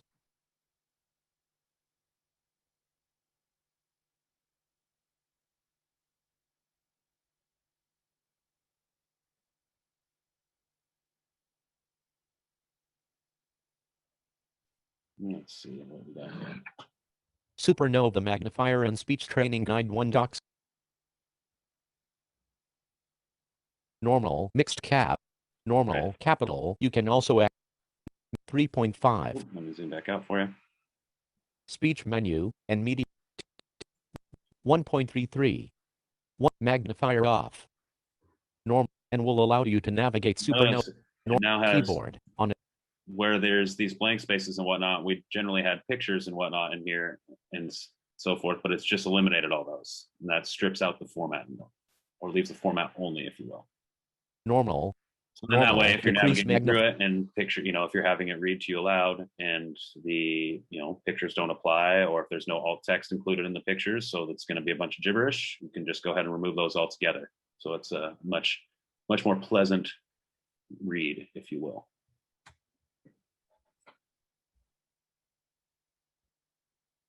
Did you guys want me to show other ways of scanning and reading from a file, or? Well, you pretty much covered everything that you would do. Normal, capital, copyright. Sorry, Jeff, go ahead. We don't really have a flatbed scanner, but you showed the same method that you would use, just rather than choosing from a file, you would choose from a scanner. And so maybe just go in and show how to adjust well, actually, you already did show how to adjust the settings within the scan and read dialog box. Yeah, one thing I'll just mention about that, I don't know if you're going to attempt to show it over there on your side or not, but you can do it a few different ways, of course. As for totally blind individuals, you're going to use a scanner to scan in a physical document. We also have the optional connect and view camera, which is a unique feature. It's a USB camera that can be plugged in. It faces down towards your desk and will convert, SuperNova will convert your Windows device into a portable CCTV with OCR. So you can not only have live magnification with that camera, but also, of course, scan and read directly once you capture a picture with that. And then also, if you have it, there you go, Jeff. If we have it on, it's kind of hard to see, but also if you have it on a Surface tablet, since that is a Windows operating system, you can also use the rear-facing camera on your Surface tablet to use the that connect and view feature to also take a picture of a document, scan it, and have it read aloud. Go ahead, Jeff. I'm rambling. I'm gonna move this so I don't get my big nose in it. Okay, so hopefully everybody who is visual is able to see this. I apologize, I have multiple things in the shot. Maybe I can get that out of the way. So as Cody mentioned, one of the great features about SuperNova is the fact that SuperNova will work with this connect and view feature, which we showed you one aspect of it. One is live magnification. And this is a special camera that we recommend. We call it the connect and view camera. It's an IPEVO product, but you can connect wireless cameras to it. You can connect just about anything. I believe the rule is if you can connect it to a Skype session, then you can use it with SuperNova. So at the same time, you do want to be aware of what camera you're choosing and what it's going to do for you. And we recommend this particular one because it's very helpful for getting up over documents. You can scan large documents. It's a 4K camera, so you get a really great image. Plugs in through a wire, so it's a little bit less expensive. There is a wireless version of it if you need wireless, but choosing the right camera is a great first step, but anything you have that works with Skype will work. I don't have all the perfect setup, but we're supposed to tell you, be aware of the lighting that you have. If you have a lot of reflection on it, you're going to have as good of a view. If you don't have any light on it, you're not going to have as good of a view.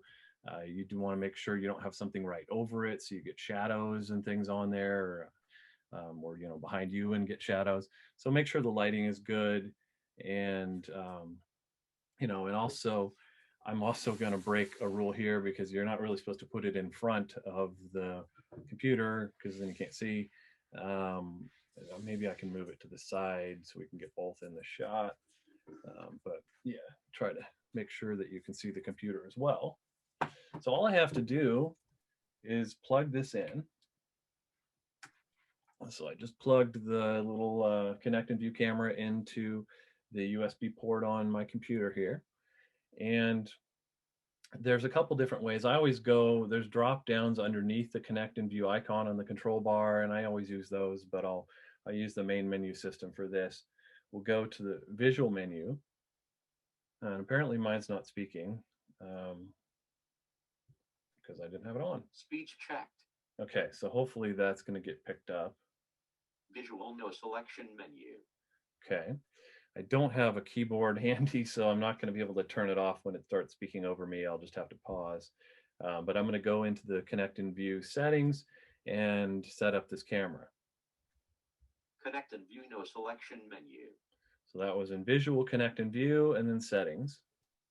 Connect and View settings. Cameras page. Devices. IPvo v4K pull down list box. Okay. Left mouse button. So we have our Connect and View settings here, where we have whiteboard or sorry, camera or whiteboard tab. I'm trying to use a camera right now, so I'll use this one. Looks like it's set for the right camera. I can do different settings with that, and I can set different color schemes. Like I have invert brightness already set. You can use the optical zoom on the camera if you have that, like with an LVI camera. A lot of people like to use with this. You can use the camera color changer and features on your camera, but basically the only thing you normally have to do is just set your camera, apply that, and it's already applied. Left mouse button. Say okay. SuperNova control panel. Speech page. Voice languages group. Speech check box. I'm going to go back to visual page. Magnification group. Magnifier check box. Okay, again, I can get to this through the menus, but for visual folks, it'll be very obvious. You press on the visual tab on the control panel, the Connect and View icon. Modes group. Connect and View check box. So now I am showing my document underneath the camera, and I'll go over the touchscreen features briefly a little bit later, but for those of you who are visual, you'll notice I'm using those now. But you get your magnifier right on your computer. Now you have some visual icons that are on the screen, and these are just accessed visually, or with the mouse or on a touchscreen with your finger, because they're not really relevant for non-visual users. On there you have an X on the far left, and these are located in the very top of the screen. On the far left, I have a red X that'll close me out and bring me back to my normal view. Just to the right of that, I have an X, or a magnifying glass with a plus, and I can increase magnification with that. The one to the right of that, another magnifying glass with a minus that allows me to decrease the magnification. I have a purple arrow, turny arrow. My visual descriptions are terrible. I press that, and that will rotate the document for me, because I don't have other views. Get the document actually in view, so you can get different rotations of it. And then continuing right, I have a color wheel that will change my contrasts. And then I have a lock that will freeze, continuing right.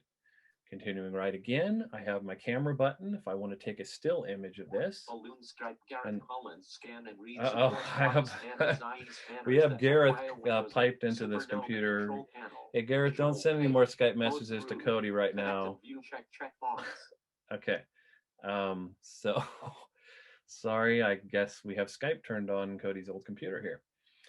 So please nobody send messages to Cody on Skype right now. We have a camera button for still images. Continuing right again, we have a scanner button so we can scan and read this document. Then we have to the right again a monitor icon. We can press that to switch to different modes. Right now I just pressed that. Now I've got a split screen where I've got my computer screen on the bottom and my magnifier, my camera view on top. Press it again. Now I've got camera on the left and computer on the right. Oh, and you notice if you're visual that the icons also moved now to the left side, and now they're going from top down. I'll press that again, and now if you've noticed, the visually the icons have moved again. I've got they're always going to stay with that connect and view screen. So I've got them in the middle of the screen now, just on top of the camera image, with the desktop image above that. I'll do it again, and now I've got them up still on the right hand side, but now the middle screen with the camera screen or camera view on the right and the desktop on the left. And then I'm back to full screen with one more press on that button. Then there's a final button to the right of everything, and that is going to close out my buttons. So if I want to just get them off the screen, I tap that, they'll disappear and leave just a blue arrow left on the top left in the full screen. So then I get my full screen for viewing, and I can, when I want those buttons back, hit the blue arrow, and they all come back. So did I miss anything in there, Cody? I don't think so. Okay, I'm gonna hit the Unchecked. red X, and we got out of there. And the scanning and reading, just to mention, that'll work the same as Cody did it, only it'll be automatic and just open the document reader. Maybe I should just do that actually. Checked. So if I scan and read from here, I don't know what I had under Scan the and read. camera. 40%. Stop button shortcut S. 1. So this will scan it and then automatically bring me into the document reader. Sorry, I just had it scanned like half of the part of the page here. It looks like it actually still did it correctly, but I wanted to demonstrate then the view that you get when you scan from the Connect and View feature directly. Now I'm in the document reader where I can read through. There's an additional icon that appears here, actually a few different icons. So I've got now a play button that shows up just to the right of the magnifying glass, the minus magnifying glass. Then I've got a characters button. I've still got my contrast to the right of that. And then I have a document that I can touch that, and then I can append documents, add to this. So if I wanted to scan multi-pages, I could do it that way. So sorry, It's also how you export it to like Word and stuff like that, how I scanned and read it. Unchecked. And all that as well. Yeah, exactly. So once you have it scanned, you can save it as what you want. So, okay. So one of the things that is not necessarily covered in the manual, but we thought would be an important thing to try to demonstrate and show you how it works is the ability to connect to whiteboards or to smart boards. We've got a really cool feature in SuperNova where you can connect, in this case, it will be kind of to both, either a teacher's computer or get this so it's not glaring, get it so it's on too. We'll connect to a teacher's computer or to a smart board. And in this case, I'm kind of doing both because I have a smart board program on this or application on this computer. But I just want to show you how easy it is to do. You know, one of the things when I get up on my soapbox, while we as a company do sell magnifiers that are made for seeing the front of the room, or seeing the, you know, seeing at a distance, we really get on the bandwagon of, hey, let's not have all the low vision kids sitting in the back of the class, or sorry, the front of the class with their cameras and looking different and feeling different and not liking it. Let's have them sitting in the back of the class and maybe nobody even knows that they're doing what they're doing. So what we're trying to do is get a front of the view classroom or presentation or what have you, and also useful for remote access, remote learning. Let's bring them directly to the presentation. Let's not worry about some camera in between. So all I'm doing, I loaded a free VNC, I think, I don't know the terminology, app from Dolphin. So something we can give you free. And so this is just going to put a little message on there. It's got the name of the computer and it's got the password. And I just have to go into my settings again. Let's see if I can do this. Visual no selection menu.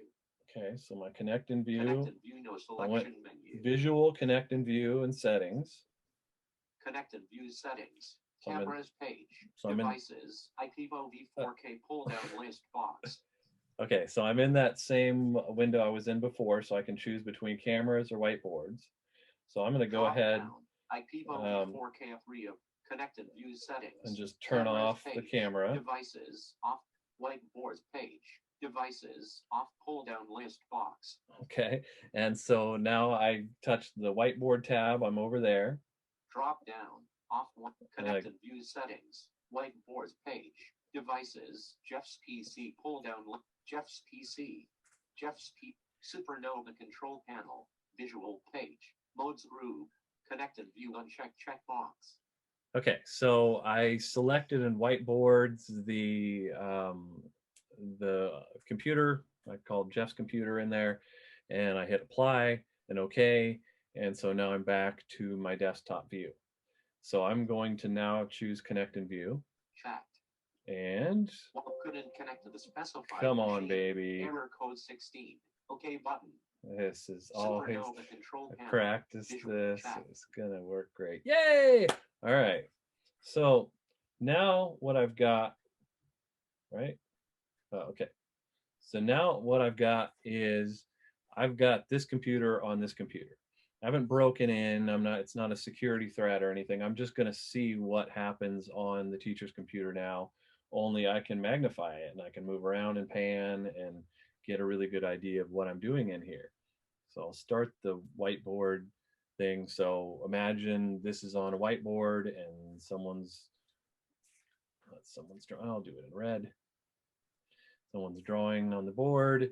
This is going to show up, and it's even going to follow it on here on the student's computer. You can turn that off if that's distracting, but it'll be helpful if the teacher wants to write in a certain part of the board that your computer is going to follow that wherever you go. It's just going to follow it, and then you can magnify it.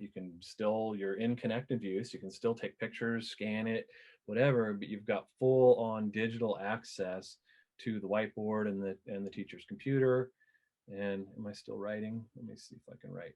So I can, let's say I want to circle this, then that's going to jump right there. Even if I'm somewhere else, I'm looking at something else, the teacher wants to say, oh, I want you to see this. It's going to immediately draw me to that section. Super cool feature, and one I think is kind of underutilized for what we want to have for student situation in classes. They can just track all this. They can follow all of it. They can take images. They can really follow along, and nobody stands out. So unchecked. I think, did I get everything in there, Cody? Yeah, I think I did. Yeah, it sounds good. It sounded good to me. I would just maybe explain a little bit more. You said this computer and that computer. I don't know if it was just a struggle for people to actually pick up what you meant by that. So maybe we could explain that your computer is acting as the teacher's PC a little bit more. Yeah, I apologize about that. That's my sightedness. Yeah, I say this. I didn't say over there, hopefully. Yeah, so what I was doing is I was making actions on my computer, i.e. the teacher's computer, and we were viewing those actions through the Connect and View feature on the student's computer. So hopefully that's clear. I apologize I apologize in advance. I'll apologize again. But again, kind of going a little further than the manual, we just wanted to show that and show how easy that is to do. And it's, you know, pretty similar to the, whoops, I lost my share, to what you do with the camera. No big deal extra. So with that, I haven't been tracking this obviously because I've been doing other things, but do we have We got a few questions that have been coming through. Okay. I'm trying to hit them as they're coming through. So anything we need to address now? yeah, they asked, so let's see, a couple different things. So in order to use with the scanner, does one have to use it with a Twain or /WIA driver? It does support WIA drivers, not Twain. And then there was also a follow-up question with that. If you have a document camera, it was in the same. If you have a document camera, then what would you use to connect and view to OCR? What if you have a document camera, then what would you use the connect and view to OCR, right? Sorry. If you have a document camera, you can use, I think you can OCR as well. You can scan with that document camera.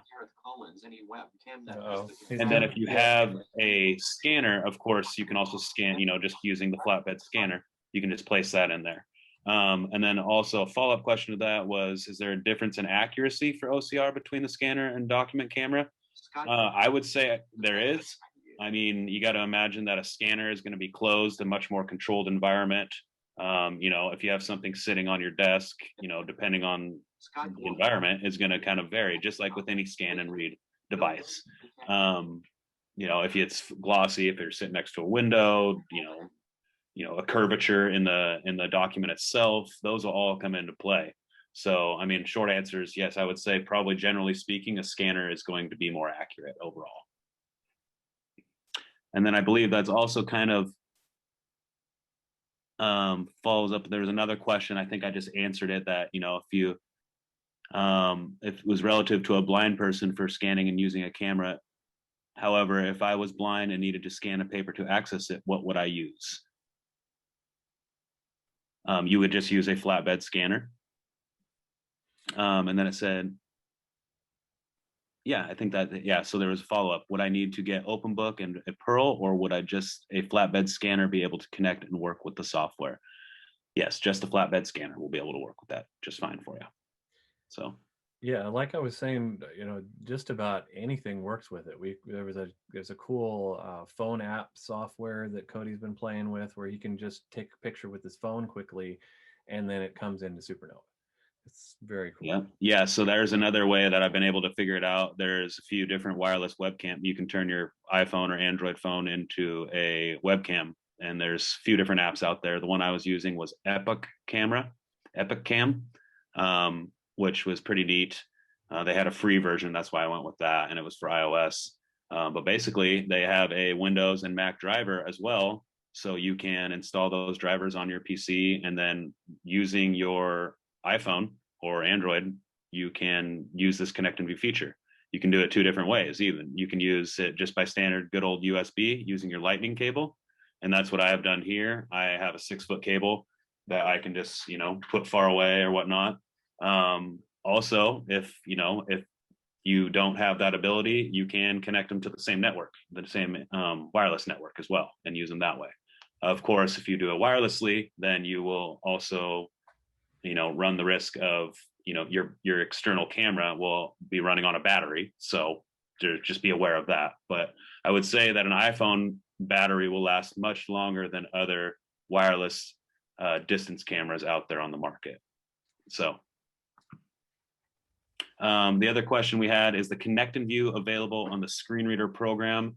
The screen reader program itself, no, because Connect and View is a you know, it's a visual feature. You know, it's meant for kind of as a CCTV, if you will.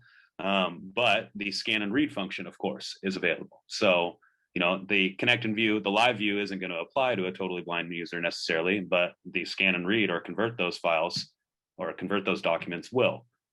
So obviously you just plug in your scanner, you know, put that guy in there, your document in there, scan it, and then you can access it, you know, using the screen reader in SuperNova.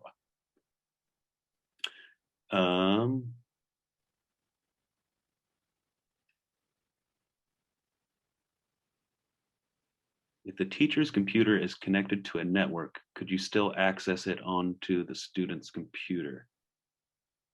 Absolutely. I think you're just asking, I think that's what we have done here, if I'm not mistaken, is that it's Jeff's computer that he was showing is connected to our Wi-Fi network. And then we connected the other computer that he was displaying, which was my computer that he mentioned, which is kind of acting as the student's computer. And those are connected to each other on the same network. I think that,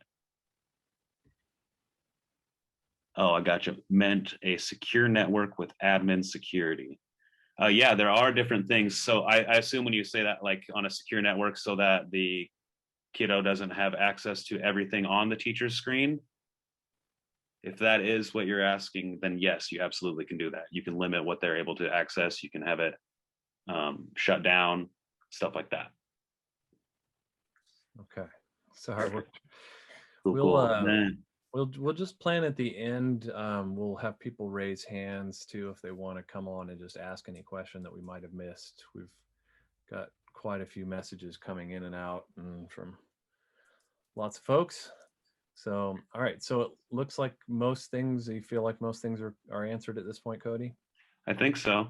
Okay. Well, let's move on and we'll go back to Eddie. We have Thanks. really just a couple more sections and then kind of some ending things. So we're getting close, folks. Okay, yeah, thanks very much, Jeff. Yeah, we just got a couple of sections there, I believe, that we're looking at. First one being hotkey conflicts. And we're going to be looking at what's meant by a hotkey conflict and give example of certain situations where these may occur. And we're going to discuss the options available to a user that needs to resolve conflicts that are happening with keyboard commands.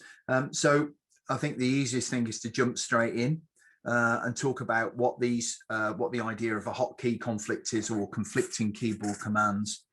And what we're looking at is sometimes that SuperNova that has set keyboard commands, they can conflict within another application's own keyboard commands. So an example of such a conflict could be the use of control plus minus whilst working in Excel. And this keyboard command is defined in Microsoft Excel to open the delete dialog box, but it's also used by SuperNova to reduce the volume of the voice. So obviously there's a conflict there. So we need to have a look at some strategies to identify if we're using those keyboard or those hotkeys, which of those applications do we want to apply it to? So we'll look at some ways that we can manage those two particular situations, or rather three situations we'll be looking at. So where those conflicts exist, SuperNova has a priority. So if you were to put those hotkey conflicts that we've just, those hotkeys, what we've just talked about, control and minus, if you to actually apply those, SuperNova would have priority. So it would affect what's happening in SuperNova as opposed to what's happening in Microsoft Excel. So we need to identify which of those applications needs to get the message passed to it from the keyboard strokes. So what we can do if we don't want SuperNova to react to those keyboard strokes is we can resolve that conflict by telling SuperNova to ignore the next key press. So if we know we're going to make that key press and we know that we want Excel to react to it, what we can tell, because SuperNova takes preference, is that next time we use these hotkeys and we get that conflict, we want SuperNova to ignore that next key press, which would in that case reduce the volume of voice, if you're referring to the example that we had earlier. So how we do that, we actually use a hotkey to do that. And what we use and what we press in conjunction, we use the left control key, and then we press 7, the number 7, at the same time. And what will happen then is that means that when you next go to put in those hotkey strokes where there's a conflict, SuperNova will ignore it and it will pass through to the application where you want that to work and want the application to react to that. Another way that we can deal with that is we can turn off SuperNova's hotkeys, and we can resolve that hotkey conflict by doing this, by turning those hotkeys off. This disables all hotkeys except for the hotkey that you're using to turn the hotkeys on and off again. And again, we can achieve that by using the left control key, and this time we're pressing in conjunction with that the number 8, and that will work as a toggle. So that will, depending on how many times you press that, will switch your hotkeys in SuperNova off, all of them off, and then all of them back on again. So if you've got that conflict in there, as we talked about with the Excel spreadsheet earlier, you could just switch off all the hotkeys for SuperNova, press your key presses, and Excel would react. You could then switch your key presses back on in SuperNova. Another way of looking at hotkey conflicts is you can add, delete, or reassign a SuperNova hotkey. And you can do this between SuperNova and your applications, or to change a hotkey command to a key combination you find easier to use. So in order to show you how this works, if I could just ask Cody if you could open the control panel, please. You got it. One moment. So what we're doing is looking at reassigning a SuperNova Numlock hotkey. off. So to enable us to do this, we need to be able to get the SuperNova control panel up. Capital And SuperNova. And the general menu to be opened. General menu. In there we've keyboard got and keyboard and hotkeys. hotkeys. Yeah, and select the hotkeys menu item. This will open the hotkeys Keyboard dialog box. hotkeys shortcut H2 of 2. Yeah. Hotkeys Using desktop 101 or more. Now, using the available list to find the keyboard command you want to change, and use the add key button, replace key button, or remove key button to change the hotkey, and then select OK. So what we're Normal capital action. Yeah, so what we're trying to do there, as we say, is to add, delete, or reassign a SuperNova hotkey where we've got a conflict with an application hotkey command. So within SuperNova, within control panel, we can add, we can replace, and we can remove a key from those key combinations, and we can hopefully come to a solution via that method. Okay. If you find it difficult to locate your hotkey in the dialog box, then try the key describe mode, and you can toggle the key describe mode on and off by using the following keyboard combinations: caps lock and /. Using key describe, using key describe mode, SuperNova prevents key presses being passed through to an application. So what we're doing is doing the reverse of what we did earlier, which was stopping the key presses going to SuperNova. What we're doing now is we're stopping the key presses going to the application, and the application using the results from that. Capital action. So SuperNova will announce the key press to the user, and where a key press or a combination of key presses is assigned to SuperNova keyboard command, then the speech will announce the name of the command and the category prior to announcing the key press. For example, if you press left control and minus, the following speech output is announced in key describe mode. It will say volume decrease, speech, left control, and minus. This indicates the speech is the category, volume down is the command, and the left control and minus is the keyboard assignment. Action. This information reflects the options presented in the hotkeys dialog box. So other approaches to consider where we get these conflicts. Can the action be formed by keyboard commands to be achieved by other means? For example, can the delete dialog box in Microsoft Excel be easily accessed through the ribbon or the context menu? So is there another way to carry out that command in Excel? And SuperNova differentiates between left and right control for some keyboard commands. So, for example, does using the right control plus minus to open the delete dialog box in Microsoft Excel provide a solution? So these are different strategies that you can use to see where you've got the hotkey conflicts. Does the application provide the means of reassigning keyboard commands? So can you reassign the keyboard commands which are in conflict from the application's point of view? So other ways that you can think about how you can avoid those hotkey conflicts. So that brings us to the end of section 17. Did we have, or have we got any questions outstanding from there, Action. Jeff? Doesn't look like anything new. Okay, cool. Jeff, All right, well, muted, by the way, Jeff. it's muted. Okay, I'm talking to myself again. We did have a question. Cody can barely hear me, so he's like, "Hey, you're not." Yeah, on. I can hear him in the other room, so Okay. that's when I know he's muted. All right, so we had a question about the ignoring. Let's see. Gareth Collins regarding caps lock. Ignored next It keep. perhaps could be Action. parallel Sorry, system or desktop. Gareth, I'm getting all your Skype messages on this computer that's got speech on. I'm gonna just turn speech off. Super.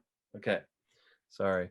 So Mike had a question about the hotkeys we were talking about under section 17.3.1. It's left control 7 on the number pad. It's caps lock 3 on the laptop universal set. Okay. Okay, and then we've got some other kind of general questions that we can try to get to at the end, but I think that's everything related to that section. Actually, real quick, that left control plus 7, it isn't the number pad 7, actually. It will say, so it's just listed under the default numpad set, Jeff. It's just the way it's laid out on there. Okay. It actually will say physically numpad 7 written in the manual, even under that. But since it says left control plus 7, it is 7 across the top. All right. And that's what happened to me earlier when I was doing it as a I was hitting the 0 under, it said like left control plus 0, and I was hitting it on the number pad and it wasn't working. So I hit it at top and it worked. Yeah. Yeah. That's what happens when you read the manual finally, Cody. Yeah, yeah. Kind of screws you up. Like, I know how to do this. I don't need you telling me wrong. Okay. All right. So yeah, so end of section 17, which leaves us section 18 now, looking at SuperNova profiles. So as in line with the other sections, what we're doing is looking at the objectives and what we're hoping to find out about SuperNova profiles. We're going to look at choosing a profile, and we're going to look at what of profiles are available to choose. So SuperNova profiles, what we're going to do is recognize the benefits of using profiles to match user requirements.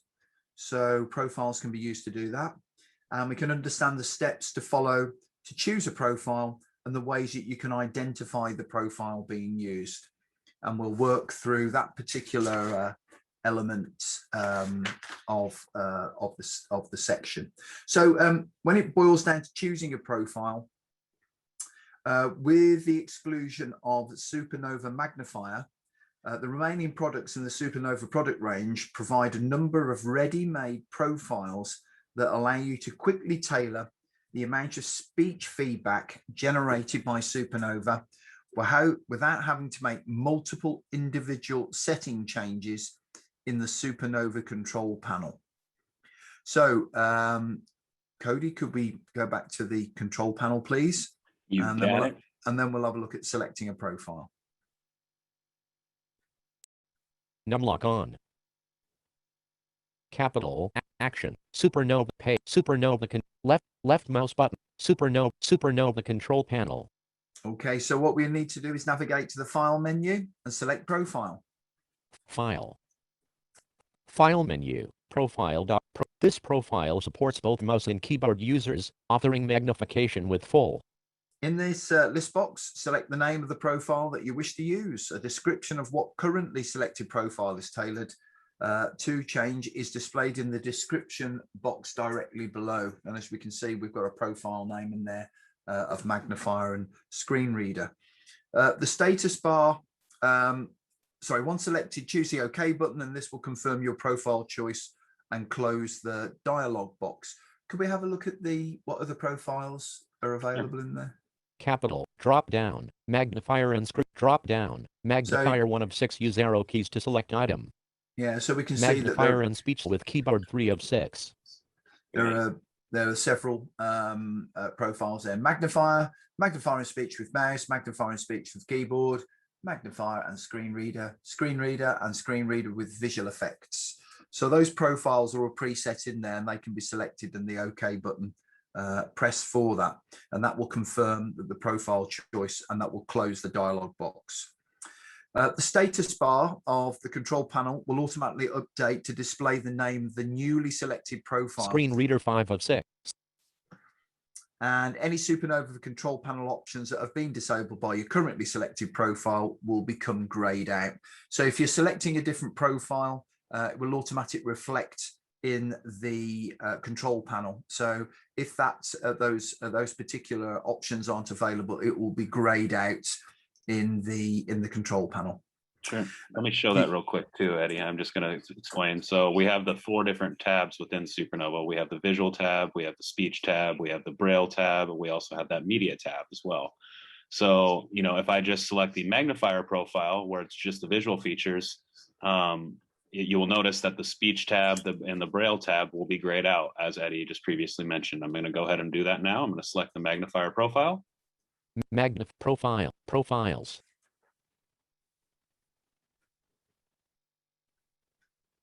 And there we go. Now I have the visual profile available.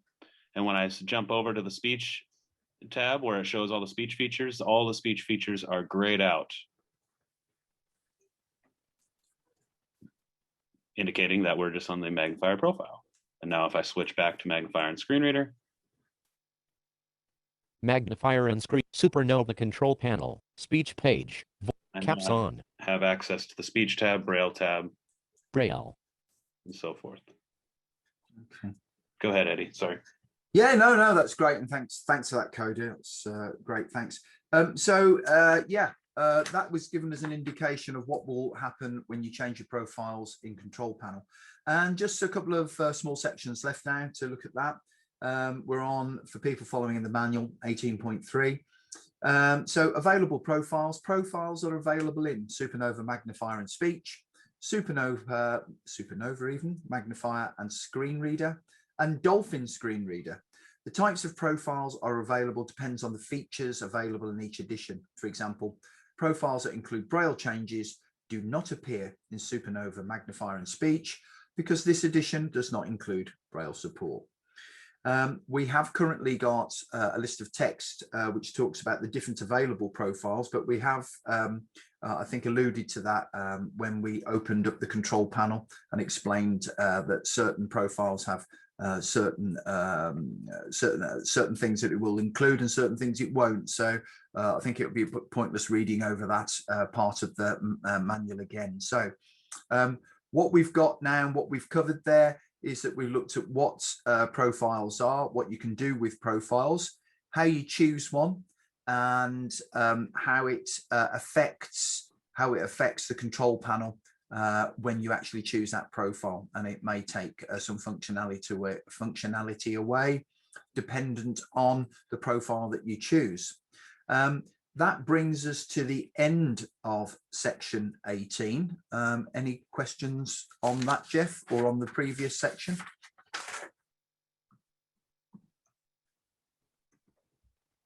I don't see any.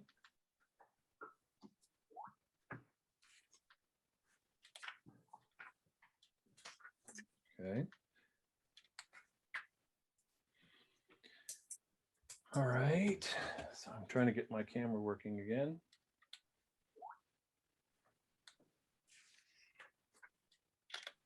Okay. I need that. Go ahead, guys. Did you see one? I have other questions that I don't think were answered. I don't know if we want to wait. Well, we're just about done. So why don't we get to those at the end? Sure. All right. So let me get my video back on here. Okay, so I'm gonna finish this out here. So in the quick reference section, there's a few things to know. First of all, you always have a hotkey helper, and that's going to be available anytime you want to just go and see what the list of the hotkeys are. So you can access that. There's a keyboard command. It's left shift caps lock and F2, or you can just get to it from the help menu on the Dolphin on the SuperNova control panel.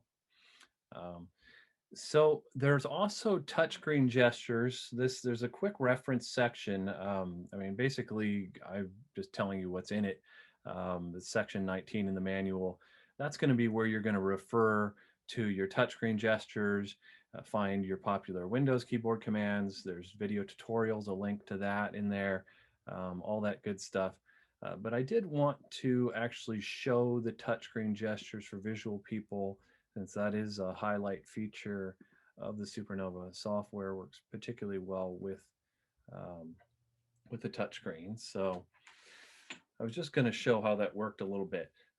So I mean, it's pretty much how you would imagine. You pinch and zoom. Two fingers spread across will increase the magnification. Two fingers pinching will reduce the magnification. You can pan around with one finger on the screen and just move stuff around. If you want to read something that's underneath your finger, you just hold it down on top of it. Oh, I have to have the speech on. I keep turning it off for unexpected Speech announcements. Default settings shall experience list X shall experience lower profile, magnifier and screen reader. Okay. So one really cool thing, especially if you're working with multiple screens, is you might have the control panel on one, but you want to change something on the other screen. If you want to, you just take three fingers and tap it on the screen, and the bottom of the screen, then you get a touchscreen menu bar. And if you press the Dolphin, it brings you to the control panel, which is already there. You also have a question mark you can press for help. You have kind of a checkerboard looking thing. By the way, I'm starting on the bottom left and going across toward the right. Then we have a checkerboard, which would change our contrast. We have then some magnifying glasses. The first one is empty magnifying glass, which I would press to turn on and off magnification. I would press the magnifying guy with the plus, the glass with the plus, just to the right of that, to increase or decrease with the minus. If maybe my touchscreen isn't too responsive or whatever, I could use those, or I just prefer that. I have a play button that will start the read from here. I have some lips that will turn on and off speech. And then I have a keyboard icon that brings up a high contrast on-screen keyboard. Particularly useful if in cases like this, I don't have a keyboard. I'm just using a touchscreen. Well, I could still type and do everything right on there. Okay. So that's basically the touchscreen stuff. Let me switch back to the slides.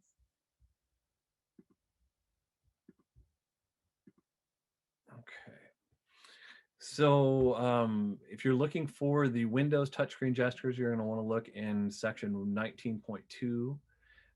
Popular Windows hotkeys are going to be 19.3. And then 19.4 gives you the link for different video tutorials that Dolphin offers, has for you to view and learn more. So real handy section. Definitely you'll be using the quick reference section of your user manual. Do we have any questions on that? I don't think so. Okay, good. We are almost there. So the final section of your manual is your quiz answers. So again, we're going to recommend that you go back and you do all the exercises in each section and really get to know all these features. And they also will have quiz questions at the end of every section. So do your best to answer those. Check those with the quiz answers in section 20, and that will be in great preparation for your exam and you passing that with flying colors and becoming a certified SuperNova trainer. So, closing slide. All right, so I'm going to actually try to close out a little bit, and then folks that want to hang around, we have some questions that are a little bit off topic and whatever. We're happy to try to answer anything we can, but we also want to send people on their way if they've had enough. We've taken a lot of your time today, and we really appreciate you joining us and spending so much time with us. I hope that you've gotten a lot of value out of the experience. So after this is done, there are other resources that are still available. You have training manuals, but we'll be putting those, we'll at least make those available. Just email us and we can get you training manuals. We can get you the link to this video on YouTube so that you can go through the training independently or just use it for reference. If for any reason the PowerPoint slides would be useful to you, you can use those as well. And then, or we can provide those as well. The training exam. So we know who attended, Zoom records all that. So everybody who attended live is going to receive well, I guess an email, and then I'll have a link in it and it'll have a password and everything that we've set up for you in the exam center. You just go there, you take your exam, and then there's an email, I guess, that comes to us. We grade it, or Dolphin does, somebody does, and then you will get an email with a link to your certificate or perhaps even emailed directly to you. But we kind of turn it over to the Dolphin Exam Center at that point. So then you will become, once you've done that successfully, a certified Dolphin SuperNova trainer. If you watched this recorded, just email training@irie-at.com and we will email you things that you need and work with you on that, so you can go through this training recorded. I know a lot of you have colleagues who weren't able to make it today, so I want to make sure they're able to get accredited as well. So with that, I'm going to say that we're done with the training, but we are going to hang around and answer some questions and things for you. One thing that I wanted to go over, we got a lot of questions along the way about differences between SuperNova and Zoom Text. And I alluded to some of those along the way when I was mentioning that the main part of the training was being done on an i5 processor with 8 gigabytes of RAM, not only running SuperNova and Word and whatever other applications we opened, but running on Windows, on top of Parallels, on top of a Mac OS. All running all that and Zoom, which we all know takes a lot of resources. My computer heats up every time I get on Skype or Zoom or anything. That's a 2013 computer. This Dolphin SuperNova works in the graphics card. It's the reason we can't show it to you on a normal PC. We have to do all this fancy stuff to get it piped through Zoom, but it's also a big advantage to you, and then it's not taking up your working memory. So while Zoom Text is requiring a much more resource and packed machine, we can run on old things. The minimum spec is even 4 gigabyte of RAM on an i3 processor. You can't run much with it, honestly, but you get an i5 8 gig and you're good. So big advantage to SuperNova. You can run it on just about anything. You don't have to get a gaming computer.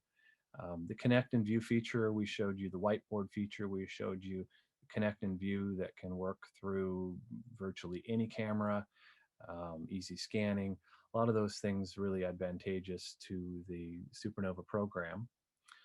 Multi-monitors, we can use loads and loads of monitors. We can do really well with touchscreen. We can use multiple monitors with touchscreen. Big advantage to have that smooth use with SuperNova. SuperNova also includes a bookshelf. This is to be access to different media features, also access to NLS Bard books, downloading those. You can get to Bookshare, you can get to a newsline, you can get to all of these different online resources directly through SuperNova. There's even talk about SuperNova eventually having Easy Reader connected to it, so you can do your reading through that. Then you can read on your phone, you can read in other places, and all be connected and synced through the Easy Reader app. We also like to think here at IRE that we give pretty good support. We are actually the first ones in the world to give this kind of virtual training on this kind of base. So we're kind of trying to do our best to make sure that the United States gets as good or better service than anybody, and better training knowledge. And we're going to make sure that we do these regularly, and that you always have access to the training that you need, and reasonably knowledgeable support people answering and helping you. And a whole lot of support from Dolphin. As you probably noticed, there were people emailing us and texting us and Skyping us and giving us all kinds of support to make sure that we had all the best answers as fast as possible for you. And that's how we roll. So I would say just my quick, well, not so quick, but I think that's why SuperNova has some advantages to Zoom Text. And I'll leave that. Do you want me to say my reasons? I can go all day. But Cody's like, come on, let me say it. Oh, yeah. Now, there's a few other things too that separate it, really. I mean, one thing I don't think that you mentioned was even the USB. I mean, we did mention that we have the option of installing it, but we actually have SuperNova on a USB stick that it's separate when you purchase the actual proprietary software. It's an add-on, an additional $95. And what that USB allows an individual to do, specifically a student or individual working in a multi-PC environment, is they can run SuperNova from that USB stick strictly from the drive. So it does not require an install on a PC or administration rights or anything. So if you have a student who walks into a computer lab who is visually impaired, they can plug in the SuperNova USB right into the USB slot on that computer, run SuperNova to its full potential. When they are done with that, doing their thing on the computer, they can close SuperNova and unplug the USB. SuperNova will then disappear on that computer for the next, if a sighted student walks up and to use the computer, and they won't be affected by it. Another thing to mention about the remote support or support feature in general that I wanted to piggyback off of is not only do we have, obviously we got great support from Dolphin, and we try to do our best here in the States as well, but one thing that Dolphin has also implemented in all of their pieces of software or their magnification and speech software is the TeamViewer remote support feature. And it's with every program, it comes included. So I'm sure many of you are familiar with Tandem, the remote support feature. One thing that I'll say that, TeamViewer is very, very similar if you're not familiar with it, but the advantage to TeamViewer, in my opinion, is that it can be used across all platforms. So if you have an iPhone and you need to remote into your student's PC or vice versa, or an Android phone or an iPad remoting into a Windows computer, you can do that. So not only is it, gives us much more flexibility with how we can support our users, but also gives even you, the trainers and assessors, and that ability as well to do it. So. All right. So let's see, I got a question. How long do we have to access the exam from today? I don't believe there actually is a time limit. So if you need some time to prep, I'm going to try to get the exam links out maybe today if I can. Actually, I should be able to do it today. So you should have them very soon.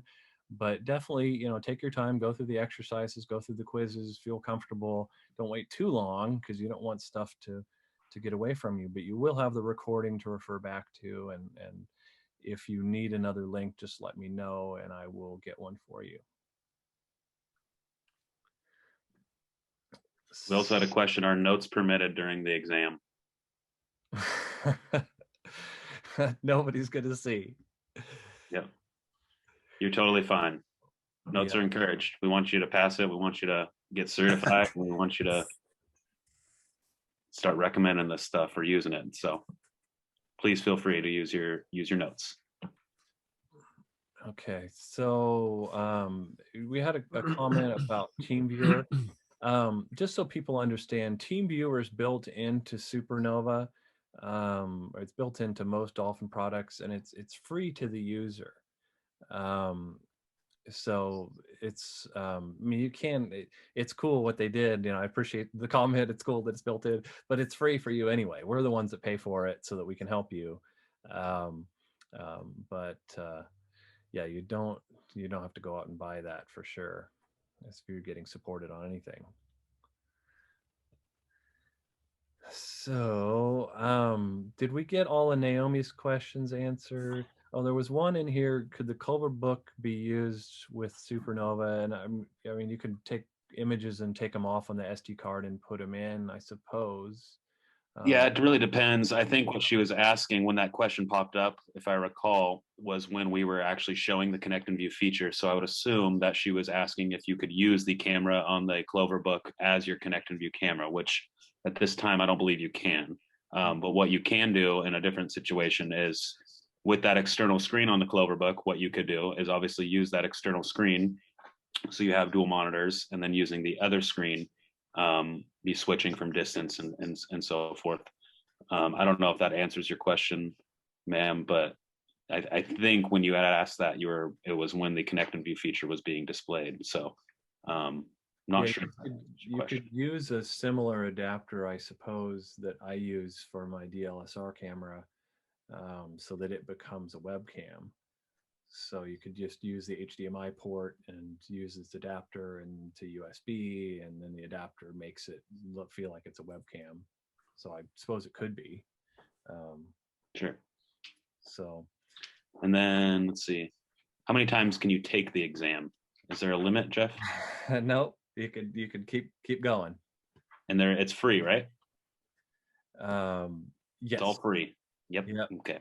We are cheap here.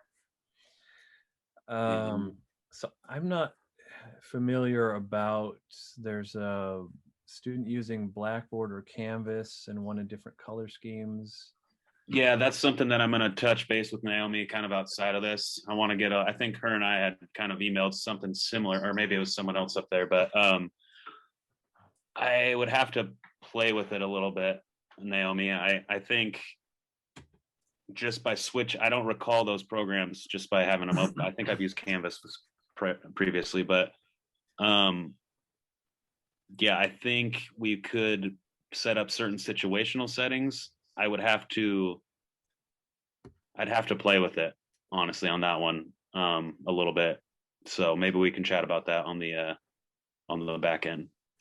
But I think there are some things we can do. I just don't think it'll be just as cut and dry as kind of how we showed, within Word and stuff like that. And then we have another question that she asked in which we didn't, we weren't really touching much on this today, but it is a good question. Is there a preferred display to be used with SuperNova? No, we don't have any preference whatsoever, really.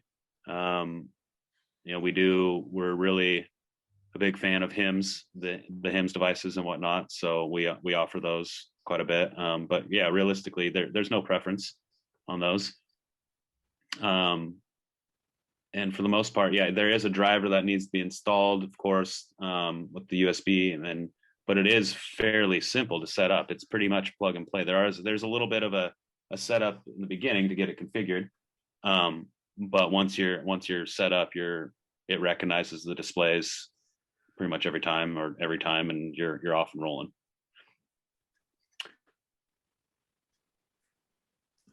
No problem, Naomi. I can touch base with that stuff a little bit more too outside. Well, good. Well, with that, I want to thank everybody again for spending so much time with us today and giving us your attention. It's pretty obvious from all the questions and everything we got that people were pretty engaged, and very happy to have that attention. I appreciate it a lot. And we're not gone. We're still here. Just email us questions when you have them. You can reach us at probably the best one for training questions is training@irie-at.com, and we will be happy to help you. expect to have this training up on YouTube in the next couple of days. So you can review it then. Anyway, unless anybody have anything else to tell us, Cody? It looks like, Oh, well, we're getting more questions. yeah. Um, Pricing and upgrading. okay. Yeah, I can explain just the different pricing on those types of things if you like. Obviously, the different versions have different prices as you go up in features. You increase in price, you know. So the SuperNova Magnifier, just the basic version, retails for $395. The Magnifier and Speech, which would be equivalent to Mag and Reader, ZoomText Mag and Reader, goes for $595. And then our Mag and Screen Reader, Magnifier and Screen Reader version, which is equivalent to Fusion, goes for $1195. And then of course we have, those are the single user licenses. I should say that each license can, you know, be used on up to 3 PCs simultaneously as well on those. Of course, if you have multi-user, you know, we have the multi-seat options, you know, to where additional seats are at a reduced cost. And then we even have options for people who are, you know, converting from other software. They even offer discounts for those types of things. And then of course there's different, depending on which version you're on, or, you know, looking to upgrade to, you know, whatever version, the pricing will vary greatly. But also we do have, you know, the software maintenance agreements as well, where you can pay, you know, a little bit more upfront, but it keeps you up to date, you know, and then it reduces the cost to stay up, you know, to upgrade down the road as well. And that can vary. I believe the SMAs go anywhere from about $80 up to $250. So, and then of course we do, Jeff had mentioned that we have the enterprise version that will work on a remote desktop or on a Citrix environment. And that one is a bit more spendy. I think that's up around 1,800 to 2,000, depending on, you know, whether you're adding on what type of support and so forth. So. Oops. All right. Good. Well, thank you all for joining us again. Appreciate your time. You all have a wonderful day. Thanks, guys. Cheers. Thank you very much. Thanks for joining us today in the IRI AT Product Training Center.